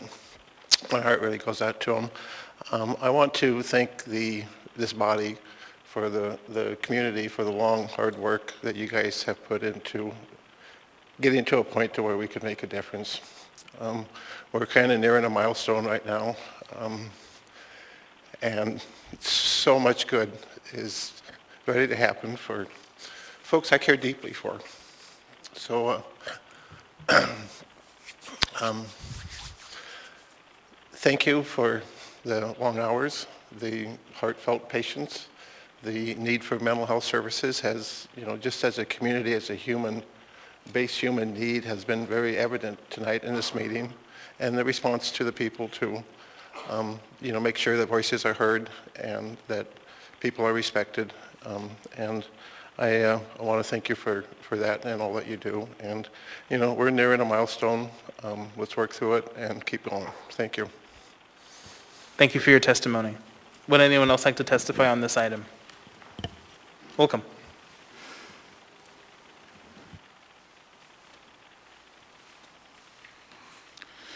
Good evening. My name is William Topel, T-O-P-E-L, again. Thank you. I'm going to be testifying in opposition to this, and let me explain why from my own personal experience. I have sympathy for these homeless people. I have sympathy for them if they're on drugs and alcohol and cannot get past that problem. But however, $46 million to buy buildings to expand something it's going to incur additional maintenance costs down the road, which will have to be picked up by property owners, taxpayers like me, I'm a little too concerned about. I don't think it's that necessary. I think if you can spend some of that money to help them to augment existing services, state or city, to help these people, rather than buying buildings, okay? The intention of this federal money was to help those severely impacted by the COVID pandemic. The homeless situation in this town is a pre-existing condition, okay? So you're just finding a way around something to go into a real estate situation here. I agree with one of the earlier testifiers. This is this is a form of money laundering. Even though the Department of Treasury gave an option on how to possibly do this, doesn't make the option any more ethical or moral necessarily. It might be a legal opinion, and as opinions we all have them, okay? I know from personal experience that 35 years ago, come November, I made a conscious decision to quit drinking. I made that decision. No one forced me to do it, but I made to do it.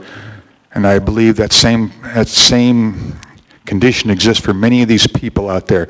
They have to want to improve their own situation.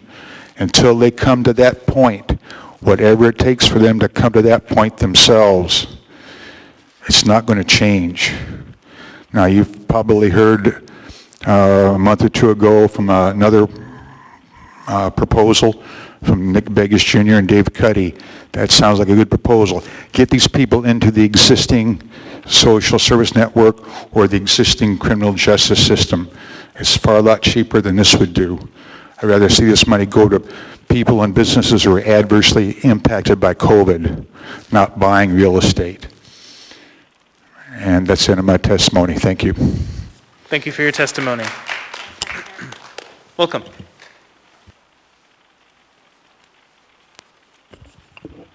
Hello. My name is Susan Grobler, and I am a small business owner here in the town of Anchorage, Alaska.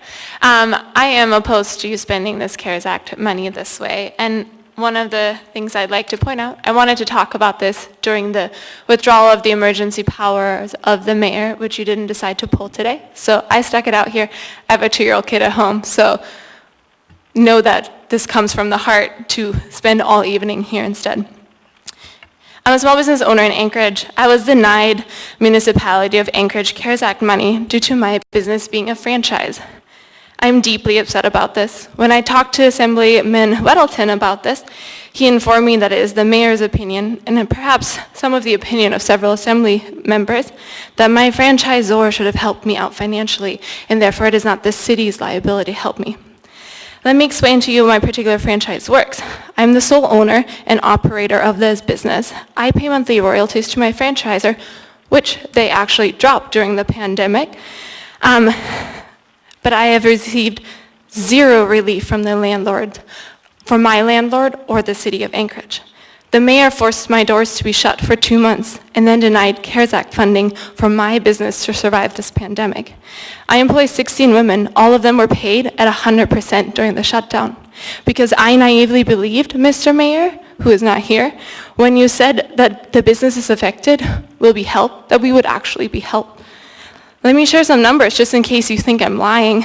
August 2020 versus February 2020, revenue down 45%. Profit?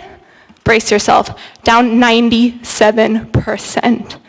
The current ordinances have increased my expenses while slashing my revenue. To then also deny me funding is just unacceptable. This is my sole income, and the business I've worked so hard for is drowning. When Congress approved the CARES Act funds, they intended for the money to go to the businesses and people that have been affected by the pandemic, like mine, not to fund big government wish list items by a somewhat questionable managed municipality at this time. I encourage you to give more of this money to businesses, to people having a hard time paying the rent. I encourage you to reduce the restrictions to receiving money, and I encourage you to end the emergency powers of our mayor, as we are no longer in a state of health emergency, but the city is in a dire state of economic emergency. Thank you. Thank you. I have a question for you from Ms. Allard. Thank you, Susan, for coming tonight. So my question to you is, you don't have to answer it because it is personal, but I'd like everybody to hear if you can. Can you tell me how you've been surviving? With a lot of pretend positive attitude, I'm not sure. I mean, we're not surviving. At this point, we are taking all of our revenue from last year and re-putting it into this business. My business has only been active for 3 years. You're going to make it really hard for me to hit that 5-year mark that makes or breaks the business. Thank you. Thank you. Thank you for your testimony. Welcome. Thank you. My name is Dustin Sherman, and I'm actually here for a couple different reasons, but for this one, I definitely oppose AO 2099. I manage a business that's been in Anchorage probably longer than some of you guys have been alive, and they're going through one of the worst times that they've ever had in 40 years. It's amazing to see, and I'm not the only business of my kind here in town. I don't own it, but I manage it, and there's another business that we compete with, and they are going through exactly the same hardships that we are. And we've been talking back and forth to try and figure out how we can bring more people in. The thing that I see the most is with the COVID thing, everybody else they're kind of scared to come into people, and I think rightfully so, but at the same time, this body here needs to find a way to comfort the people out here in Anchorage that, you know what, sometimes things are going to be okay. That's not what's happening right now.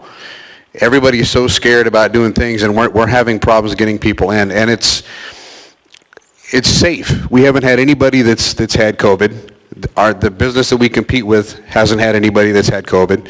We do all the procedures and everything else that you ask us to do, like we did when we came in here. We take notes, we get all their information, everything like that. Nobody's coming down with anything. We actually have high school sports that come into our buildings, just so you guys understand that. We take every precaution we possibly can. One of the biggest things that we're having problems with is we were shut down for 5 months, literally shut down for 5 months. How do you pay your employees? How do you pay the people that work for you? Some of them have been there for years. They've never been on unemployment. They don't even know how to even navigate it. I had to help them. I've never been on unemployment. I had to be on it this time, right after I bought a house. So for you guys, I think what it needs to be is you guys need to show some kind of hope. You guys are not doing that right now. That's your job. You're supposed to show this city hope. That's all I can say right now. We need to lean on you, and I know that sometimes when people come up and they testify and you hear the worst of us whenever we talk to you guys, that's not directed individually. That's directed, we want you guys to do better. That's exactly what I expect out of my assembly, is for you guys to do better. That's all I have. Thank you. Thank you. I have a question for you, sir, from Mr. Dunbar. Thank you. Thank you, Mr. Sherman. So you mentioned that your industry was struggling in another business, but what business is it? I mean, we want to know which businesses are particularly struggling. So what is your business? I manage Jewel Lake Bowling Center, and my competing center is Center Bowl, okay? We've both been in business for over 40, 50 years. Center Bowl came first, we came directly right after. So I've known the family for 20 plus years, and they've never seen anything like this. Even through earthquakes, we've been fine. Thank you. Thank you, Mr. Chair. Yep. Thank you. Thank you for your testimony. Before we continue testimony, I'd like to just take a quick second, do a procedural item. Can I get a motion to extend the meeting to midnight, please? So moved. Is there a second? Second. Moved and seconded. Is there any discussion? Is there any opposition? Okay, so we are extended to midnight. Welcome. Hi, good evening. My name is Rosa Mealy, and I'm actually on here just like the business owner was talking about being here, though she has a toddler at home. So do I. I have toddlers at home. I have a husband that put the kids down in order for one of us to be here to represent us and a lot of business owners. It's not just one industry that's suffering, it's many. I help business owners with their businesses, and what is really frustrating is to see that all of these funds that were supposed to help the backbone of America is now being used to purchase real estate by the local government, and that's not what the funds were for. You guys stopped the AK Cares grant program that was supposed to help businesses in Alaska on September 15th. You stopped taking applications. Why? Because you guys ran out of money. That's what the website says. You guys ran out of money, too many applications were put in, and not enough funds. That's why the program was shut down, and it's on the alaska.gov. It says that after more than 100 million in excess of the program's cap had been requested, it had to be shut down. So only the businesses that applied between June and September 15th were going to be reviewed to be given funds, and if there's any excess, more businesses would be helped. What you don't understand is that it's not just one industry. We have clients that are in the boating charter industry that only operated 25 days in the summer. Do you know what that does to a family that has 6+ children, a mother that's homeschooling and a father that's taking care of these kids that now can provide, and other similar stories from different industries that we help? And they're losing profits, and they're living off of credit cards, and they're drowning in debt, and they are crying their eyeballs out because they don't know how they're going to feed their family. They don't know how they're going to feed their kids, how they're going to move forward, and businesses that they've had for 20 years are going down the drain, all because this money is not being allocated properly. I'm from Los Angeles, California originally, okay? My husband's in the military. We move around all the time. He's been in serving 17 years. I don't want to see Alaska be turned into what LA has turned into, okay? I grew up in South Central LA. I saw what Watts does to communities, okay? I don't want there to be a Watts here. We want to retire here. We want the best for our children. If I wanted to grow up in ghetto dirtiness that is never taken care of, guess what? I would stay with my kids in LA, but I don't. I follow my husband everywhere we go because that's where the military sends us, and I don't want to see Alaska be turned into California, okay? Don't California our Alaska. We love it the way it is, and we don't want to see it go down the drain. And just one last thing I wanted to add, you can tell a lot, okay? I have a degree in backgrounds. Okay, one thing, you can tell a lot about Apologies, a ma'am, but your community time is up, but I have based on their a question for businesses. you from Ms. Allard. Go ahead, Ms. Allard. Thank you, and thank you for your husband serving. Can you two, as a spouse, could you tell me how long you've lived up here in Anchorage? Do you live in Anchorage? Yes, I live in the municipality of Anchorage. I live in Eagle River. How long have you lived in Eagle River? We have lived here since we moved up here for the military, January 2019. So we invest into the community. We buy local. We're trying to help other people stay afloat by supporting local restaurants. We don't go to chains. We eat once or twice a week out just to support local restaurants, local businesses. We try to buy local as much as we can. Because one thing that I have learned in all of the accounting and marketing and every certification course that I've gone through, you can tell a lot by a community, by how their businesses are doing, and your community is drowning because your businesses are drowning. Small business is the backbone, and you guys are killing them. One last question, is that okay, Chair? Can you tell, so you've lived up here since 2017? 19. And he has 3 years left? Technically, if he wanted to retire. So you Technically, you know how it goes. So are you guys looking to retire and stay up here permanently then in Eagle River? We do. We love it out here, and we don't want to see it California'd. Okay, thank you. Thank you. Thank you for your testimony. Welcome. Hello. I didn't have prepared remarks for this one, but as a lady mentioned about people crying and being upset. Sorry, sir. Can you state your name, please, for the record? Dean Cannon. Thank you. Deancannon. The lady mentioned about people crying.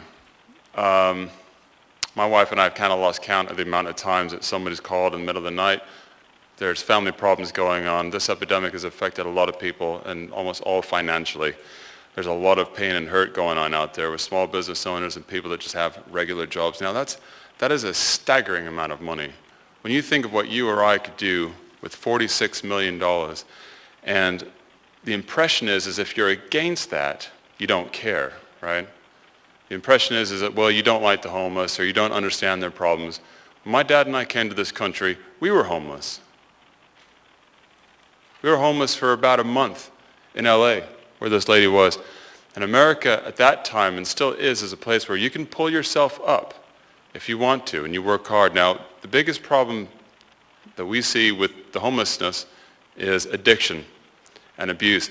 And none of us see how the $46 million that's going to these projects to buy houses, it seems like you're enabling a symptom. You know, it doesn't seem to the people of Anchorage that you're attacking the root cause or the existential nature of the problem. And quite frankly, it just seems it's something you guys want to do. I don't know a one. I really don't know a one. And I got friends who are liberals. I got friends who are conservatives. My friends kind of straddle the middle on both sides. They spill on both sides. And I can't think of a one right now that is really for buying these houses and spreading this, this problem throughout the municipality. And again, without prepared remarks, I just came up because I feel moved because of the phone calls that we get at night, and people are not making it out there. And the real ticking time bomb is October and the months and weeks afterwards. So we've gone through the summer and people have been able to eke out whatever money they can. But the real pain might be coming, soon, real soon. Thank you. I have a few questions for you, Mr. Weddleton. Oh, thanks. I admit when you were speaking, I was puzzled where this 46 million for homeless goes. That's not for homeless. Pardon? That's not money for homeless shelters. No, but it's buying. No, that's not correct. No, there's proposed out of the whole total of 156 million, there's 10.5, just almost 8%.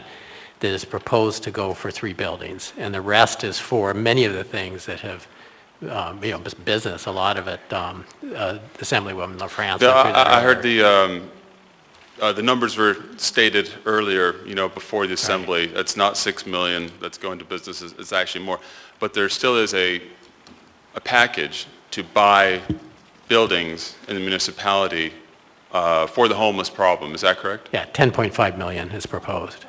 It's I'm sorry, how much? 12.5, I'm sorry. Yeah. 12.5 Yeah, not this 46 million is refers to, if you read the whole thing, it's fairly complicated. It goes through line by line. Goes through. Oh, yeah. But Again, the remarks I had, they weren't prepared, but Right, I do understand. feel out of all the pain and suffering that And we've actually, been sir, here, I I have just felt like speaking on their behalf tonight Yeah, I have a because... couple more people in the queue for you, actually. Okay. Ms. Quinn Davidson?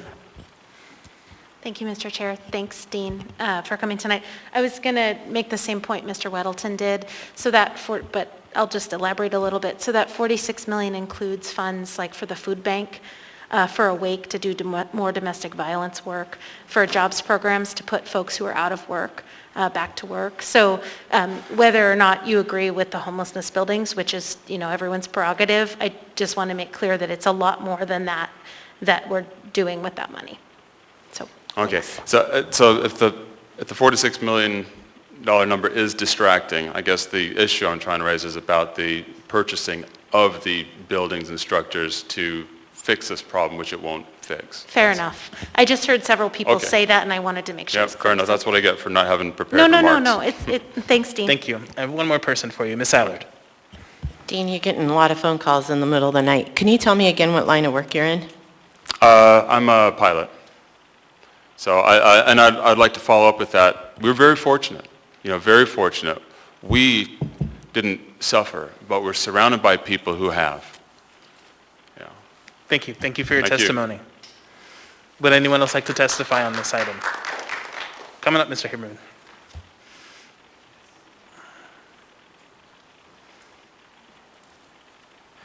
Welcome.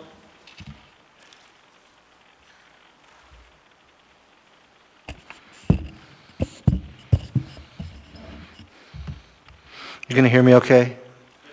Okay.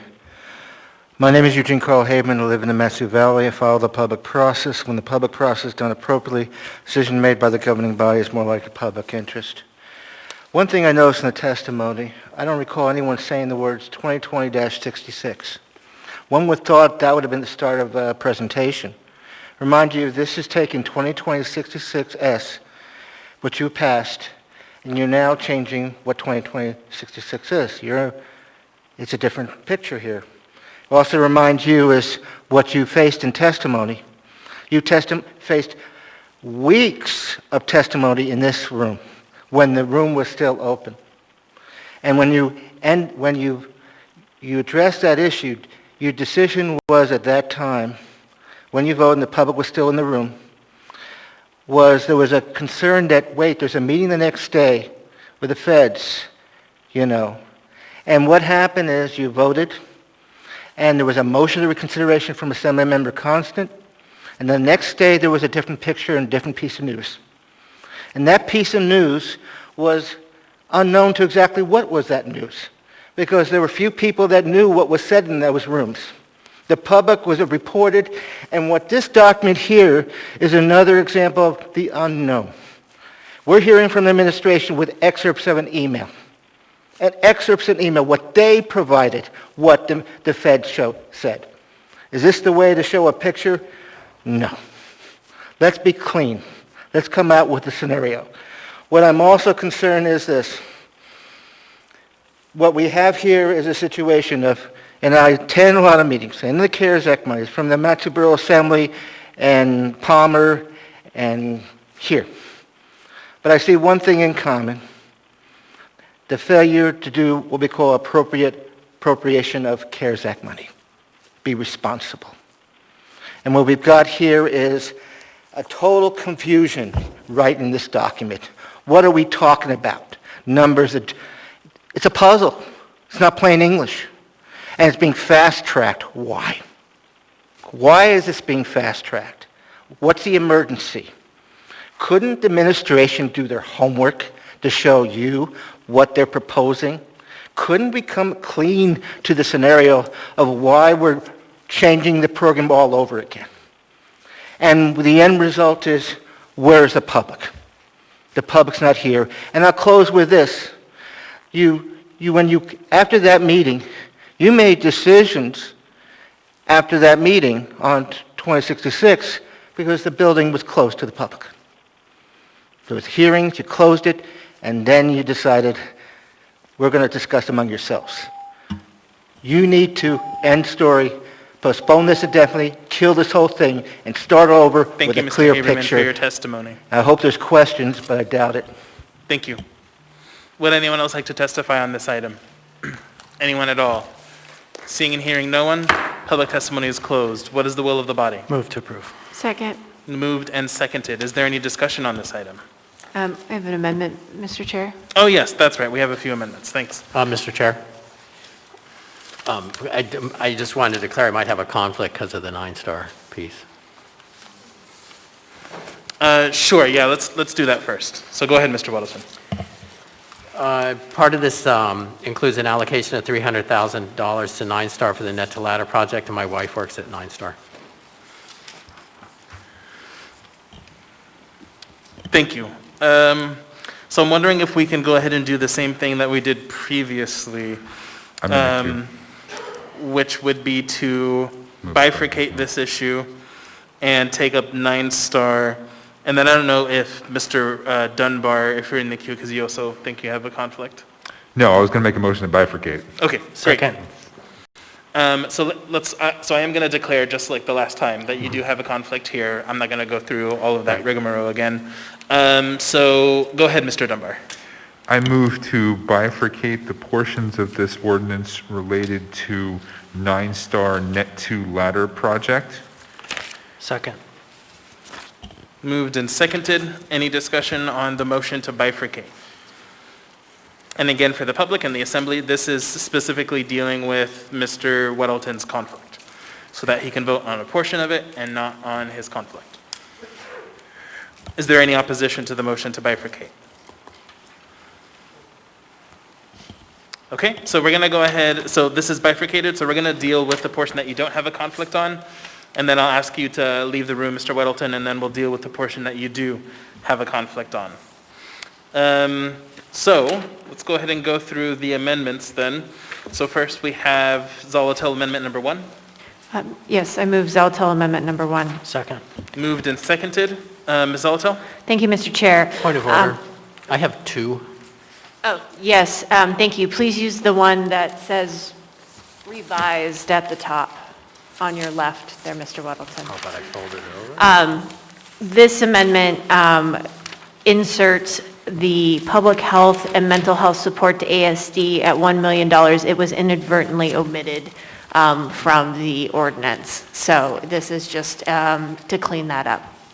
This is for a little more context, this is the Volunteers of America mental health clinicians in the schools that was approved. Thank you. Thank you. Is there any discussion on the amendment? Oh, I missed that, sorry. Seeing none, members may proceed to vote. Can the public discuss on the amendments, Chair? No, public hearing is closed. Mr. Presverdia? Yes. Ms. LaFrance? Yes.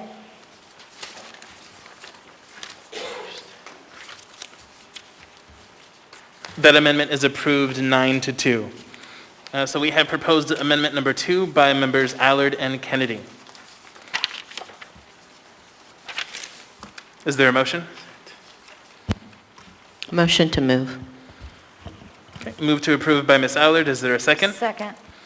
Second by Ms. Kennedy. Who would like to speak to this? Mr. Chair, before I move to bifurcate out the reference to 9-star net to ladder in this amendment as well. Second.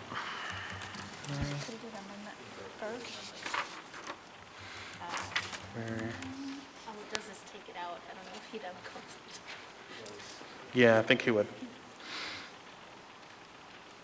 Okay, so is there any discussion on the motion to bifurcate? So just like with the main motion, we are moving to bifurcate the amendment so that we're dealing with it in 2 parts. First, to deal with everything else except for 9-star, and then second, to deal with 9-star in response to Mr. Weddleton's conflict. Seeing no discussion, is there any opposition? Okay, so then we're going to go ahead and bifurcate that. So again, we'll deal with the portion that Mr. Weddleton does not have a conflict on. So we'll go ahead and turn to one of the sponsors to speak to this.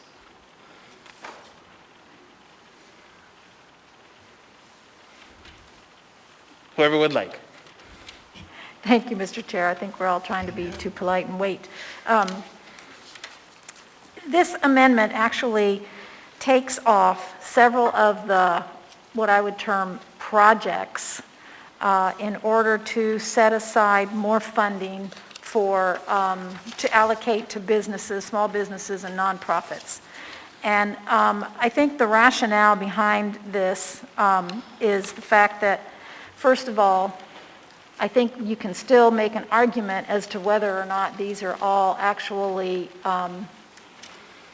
eligible and unquestioned uses of COVID funding.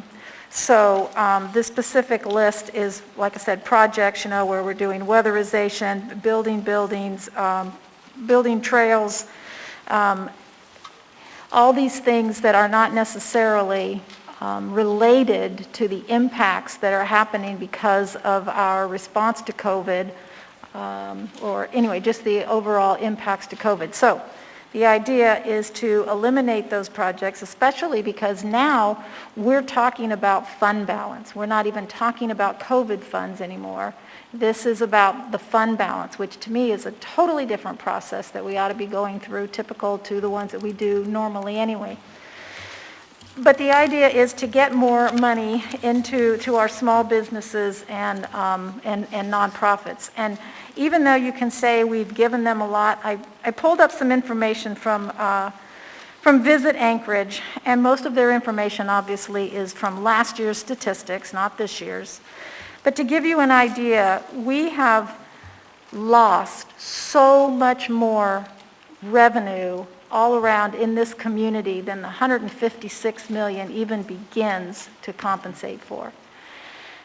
If you look at what typically tourists alone spend in Anchorage, it's over $300 million every tourist season. That doesn't include the cost of hotels. Hotels themselves have about $300 million worth of revenue every year. So we know that we have had probably, it's more of a big impact on the tourism and the hospitality industry than any other industry. The point is that is not going to get a chance to get better until at least next year. And so those businesses that we're trying to help right now, I mean, I think we can all agree that we're not getting the money out fast enough to some of these businesses. But we're hoping that that's going to get better here soon. But the point is, we're in this for the long term. There are businesses that we're not going to fix them tomorrow. We may not even be able to make them whole next month, or the month after that, or the month after that. We're talking many, many months. So the more of this funding that we decide to use on building trails, or expanding buildings, or any kind of other project, we're taking that away from the people that we know are trying to protect their businesses, trying to take care of their employees. So this is one way of trying to do some of the things that we want to do with the COVID money that we, I think, all agree that are, I mean, not that any of them aren't important, but there are some that are more important than others, and we need to recognize that. So anyway, this is an effort to do some of that, put some of that funding back into what it was originally and really intended to do, and that is to directly compensate for the negative impacts to COVID in this community. So I would hope that everyone could see that that's a good way to try to maybe revisit this whole concept, especially knowing now that the kind of help that the businesses aren't getting, and to basically have an even better process for dealing with what I would call fund balance. And I'll speak a little bit more to that maybe after we have some more conversation. Thank you, Mr. Chair. Thank you. Before I continue in the queue, I just want to note sort of it is 11:13 and I absolutely don't want to rush any of the deliberation today. So when we get close to midnight, I will likely be asking for a motion to continue this meeting to Thursday so that we can wrap up all of these items. So with that, I'm going to turn it over to Ms. Quinn-Davidson. Thank you, Mr. Chair. So there are a lot of things here that this amendment would remove. Childcare, for instance, that enables parents to continue working, jobs programs that puts people who are unemployed back to work, health clinic, which is the relationship to COVID there is certainly very clear. So I can't support the amendment, but I do support getting more funds to small businesses. And so I'd like to ask Jason, Mr. Bakken said, if there is, if the administration has a plan for the contingency fund, and whether you would think we could put some of that towards small businesses. Through the chair, Assemblymember Quinn-Davidson, thanks for the question. Yes, I think there's certainly the ability to put some additional funding from the contingency that we set aside when this resolution was passed last month. I think that what we are looking at, and Mr. Schutte can correct me if I'm wrong, is somewhere in the neighborhood of $8 to $10 million, that would be necessary to fulfill all of the applications that were put into the small business program that closed on September the 12th. So the administration would certainly support that, and I don't know if that completely answers your question, but happy to elaborate more if you need me to. Can I follow up, Mr. Chair? Yes, go ahead. And so what would the timeline for that be? I mean, if we were to vote down this amendment, what? Go ahead. Oh. But then move forward in the next meeting, or do you have a sense for, does the administration plan to put forward a proposal? Are you looking to members to do that? What would you recommend? I'm going to look at Mr. Schutte. I think that in terms of where Silk is in the process right now with the underlying $5 million small business grant program is verifying all of the applicants that were selected or randomly selected over this last 10 days. So we need to get through that process first before I think we could pile on an additional $10 million to them. But I know he's had more conversations with Silk and kind of where they are, so I'll ask Mr. Schutte to supplement anything that I missed. Thank you, through the chair. Jason's timeline is pretty much accurate. So just to recap where we're at today, we did the $1 million pilot program earlier this summer, just concluded the $5 million pilot program. As part of that $5 million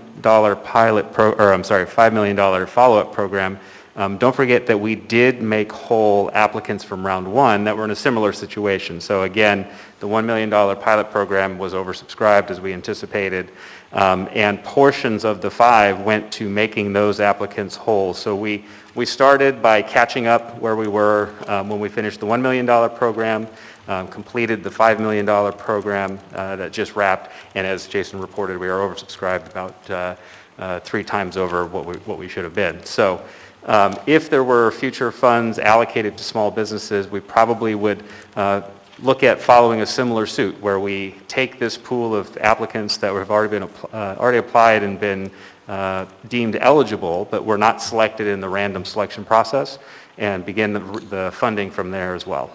But as far as an amount, just based on the applicants that came in on this $5 million round, it was oversubscribed by about $10 million.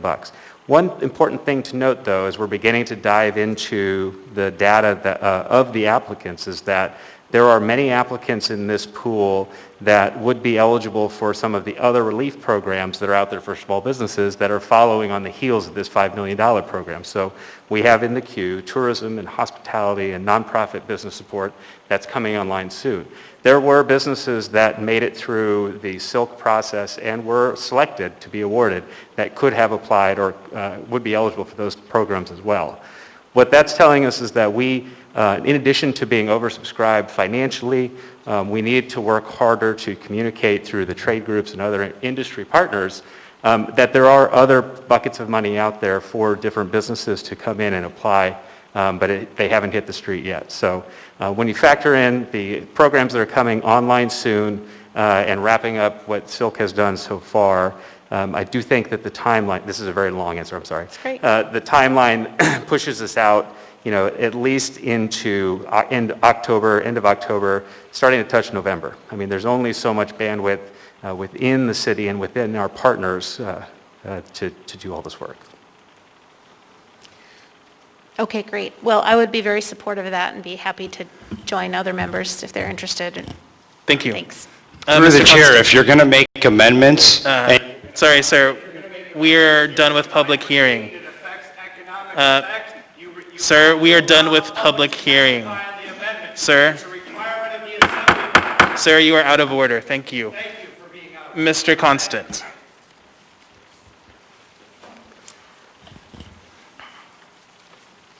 Thank you very much. I'm not going to be in support of these amendments at this time. I just want to put a little bit of perspective onto the question. So, in particular, though it's not in this amendment, there's always the question of the purchase of those properties. $12 million, let's round down to 10 for easy round numbers. Even if you take the whole that we've appropriated for these various projects, they're looking to take $17 million from projects that I think are important, say $20 million, round up that category. And the argument is that we should do it in support of small business. And I support small business, and it's clear that we support small business, and it's clear that the state supports small business, and it's clear that the federal government supports small business. What does that mean? So we heard Ms. LaFrance make a really clear argument that the municipality has appropriated approximately $70 million for small business through the various programs to date, out of the $156 million we've received, which is roughly half. We've made, through a very intensive and thoughtful process of meetings and conversation and reaching out to community and hearing from stakeholders what some other things are that we should probably invest in. So we appropriated approximately $78 million for small businesses through the various programs. The state of Alaska appropriated $290 million for small businesses alone out of all of their funding, $290 million. Then the EIDL program from the federal government to Alaska appropriated $400 million directly to small businesses. Sir, excuse me, ma'am, we're in middle of deliberation. Please continue. And then the PPP program appropriated $1,500,000,000 to Alaskan small businesses, which rounds out to be about $2,300,000,000. Now, Anchorage didn't get all of that, but you could argue Anchorage got half of that, probably more, because we are the business center of the state of Alaska. $17 million for an actual work program. People raise their kind of ire and opprobrium over that program, but I can tell you I had an amazing experience. I was on a bike ride, and I ran into someone who used to work at the gym I used to go to, and I asked him, "What are you doing now?" And he said, "I got hired to build trails for this summer." We actually looked out for people who couldn't get a small business grant or loan because they didn't have the qualifications. We looked out for people who needed childcare. We looked out for people who needed retraining. We looked out for all kinds of people in our process that was thoughtful and deliberative. So any argument that we haven't come and been part of a very broad effort to support small businesses just doesn't pass the reality test. $2.3 billion. We're talking $17 million here.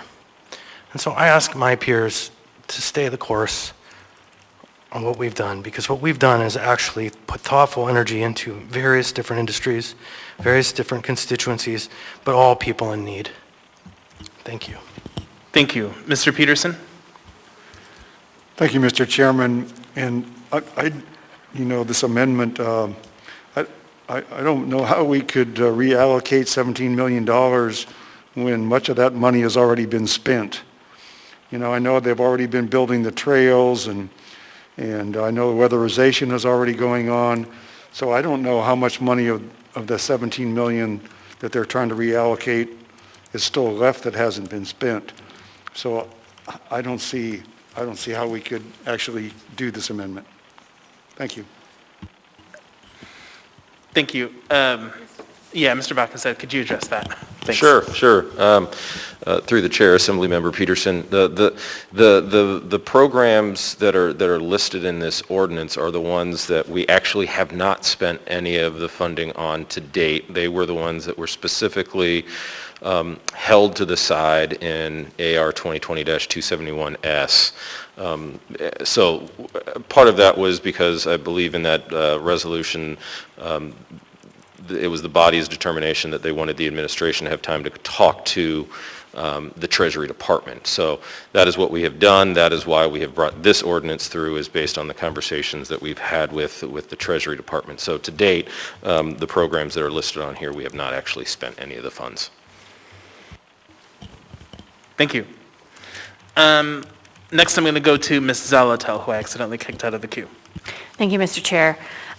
So Ms. Quinn Davidson covered a little bit of what I was contemplating as well. We do have the contingency fund, but two things with regard to that, because I do think we're hearing that we have some gaps in small business funding, is can we start to get some analysis of that data so that we kind of can get a sense of that? And do we have a sense, or can we find out what it would be to add, if it's already doubly subscribed or triply subscribed, if we added small franchises to the mix, how much we're thinking of? And then the final thought, I guess I'll toss out there as we're starting to take in these thoughts about this, is there a way, or are we going to divert those who applied for the small business loans into those other programs that they would be eligible for and more suited, or do those programs have some manner so that they don't take advantage of multiple programs, I guess is my question, because I think we were trying to be quite targeted, and if we weren't, then we need to consider that. Thank you. Yeah, thank you. Through the chair, I could only nod so long before I had to get up and actually answer the question fully. So Through the chair, yes, good comments on analyzing the data. They just closed the application period recently, and we're only now diving into the application information itself. So we'll have a more full report on that coming very shortly. To your point, though, about other programs and outreach, absolutely, that's one of the benefits of doing these kinds of programs, is having the ability to connect directly with the small businesses in our community.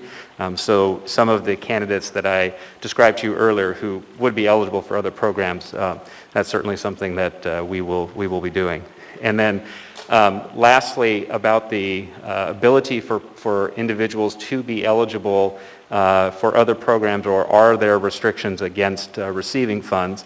By and large, what we learned from the $1 million pilot program is you have to remove as many of the barriers to these funds as possible. So whether we're talking, prohibitions on receiving other funds as a disqualifier, application forms that require submission of tax records, things like that, we learned from the $1 million program that you've got to make it simple, you got to make it self-certifying, and you got to get the money out the door. So since that pilot program, we have been removing any of those prohibitions on other funds, for example. So hospitality program, the tourism program, the nonprofit program, those will not have prohibitions on having received any federal or state funding in it.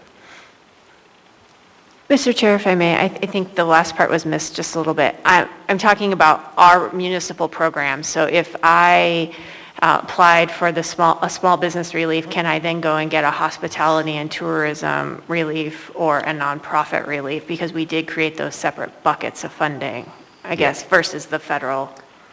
Yeah, and again, through the chair, with a little bit of nuance, generically speaking, you would be eligible to do that. Okay. We are removing those kinds of barriers to having received aid, whether it's federal, state, or local. Thank you. Mr. Weddleton.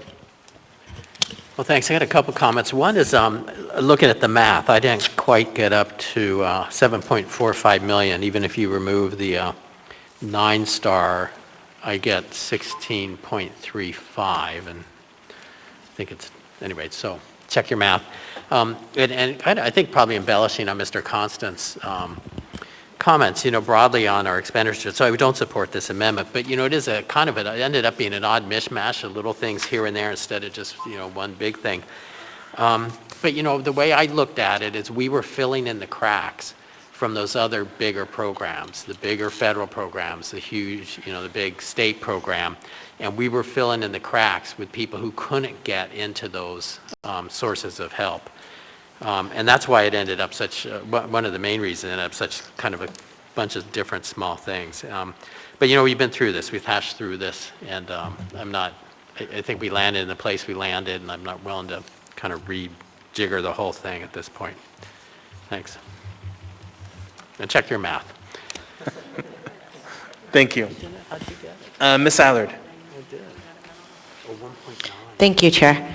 So I disagree quite a bit with some of the statements the administration had said, especially one about the buildings. In regards to the buildings, it was clearly stated by Department of Treasury that the buildings had to be a necessity. And I understand that the Department of Treasury had come back and said that we are able to move funds around so that we could purchase. Apologies for interrupting, Ms. Allard, but we have the amendment before us. And I'm going to speak on it. Okay, great.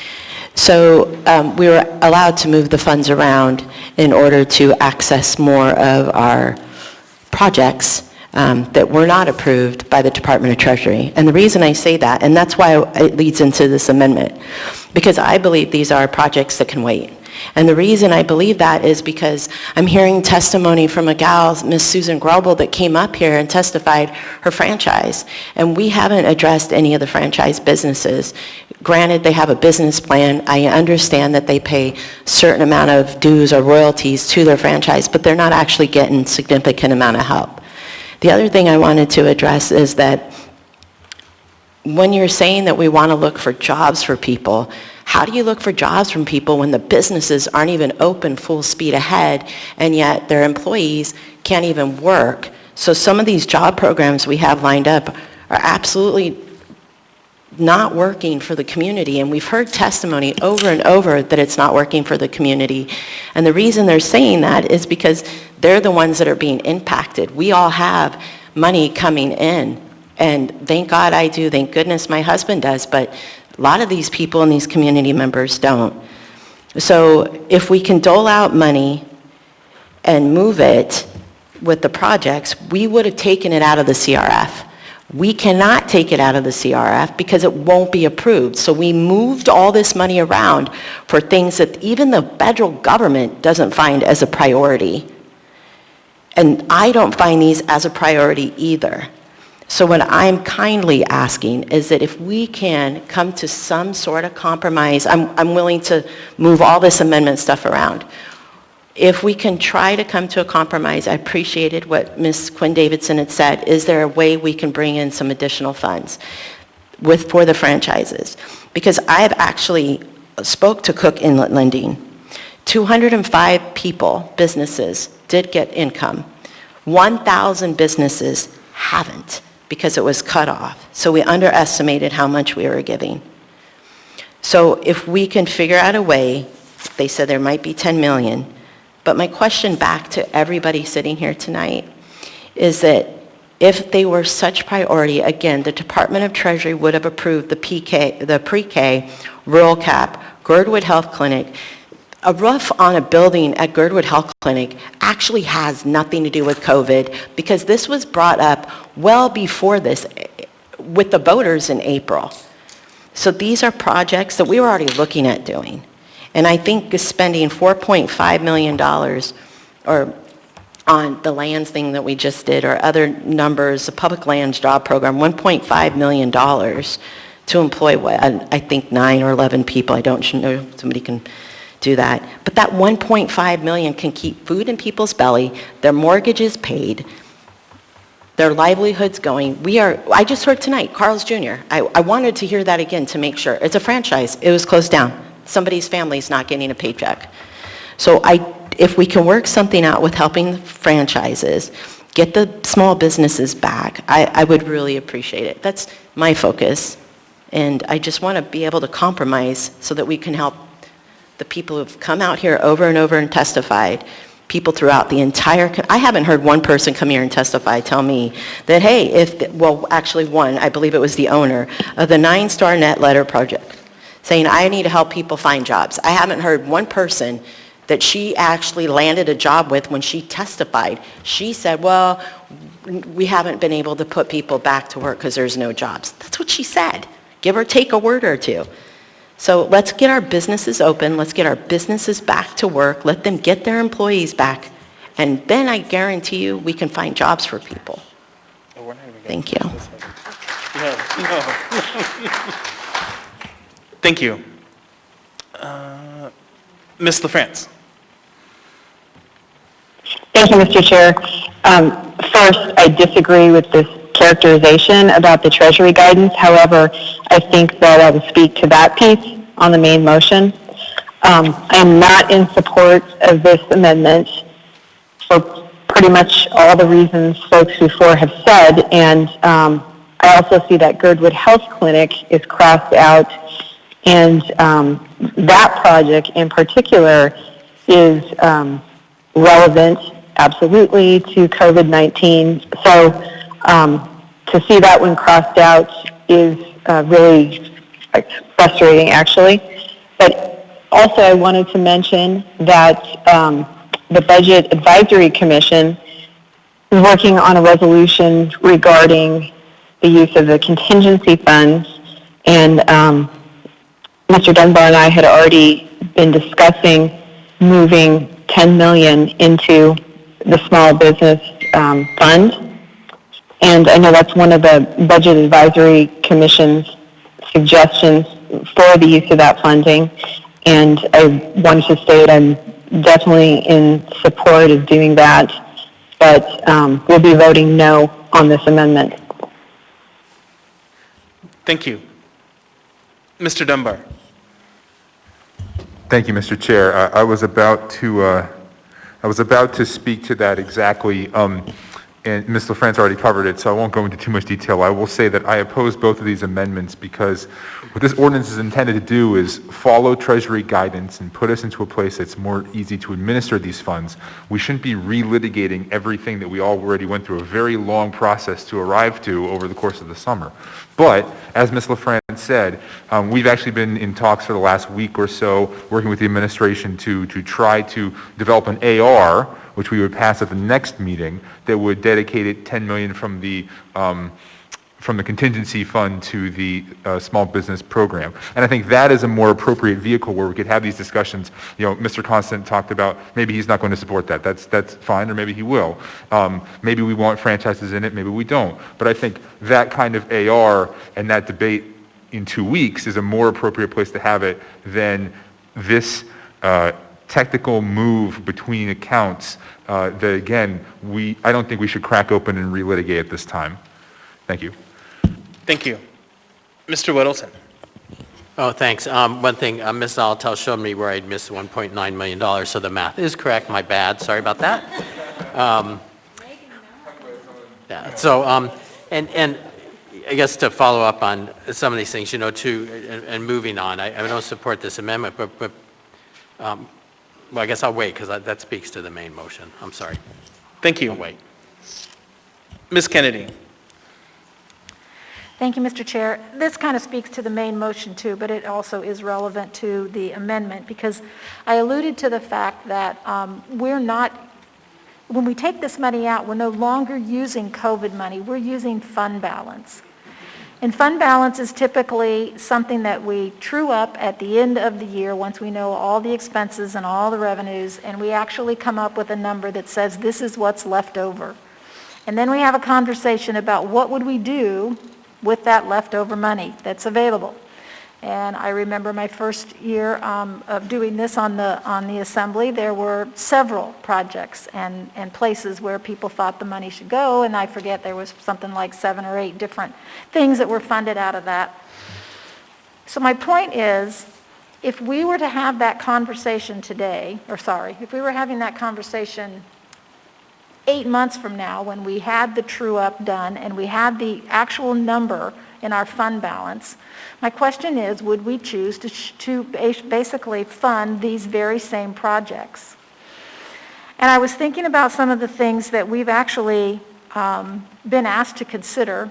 This body has been told these are things that we need. I was thinking about the Anchorage Fire Department's training center that needs to be remodeled. Would we buy body cameras for APD? Would we buy Mr. Oliva's property? I know that Anchorage has several ladder trucks, but Eagle River has recently lost theirs. Would we buy a ladder truck for Chigiak Eagle River? And I think all of those are worthy and valuable ways to spend money. And so it comes back to that idea that even though I'm not saying that these other projects aren't good projects, but the question really is this, if we were really having the fund balance conversation like we would normally do, would we choose these projects over anything else that the community or the administration could possibly think of, or each of us as individuals could think of? Would we actually choose this same list? And that, to me, is the bigger question in terms of how you use fund balance money. The only thing we've really done now is we've said, okay, we're not going to spend COVID money on these projects, but by golly, somehow or another, we're going to fund them, so we'll just go ahead and fund them out of what we think we're going to have at the end of the year, i.e. fund balance funds. So I'm just basically making the question, kind of setting the question here about whether or not this is really the process we should be following for using fund balance funds. And again, if we were to have that conversation 8 months from now, would these be the projects that we would choose over everything else that we would potentially want to fund in this municipality? Thank you, Mr. Chair. Thank you. Mr. Constant. Yeah, just quickly to Mr. Dunbar's point, I'm happy to contemplate what comes forward with additional funds in the contingency. I just don't want to go picking over the bones of what little we were able to provide for people who need work. Thank you. Seeing no further discussion, members may proceed to vote on the first part of proposed amendment number 2. This is the part without the 9-star. Correct. So this is everything but the 9-star. And then after this, we will vote on the 9-star part.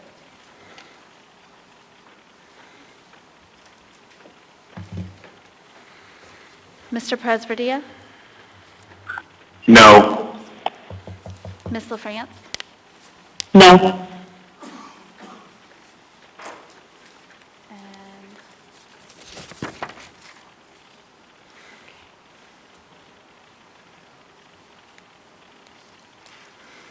That amendment fails 9-2. Now we're going to move on to the second part of the amendment.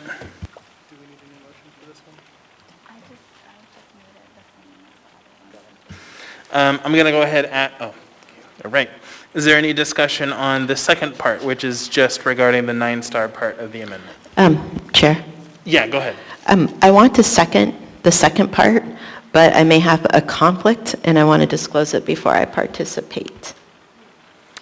So I believe we're just operating under the same motion, but go ahead and declare, and we might just have to do a new motion. So go ahead. Oops. So in regards to what Ms. Kennedy had put forward with Team Alaska, my daughters are alpine skiers, and they were involved with the Arctic Winter Games and on Team Alaska. So potentially my family could benefit. So I can remove if you ask me the questions, I can tell you. Sure. So, Okay. and this is in specific relation to the 9-star? Okay, yeah, because that's what we have before us, is just the 9-star piece.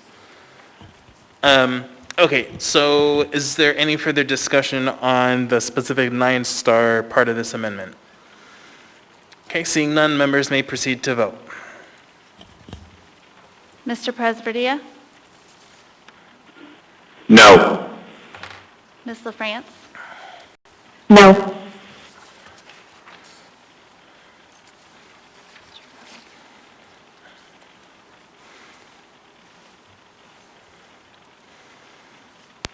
That item fails 8-2 with 1 abstention. So Mr. Weddleton can come back in. So next we have proposed amendment A to amendment number 2. Is there a motion on that? Move to approve. And then I'll come back in I'll second it, but I have to go through the steps. It's stapled to it. Okay, thank you. Ms. Kennedy? Do we have a motion and a second, so we're good? There is, I believe, Ms. Allard, did you second it? I did, with the potential of a conflict. Okay, let's go ahead and hear that before we move on. Okay, so I'll say, for the record, that my girls are on the Arctic Winter Games and they're on Team Alaska. And so I'm just looking here at proposed amendment A to amendment number 2. Which of these items would you have a conflict on? Oh, the new program, Team Alaska. Got it. Got to read the amendment. All right. So I will go ahead and go through the questions.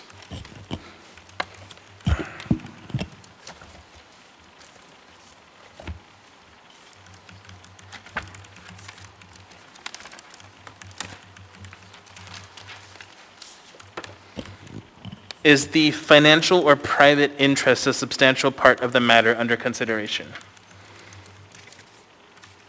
Team Alaska would receive the funds, and how they dole it out would be up to them. It would not be directly to me. So I think I could say no. Does the financial or private interest vary directly and substantially with the outcome of the official action? No. Is the financial or private interest significant monetarily? No. Is the financial or private interest a type which is generally possessed by the public or a large class of persons to which No. the elected... Okay, thank you. I think just being consistent with the other rulings that I have made on this, I will go ahead and declare that you do have a conflict. In which case I will need another seconder on this item. I'll second. Thank you. Go ahead, Ms. Kennedy. Thank you, Mr. Chair. The actual format of this particular amendment looks like, to me, it might be a little problematic because the only motion in this amendment would be to add the new program for Team Alaska to add $200,000 to appropriate to our Team Alaska. So the rest of it that's on there was actually part of the previous amendment. So if we can do this one as a standalone for just that one item, that would fit the bill. Thank you. Thank you. Okay, if I might, Mr. Chair, or just to clarify, what we're suggesting is none of that is on the table except the last line, new program, Team Alaska. I don't know. Ms. Kennedy? Yes. Okay, yes. thank you. Thank you. And I can speak to that specifically, or so can Ms. Allard, if you want me to get that started. Sure, if you want to go ahead and just speak to the amendment, and then we can continue. Okay, Team Alaska is basically a group of a variety of sports teams that participates in the Arctic Winter Games. And this year, right before they were to have their big Arctic Winter Games where they meet with all the other countries that are part of Arctic Winter Games, COVID hit. So all of the parents that had expended some funds for purchasing tickets, all the things that they did for getting ready for this competition. They were out a great deal of money as a entire team. So this is for everybody. This is hockey, skiing, I can't even name them all. And Ms. Allard could do a much better job of that. But anyway, the $200,000 was to go to Team Alaska to see if they had a way of offsetting some of the losses to the parents. Thank you. Thank you. I'm just going to take a short break to get clarification. Are they a nonprofit? So if they're a nonprofit, why don't we add the funding source, the nonprofit funds? Okay, so I just need a better understanding what's going on here. Okay, so you want to add this to yes. Where do you want to take it from? It's just dedicated from the nonprofit fund. Crystal, if they're a nonprofit, we can just dedicate it from the nonprofit fund, like we did Iditarod, like we did the other two programs. Right. Okay. That's the simplest way to achieve this. Okay. Because we're already dealing with finance. Yes, that's a good point. Okay. And there's a pool that's made for it, and we probably would be persuasive if you did that.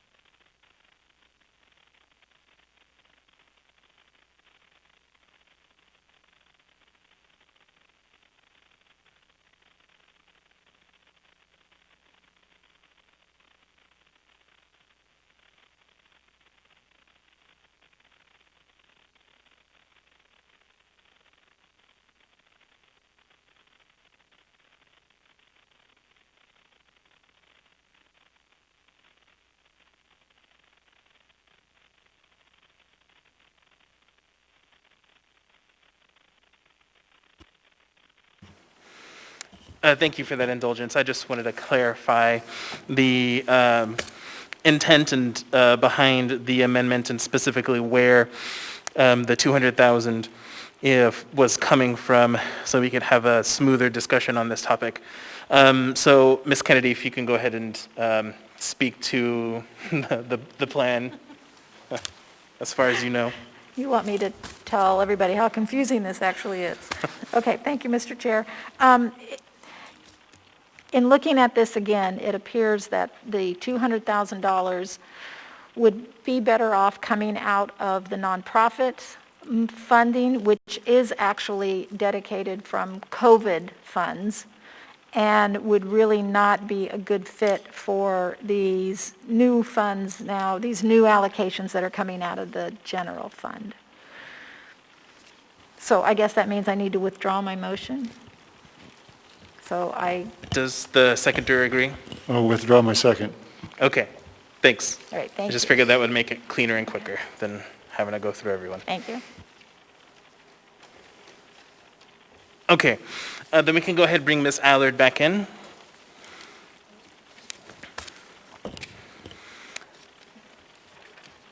And now we are back at the main motion. Is there any further discussion?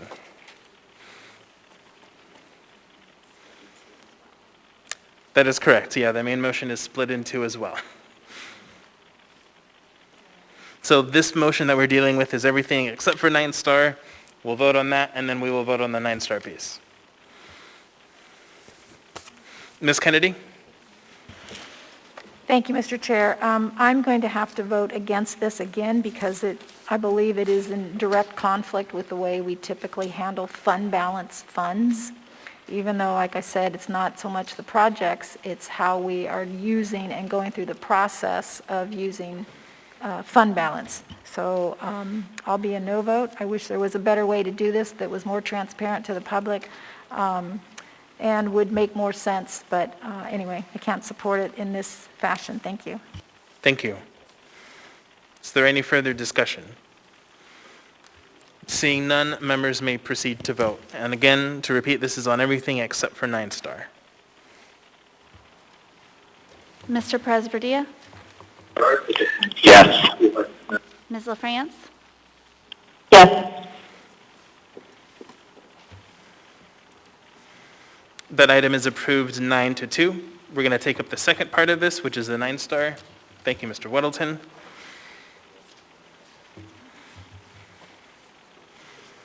Is there any discussion on this item? Seeing none, members may proceed to vote. Again, this is just on the 9-star component. Mr. Presverdia? Yes. Ms. LaFrance? Yes.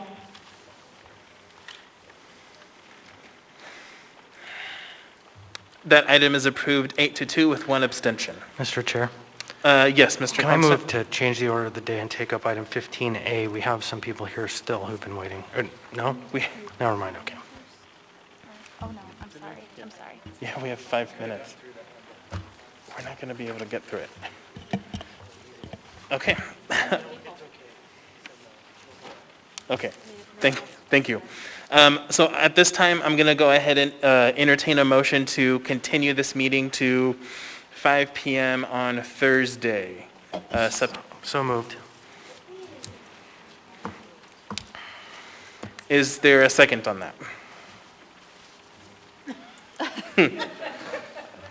Gotta finish our Second. business, guys. Thanks. Any discussion on that? So again, it'll be 5 p.m. on October 1st. Mr. Dunbar. Thank you, Mr. Chair. And, you know, I generally am always in favor of us plowing through as much work as possible, as quickly as possible. I guess I'm curious, of the remaining items, is there something that is time sensitive that we couldn't do, say, next Tuesday evening as opposed to this coming Thursday evening? So I do know that there are 4 time-sensitive items, but I'm not sure of the nature of Thursday versus Tuesday on their time sensitiveness. I'd have to ask the administration for that.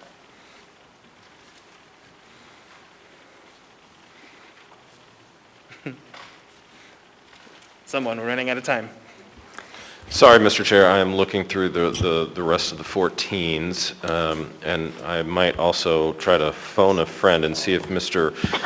Falsey is on the phone. I don't believe that there is anything that is, which was that? We actually would need 15C done before next Tuesday, so apologize for that. So we would Okay. request Thursday. Thank you. So we have heard the administration's position, so they would like us to stick with Thursday. Ms. Solotel? Why not tomorrow instead of Thursday? I had a request to do Thursday instead of tomorrow. Oh, I didn't realize there were requests being taken, because I have a conflict on Thursday. So, okay, thanks. Thank you. Ms. Kennedy? Thank you, Mr. Chair. That was my concern too. That's community council nights. But I guess somebody's going to be conflicted at some point regardless, right? Thank you. Thank you. Ms. Allard? I just wanted to state I have a conflict too. Thank you.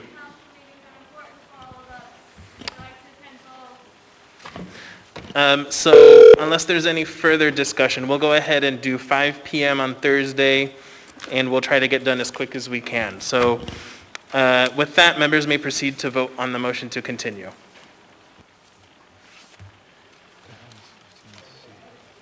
Sorry, Mr. Chair, that one's not.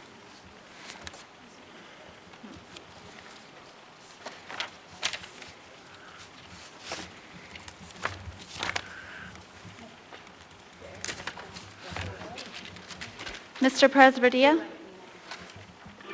Yes. Ms. LaFrance? Yes. Mr. Peterson? Thank you. And Ms. Kennedy? Thank you. That motion is approved 11-0. With that, we will see everyone on Thursday. Thanks.